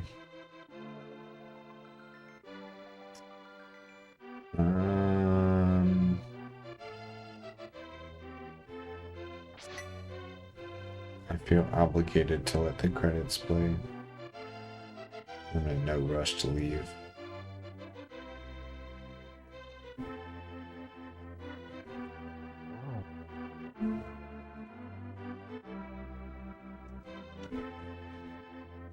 I need to update my LinkedIn profile.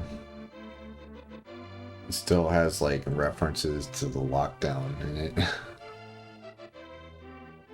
It's getting pretty out of date.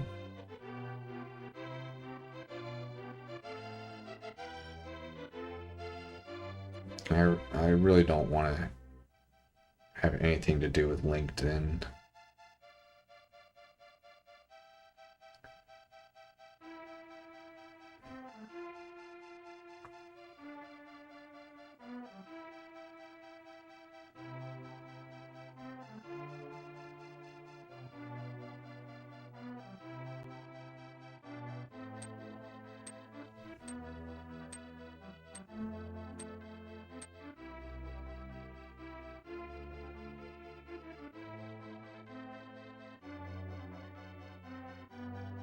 Oh no, Jay. I'm gonna listen to this audiobook. Just waiting for the credits. Feel free to leave.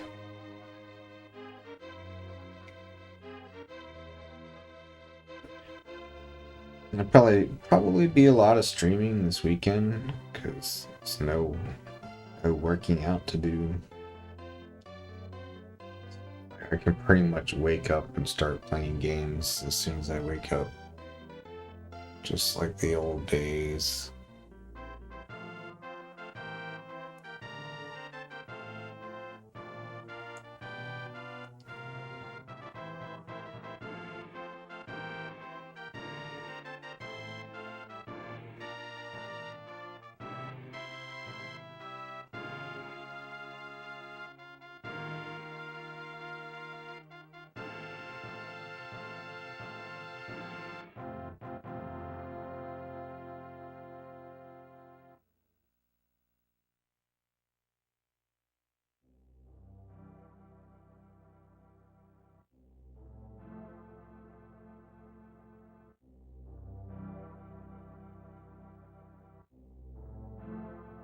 I love seeing people that everyone says is a con man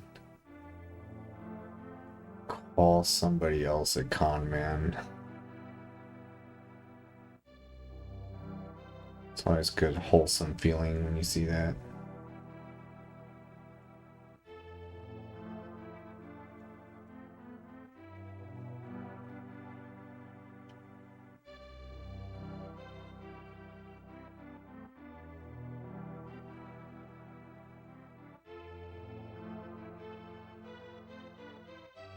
Hmm.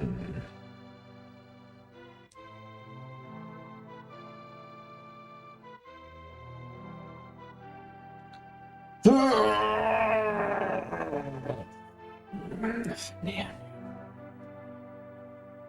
Fucking shoulder. Fucking knee. Fucking work. Fucking sleep. Fucking weather. Fucking work again.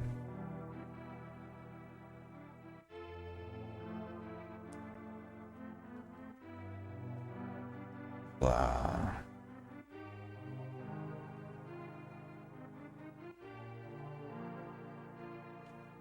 At least I've got cats.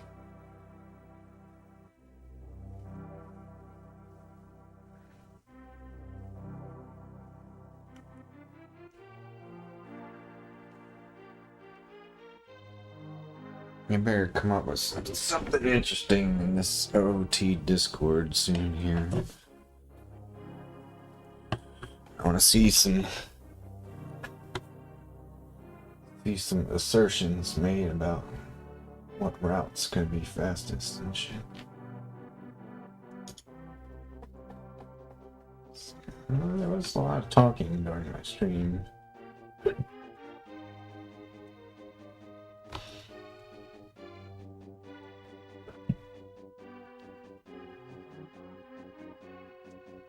I don't understand what they're talking about.